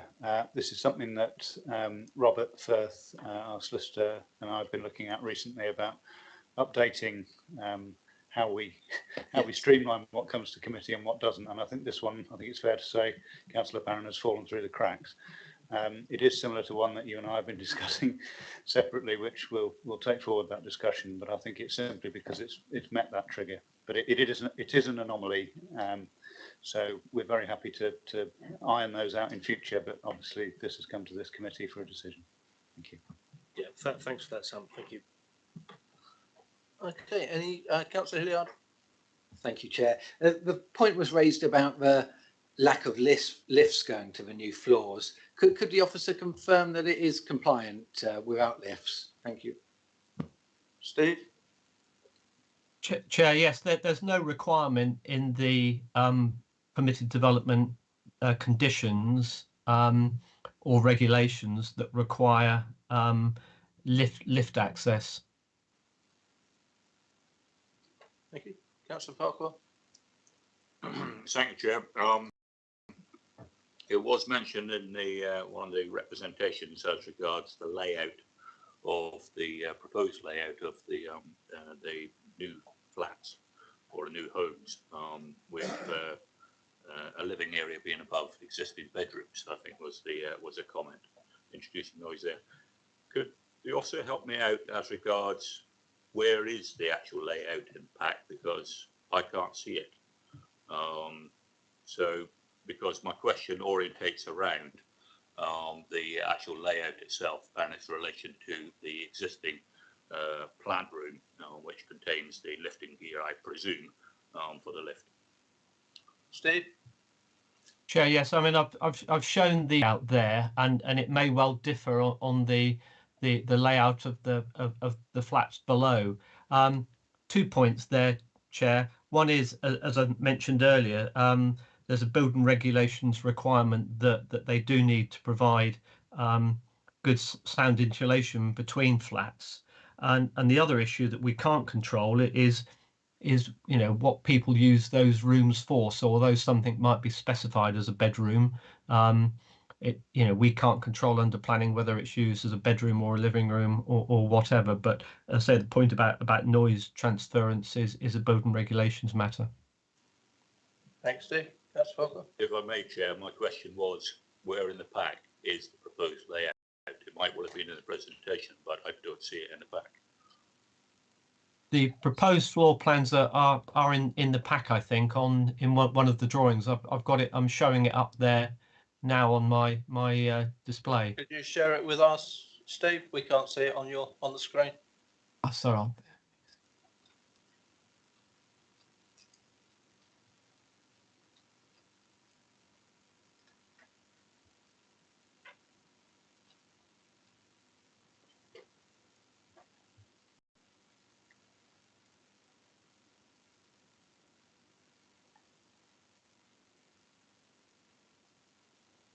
Yeah, it's actually on page 174 of the pack.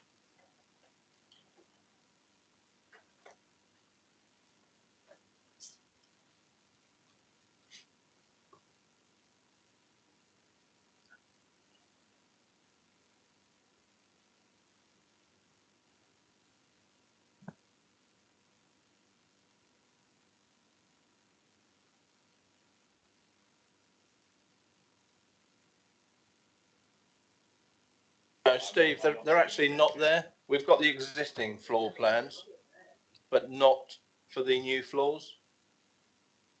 I thought they've. Let me show the.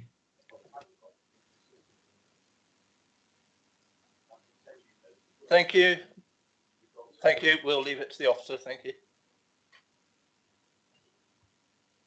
Chair, can you see the floor plans that I've put up in front of you now? Is that showing or not? Yep. Hang on. Yes, Steve, it is. Yeah. If it's possible, Chair, can we zoom in on the actual plant room and the relationship of the immunity? Because my question relates to, and I know there's been a mention about building regulations, etc. But to my limited understanding of lift machinery, particularly of this particular age, then it's quite a noise generator.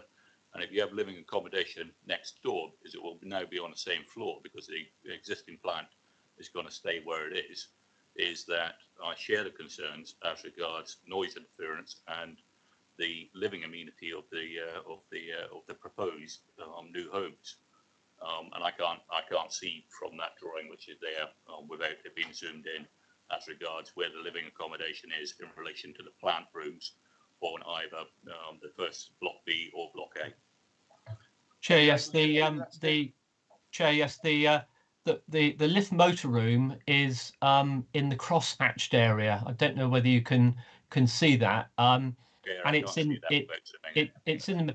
But one thing I can assure you is that the lift motor room on both floors is surrounded by a lobby and stairs. So the lift motor won't be immediately adjacent to anybody's bedroom. Yeah. Steve, are you able to zoom in on your laptop? Let me hang on. If it helps, Chair, my concern is that I don't know what decibel level that is at the moment, but a decibel level is in the outside environment because essentially there's nothing surrounding it. if you're proposing to build around a plant room, then even with a lobby or a separation of stairs, etc., then there's no. Just for clarification, I just want to understand how it is that decibel levels are actually controlled or actually mandated in whatever planning proposals that they are in relation to people's living accommodation. I mean, from my experience, I would think that is going to be down to, firstly, building regulations and environmental health to ensure that that noise is not impacting on anyone's ability to have peaceful living in their buildings. If I may, Chair, because this is a rare opportunity for us to look at permitted development as a planning committee, then shouldn't there be an environmental study as regards to decibel levels of developments in this particular case, which may or may not have, you know, plant, heavy plant, actually within a living area and enclosed within a living area instead of, in most cases, I think it's, you know, exposed to the outside air, because there's a reason why they put it on the roof. It's because of the decibel levels. So,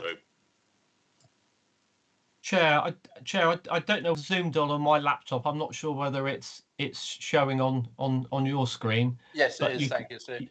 You can see that the lift head and motor room is right in the middle of the building, but all around it is a communal lobby area. The flats themselves are the other side of that lobby, so they won't be, you know, immediately adjoining the lift head. I think, Chair, if I may, because it comes on to my second question, because I'm very alarmed by the term permitted development doesn't include the qualities of allowing accessible living for anybody that may wish to live in a permitted development, e.g. a floor or 2 floors above an existing building. If it doesn't allow for accessibility for a variety of needs, whether it be, you know, a family with a pushchair or shopping, or, you know, somebody that suffers from other accessibility requirements or disability, then how does it require, or how does it match up to a requirement for an acceptable decibel level to be next to plant machinery? So I think it's very rare that they come here, but I don't have the information as regards the reassurance that the decibel levels are actually included, because we've heard that accessibility access, which I think is, you know, within the Equalities Act, is not within the remit of permitted development.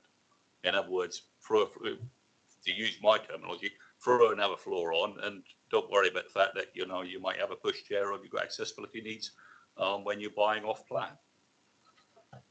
Chair, the only point I'd make of both of those matters are things that are dealt with under the building regulations. So they'll need to make a submission under the building regulations, and that will be assessed in that application. If I may, Chair, I can't in all conscience accept or support this move to grant, simply because there isn't, as far as I'm concerned, the due consideration and duty of care documented as regards decibel levels, and more importantly, to my own particular situation, accessibility to living accommodation. So I won't be able to support the move in that particular case. Thank you, Councillor. I think if you're overly concerned about under the permitted rights thing about that and about local authorities not having that ability, then I would suggest that it may be a letter to your MP or to the Homes Department at government and ask them to change the wording and the definition of permitted development rights. Councillor Pedderman. Thank you. Sam has just explained why this has come to committee because of the more than 20 letters of objection. But actually, this is a question to Sam, I think. I'm sure it is. Is it actually open to us to refuse this if it's permitted development? Chair, won't be so minded.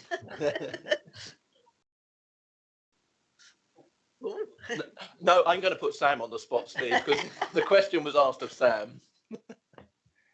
I'm keen to know what Steve thinks first. No, I had to. He said diplomatically. Steve, go ahead. Chair, yes, it's development, but it's permitted development subject to conditions, and those conditions I've set out in the report. you can refuse the application if it doesn't comply with one of those conditions. And the condition relating to design is one matter. The condition relating to impact on the amenity of neighbouring residents is another matter. I'm satisfied that it complies with those conditions, but it's up to members to agree or disagree with that. Thank you, Steve. Sam? Okay, members. So I have no further people wishing to speak on this one. It is a difficult one, isn't it? And we are going to see more and more of these permitted development properties coming through. I just want to point out an example to some people. There are many blocks up on the East Cliff that have 9 floors, but only 8 of them have access by lift.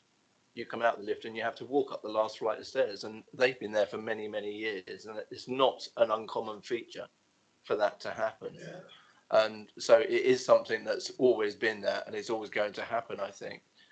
But saying that, we haven't had anyone make a move yet, so I am happy to make a move to recommend the officer's decision on this one. It's been clearly stated in the report by Steve as to why we should be granting this one.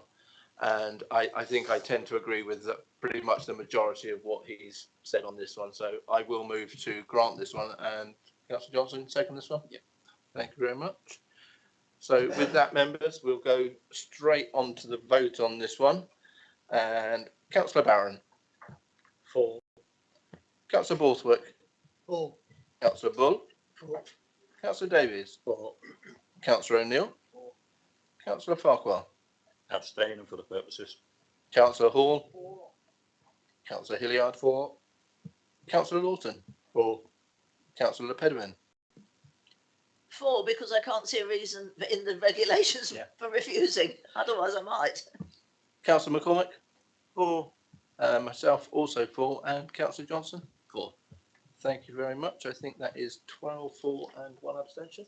So therefore that application is granted in line with the officer's recommendation.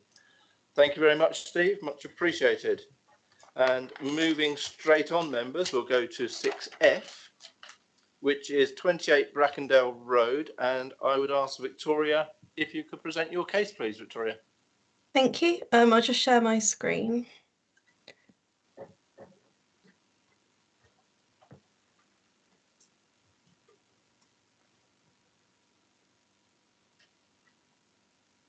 Can you see that okay? We can, perfect. Thank you. Okay, thank you. So the application we have here is for 28 Brackendale Road, and it's a minor material amendment application to vary condition 1 of the original application description below, which was demolition of an existing dwelling and the erection of a replacement dwelling house. In this case, they've applied to vary condition 1 to allow for changes to the roof, fenestration, internal layout and installation of a side dormer. The site is located by the Star. It's in an established residential area with Queen's Park Avenue to the south. Properties are set in large plots and generally set back from the road. These are aerial photos. Victoria, sorry to interrupt you. You need to share your window. It's not coming through properly for us. Hi, Victoria. It's Democratic Services. You need to go to the top of the Teams call and click on share, and then share your window with the PowerPoint presentation in, and then that will pull through to the live stream.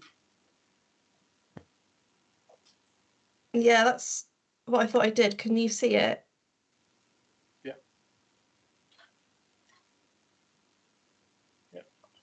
Okay. Yeah, so we've got it on our.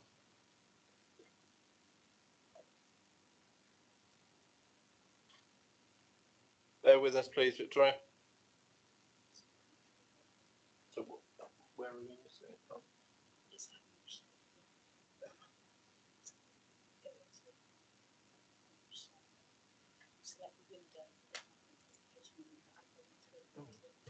I'm going to let you talk to it.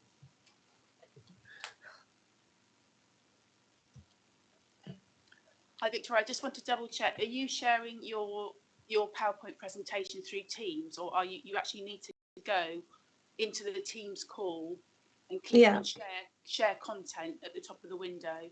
Yeah. And then select Share the window. Yeah. So we'll just try that one more time, and if it doesn't work, we'll just have to proceed, and members can see your presentation. It's not on the live broadcast. That's all. Thanks, Chair. Thank you, Jill.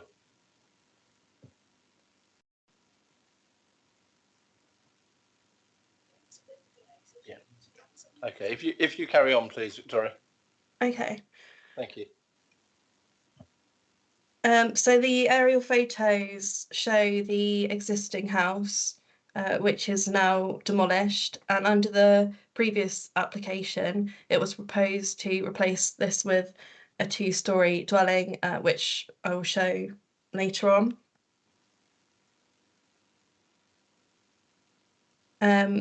This is a current site photo, so number 28 has largely gone, and then you can see the neighbouring properties to either side, 26 and 30 Brackendale Road. These are some photos just to illustrate the surrounding area. The application property is annotated with the red pin. It's just to show the varying street scene where there are a range of dwellings in the area. We've got 1-storey, 2-storey, hip and gable roofs, and a variety of dormers and roof extensions.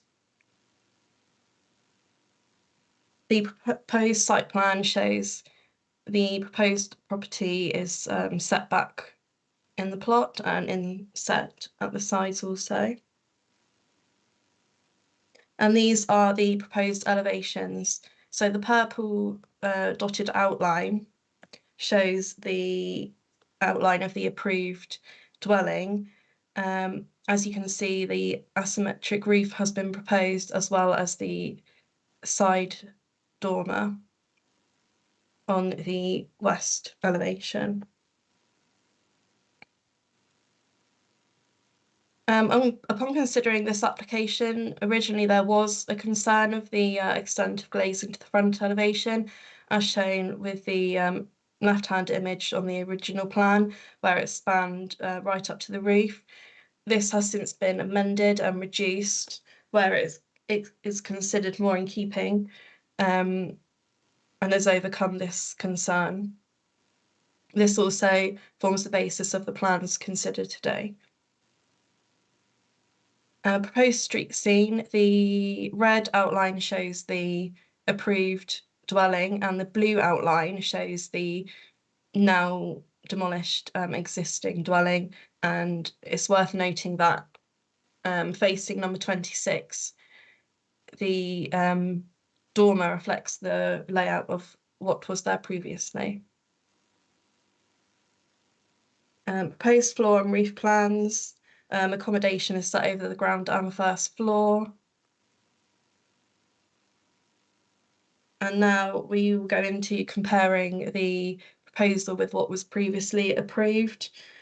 In this instance, when considering this application, we do look at what has been approved and then the changes proposed. So on the left-hand side is the previous approval site plan and the current proposal, where there's little difference between these. Comparing the front and side elevations to what has been previously approved. In this case, fenestration is still over 2 stories with central glazing at first floor level in the middle, and the same materials have been proposed also.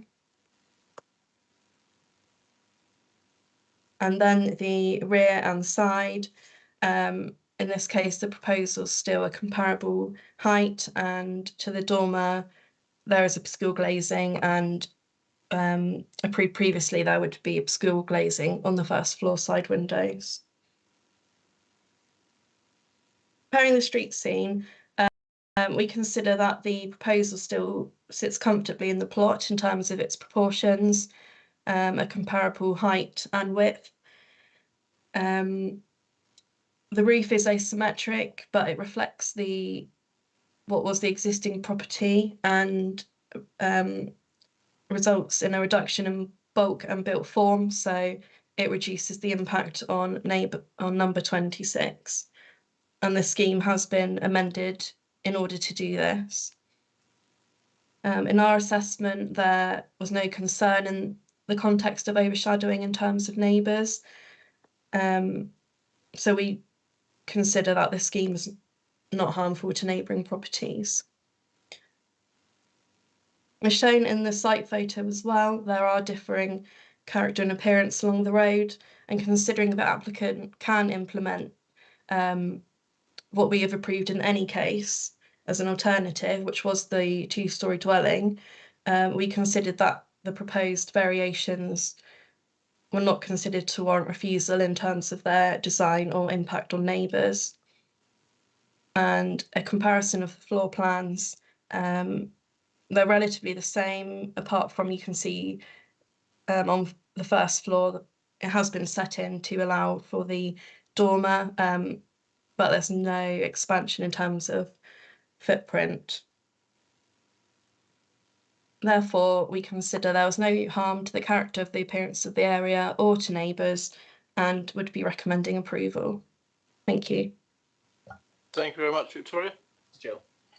Thanks, Chairman. I've got a written statement to read out from Paul and Sheila French, who are objecting. Dear Sirs, initial planning was granted, but we were concerned before and after planning was granted that the design may cause a loss of light to number 26, as well as being out of keeping for the road. BCP gave permissions in December 21, suggesting there was no right of light loss, and our concerns on both objections were disregarded. Number 28 was demolished without permissions or party wall agreement, causing minor and still unresolved damage to number 26. We had no alternative but to instruct a right of light surveyor who confirmed that there would be extensive light loss at number 26 should the proposed development be built. Number 28's developers ceased construction when they were informed that there would be light loss resulting from their construction.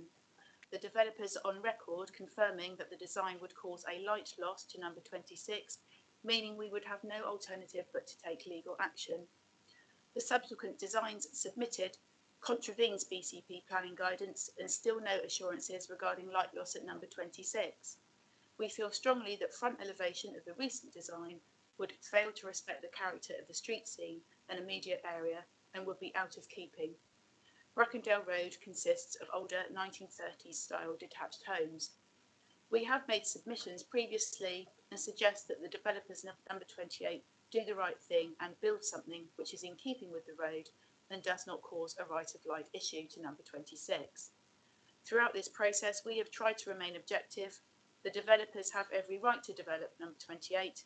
Clearly a house needs to be constructed, but one that retains the character of the street, not perhaps dissimilar to the original house that was demolished or others in the road. The developers not once approached us in the planning stages, circumvented the demolition permissions including health and safety requirements, were prepared to build the original property with no consideration for right of light at number 26, did not originally comply with their obligations under the Party Wall Act, left us with no alternative but to protect our family home, meaning we had to and still expend many thousands of pounds of time and cost. The developers of number 28 will, I'm sure, have sought to satisfy and protect themselves by ensuring that the latest design will not cause a right of light issue to number 26. Until we are satisfied that this is so, and a design is presented that is in keeping with the locality, we have no choice but to object. Our position remains that we shall continue to protect our property and Brackendale Road and take legal action should any loss of light occur because of this development. Yours faithfully, Paul and Sheila French. We have in the room Neil McKeon, who is going to speak on behalf of the applicant.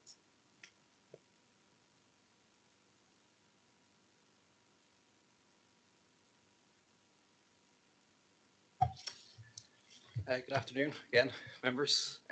Thanks for the opportunity to speak on behalf of the applicants, Mr. and Mrs. Baker, on this application. The first point I wanted to just cover was raised by the officer in regard to the planning history. So This dates back to an approval in 21 for a replacement two-storey detached house. Whilst the approval was a departure from the former chalet, the officer was satisfied that the character and appearance of the area would not be harmed. This was due to the lack of uniformity and the presence of varied architectural styles, design features and scale on both sides of the road. No objection was raised in respect to this design, scale or siting on the new dwelling and how it related in the street scene. The dwelling remained set in of its neighbouring properties, providing suitable spacing between 26 and 30.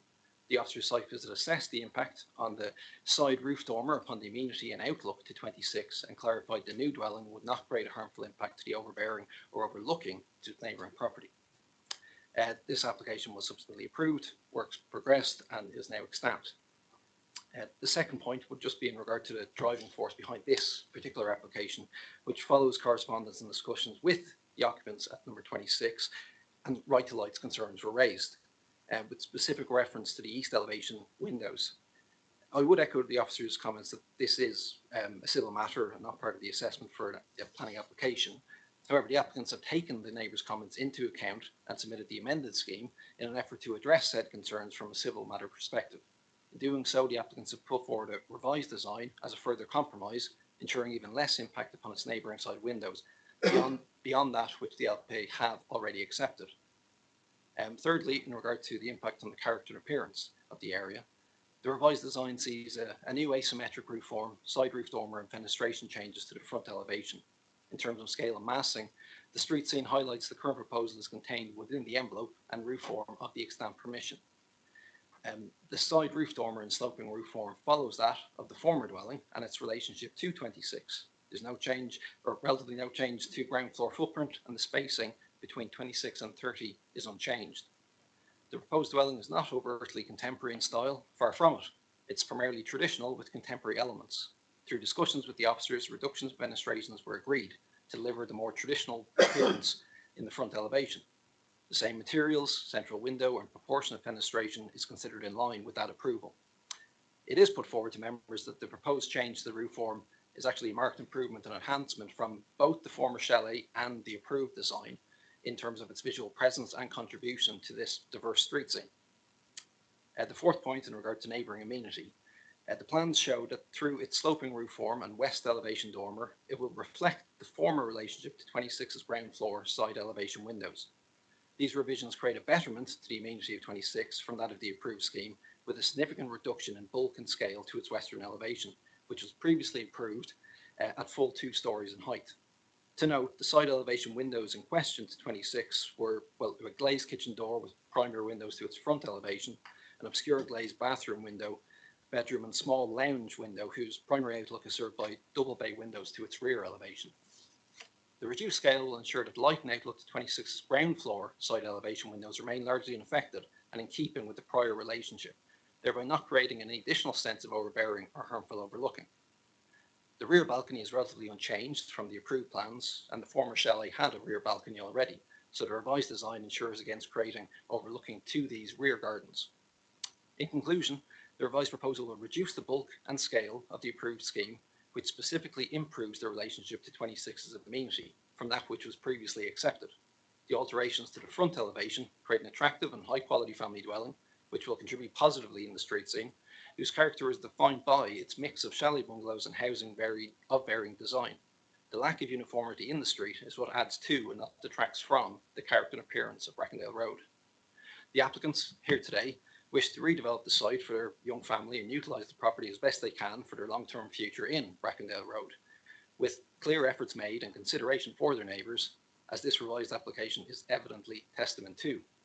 Lastly, the applicants wish to pass on their thanks to the officer for the ongoing dialogue and consultation with agents and architects through the process to reach this position, secure the support of all respective officers on all grounds. With this in mind, and with the full support of officers, I do ask members that they please take this into account and offer their support this afternoon. Thank you, members, for your time. Thank you very much.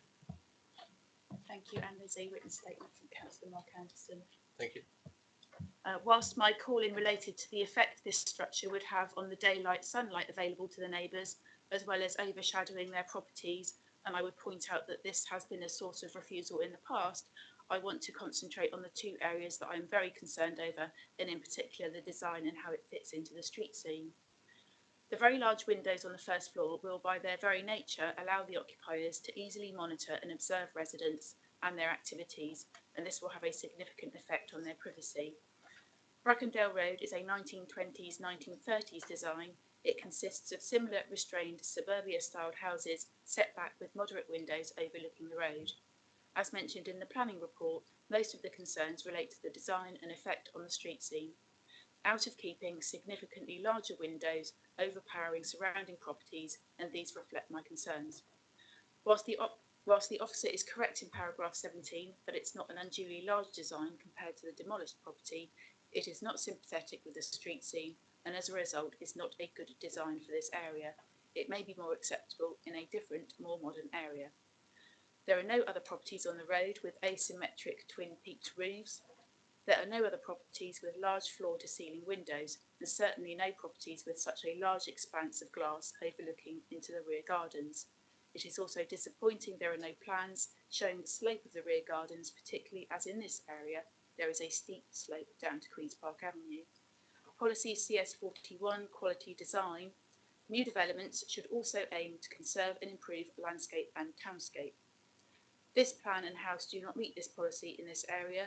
The policy goes on to say, development which by virtue of its design would be detrimental to the built environment, amenity or character of any part of the borough will not be permitted. I would therefore urge the committee to refuse this on this policy alone.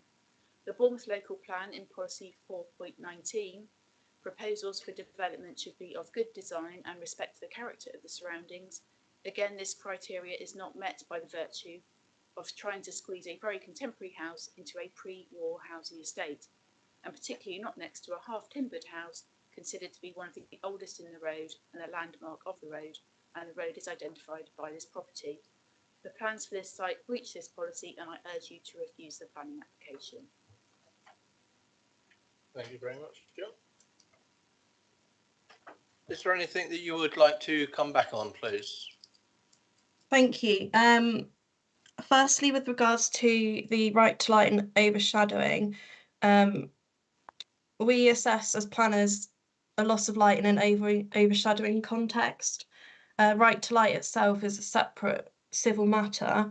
When considering the previous approval with a two-storey height, it was felt that there would be no harm to number 26 in terms of overshadowing, given this area already experienced a degree of shadowing, with the dormer being obscure glazed, serving a bathroom. But in the current proposal, the built form has been altered to reflect what was previously stood there as the existing house.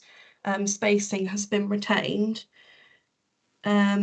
And with regards to overlooking of larger windows at the front, this is not considered to be an issue, and the separation of the road, and in any case the applicants can still build this previous approval, so we're looking at the changes between what we've approved and this current proposal, which was amended to reduce impact on the neighbours.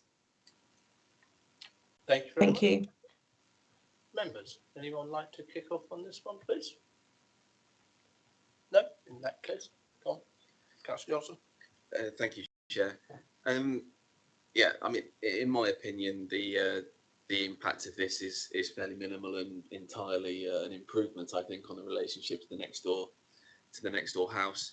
I think it still fits in within what is a very mixed street scene. The comments about this being possibly the only contemporary one there. Well, there's only one half-timbered one there, and it's next door, and then opposite it's hideous pebble dash, and pebble dashing, in my opinion, is one of the worst things you can do to a house. But there we go.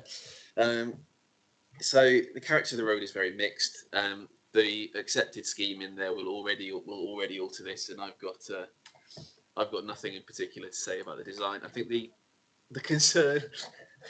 My point proven, Bob. The concern around the size of the windows to me is a bit of a misnomer, because if you look at the street scene, Lots of these houses are fronted by very large bay windows. The only difference with the proposed is that they're of a slightly more contemporary design, and I'm not too sure I agree with the insinuation that everyone with large front windows sits there and monitors their neighbours. I think that was the word that was used.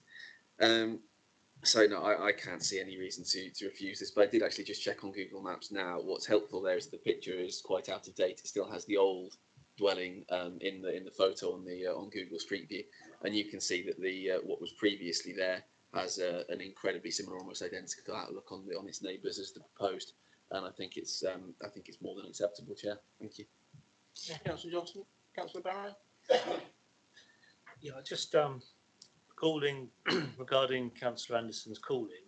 I just tried to go online and look it up, and all of it was a blue spinning wheel, so I can't even open up. So I just wondered what planning reasons, what policies he's saying it's in breach of, because that potentially could be helpful. Yeah, thank you.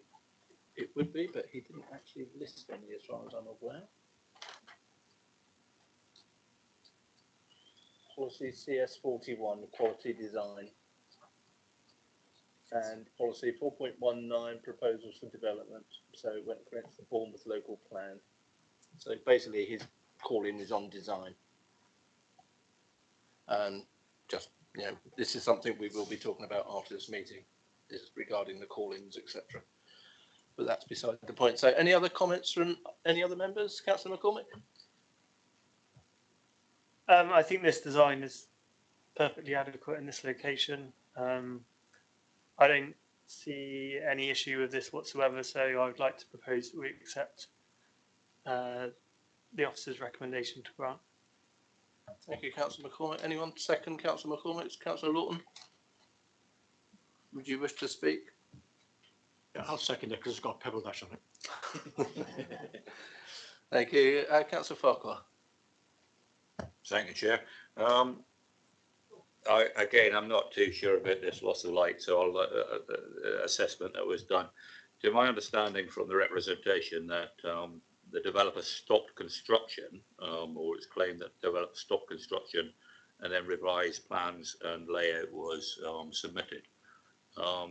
My question really is: has another light assessment been done since that revised plans went in? And I don't understand the mechanics of loss of light in the way that it's actually assessed and measured, etc. So my other question is that assessment, was that done on the old property that existed, or was it done on the proposed rebuild originally submitted? Thank you.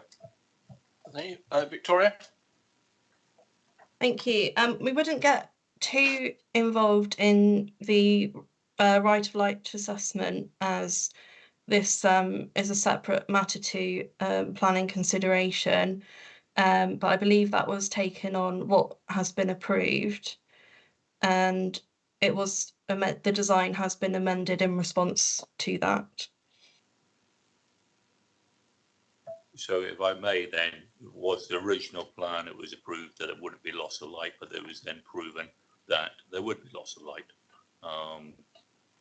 That's what I'm trying to clarify. If it's based upon the plan, then if it was found that there wasn't sufficient loss of light, that this amended plan that come in after the construction stopped on the previous proposal, I don't understand how the assessment is then redone to say, well, it was correct in the first place, but it was then proven not to be by a separate independent assessment. My question is, has this new proposal had the same assessment done as the original proposal, which was found to actually be acceptable, except when it was done separately, independently? And I do appreciate that this may well be a civil matter, but what I'm trying to get to the nub of is that if the developer stopped work because of this assessment, what actually gives the thumbs up that the new proposal is actually would pass the loss of light assessment? I think what we have to bear in mind here is that we granted the original application and we were satisfied at that time. The objectors felt that we were wrong. They went away. They privately had a loss of light done. The applicants have made amendments to their plan to improve any suspected loss of light that may have been occurring. It would again be down to the neighbours to do a new one if they felt that they so wished or so needed to do one. This is a civil matter. Loss of light is not a planning matter for us to discuss this afternoon. It's solely down, if the neighbours are in dispute, then it is for them to go to a civil matter and have it dealt with them. Understand, Chair. Thank you very much. Thank you, Councillor Bugler. Okay, members, any further comments on this one at this moment in time? If not, we do have a move to grant by Councillor McCormack, seconded by Councillor Lawton. I will call names again in turn. So, Councillor Barron. For. Councillor Borthwick. For. Councillor Bull. For. Councillor Davies. For. Councillor O'Neill. For. Councillor Farquhar. Abstain and for the purposes of the minutes. Councillor Hall. For. Councillor Hilliard. For. Councillor Lawton. For. Councillor Le Pedevin. For. Councillor McCormack. For. Councillor Johnson. For. And myself also for, and that is again, I think that was 12 with 1 abstention, so that application is granted in line with the officer's recommendation. And I thank Mr. Annan for coming in, sorry, Mr. McKeown for coming in and putting his case, and to the applicants for sitting there and listening to us go on as well. Thank you very much. Members, I'm just going to have 2 minutes while Victoria tries to sort her screen out. So if you want a very, very, very quick comfort plate, please go for it.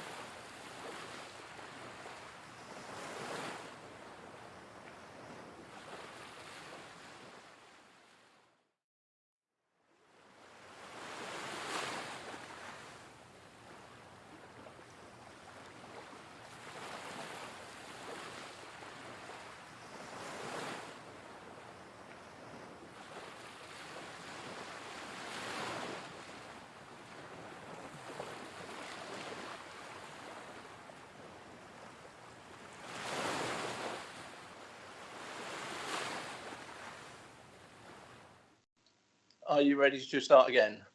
I am, thank you, Chair. Thank you very much. If you'd like to carry on.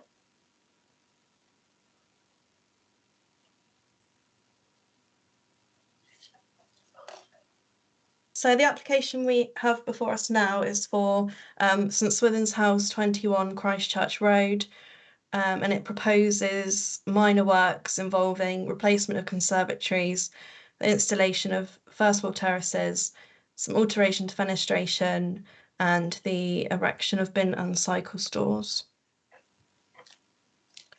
The site is shown by the starred area.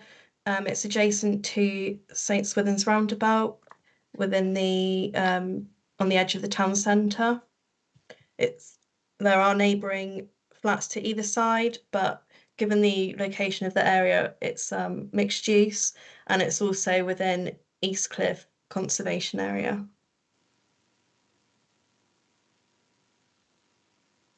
So these are some aerial photos of the site here. It was in use as offices, but it is now vacant. You can see the blocks of flats to either side. This is the view of the property from Jervis Road. And the view from Christchurch Road. So moving on to the proposed site plan, the site benefits from two accesses, one off Christchurch Road here and one off Jervis Road. These are to be retained with the proposal. There was a concern from the highways officer regarding safe manoeuvre of large vehicles into this access, but an updated site plan was submitted to show the tracking, and this was considered acceptable and overcome. This site plan also amends the position of the bin store, which was towards the frontage, but due to heritage concerns about it being quite visible in the street scene, it was set back within the plot.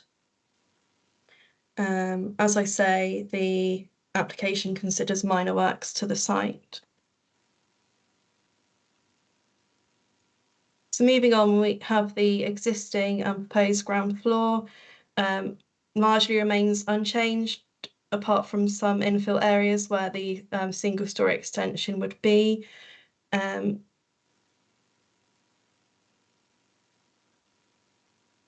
But again, this would involve minor increase in floor space. On the first floor, we have the proposed terraces. There is already some existing access to the terrace on this side. However, we can see some additional terraces on the border of the property.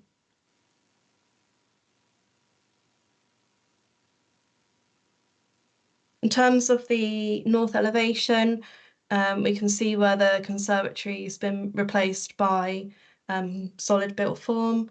This is a single story subservient addition, which is considered not to overwhelm the property. And we can also see the addition of the porch here.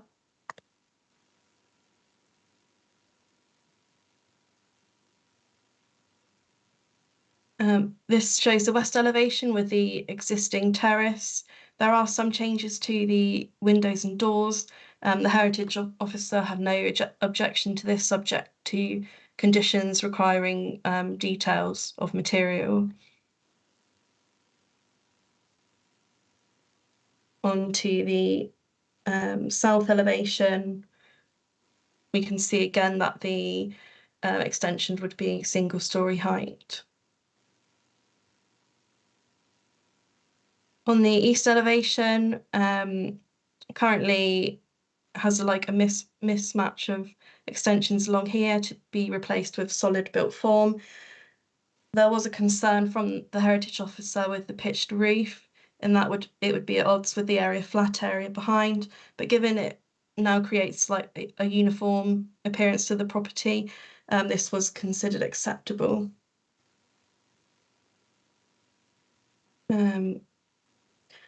To conclude, there are minor works proposed to the site and which overcame the concerns from the Heritage and Highways officers, and as such we recommend approval subject to conditions. Thank you. Thank you very much, Victoria. Jill. No registered objectors, but Matt Annan is here to speak on behalf of the applicant.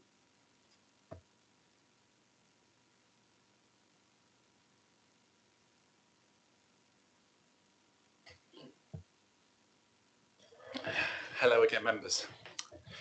The planning officer has explained the full details of the proposal to you in our opening presentation. During the progress, the scheme has been amended following comments received from your heritage officers and also from your highways officer. And all officers are now in full support of the scheme. There have been no letters of objection received from any neighbours. Ordinarily, this application would have been approved under delegated powers, but is before you today as councillors Mike and Nicola Green have an interest in this site. I'll briefly outline the main considerations why we feel planning permission should be granted today in line with the recommendation. Firstly, principle and character. Its application seeks a sensitive renovation of the existing building, replacing the existing ground floor single stories, unsympathetic UPVC conservatories with brick-built extensions, as well as a formation of new traditional entrance porch, roof lights, and erection of timber bin and cycle stores. Notably, a consistent approach to the door and fenestration arrangements as well, in the form of regularisation of the mix of differing UPVC windows and new matching timber doors. In addition, matching brickwork in the same coloured painted render throughout enables a more cohesive and traditional style and finish. The existing building is classified as a neutral building in the emerging Eastcliff Conservation Area appraisal. As members will be aware, the policy test is only to preserve. However, we firmly consider that the proposed enhancements go further than what is required in terms of policy, and this scheme actively enhances the character and appearance the building makes to this conservation area. A current prior approval application for the conversion of the building to 14 flats is pending a decision and is believed to be heading for an approval, as concerns raised on a previous prior approval scheme have been addressed. That scheme is for a straight conversion of the building to residential flats with no external alterations. The building stays as it is with all of its conservatories, because external changes can't be made under a prior approval application for conversion from office to resi.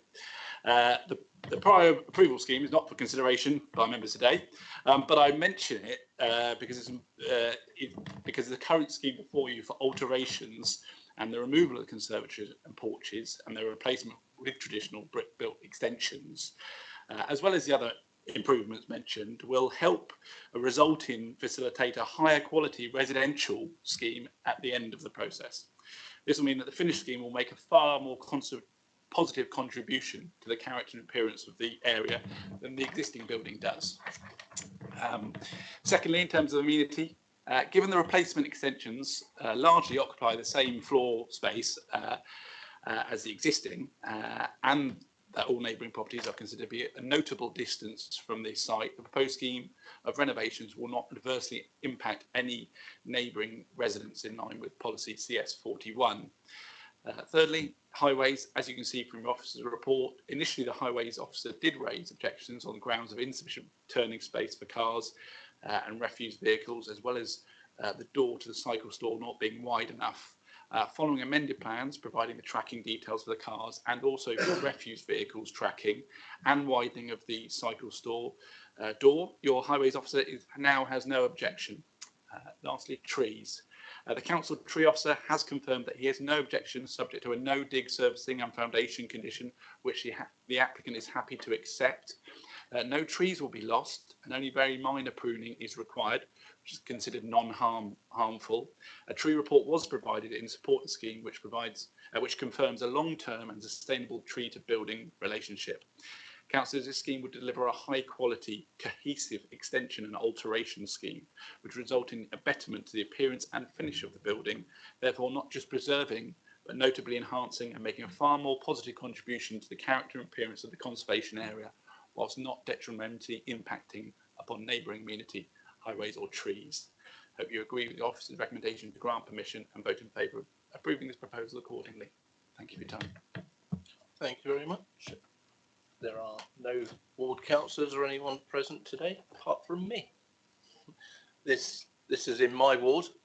It's a building I pass every single day, twice, 3 times a day sometimes, in desperate need of renovating and bringing back into life. And many of you will remember it as the old BCHA offices that were there for a long time. They've been empty for many years. Many of my residents continually complain to me now about the building being neglected and vagrancy. And I know that the applicants have spent a bit of time trying to make that secure, trying to improve things for the local residents in the blocks of flats either side of them.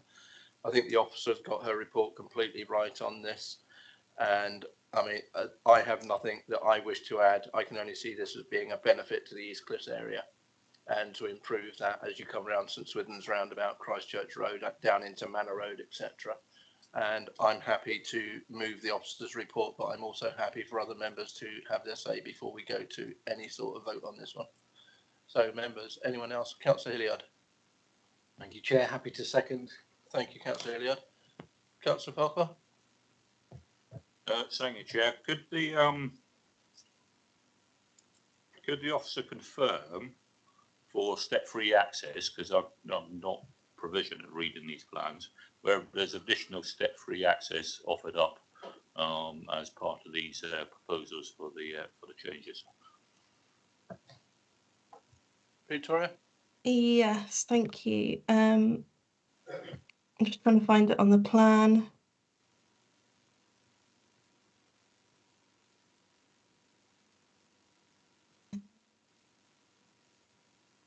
Yeah, there is a ramp incorporated in the scheme.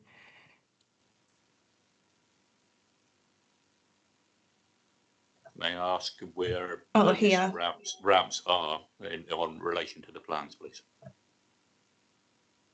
So it's on the side east elevation where there is currently ramped access. This will be incorporated into this proposal as well.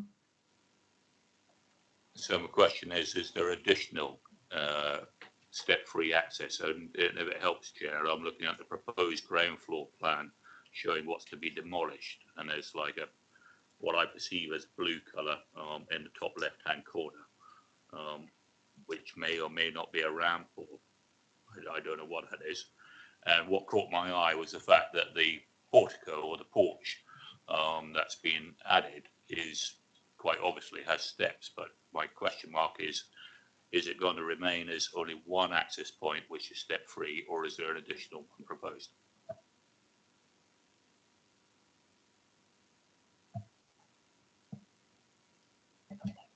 Victoria? Thank you. It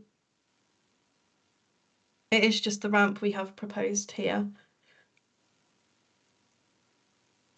So, Chair, if I may, could the officer explain on the proposed ground floor plan showing demolished, what I perceive in the top left-hand corner, or 11 o'clock if you wish, is some parallel, what I perceive as blue. What is those? What are those lines?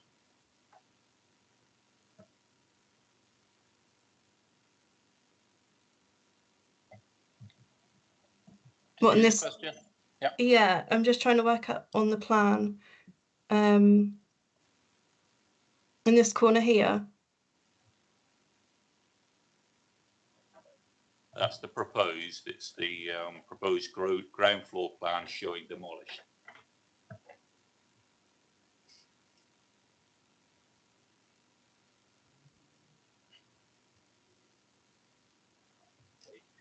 Page 204 in the actual pack.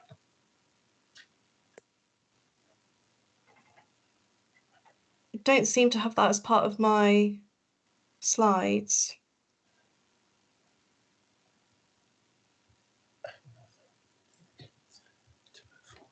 I think, Victoria, as I'm looking at your plan at the moment, it says existing ground floor, proposed ground floor. On the existing ground floor one, there is a structure in the top left-hand corner that on our plans that we're looking at is blue dotted longer lines, but on the other side, those lines have been removed. And there is a thick dark black line in its place. Along here? Yeah, where it says 04. Yeah. Yeah, just to the left of that on one plan, you have a series of dotted blue lines, and on the other picture on that slide, there is nothing.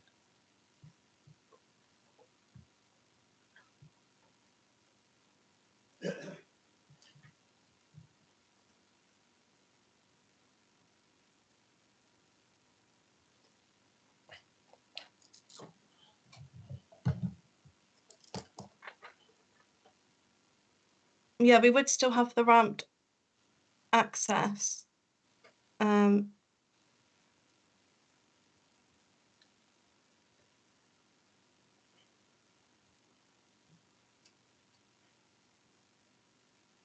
dark line is where it's the solid built form is proposed.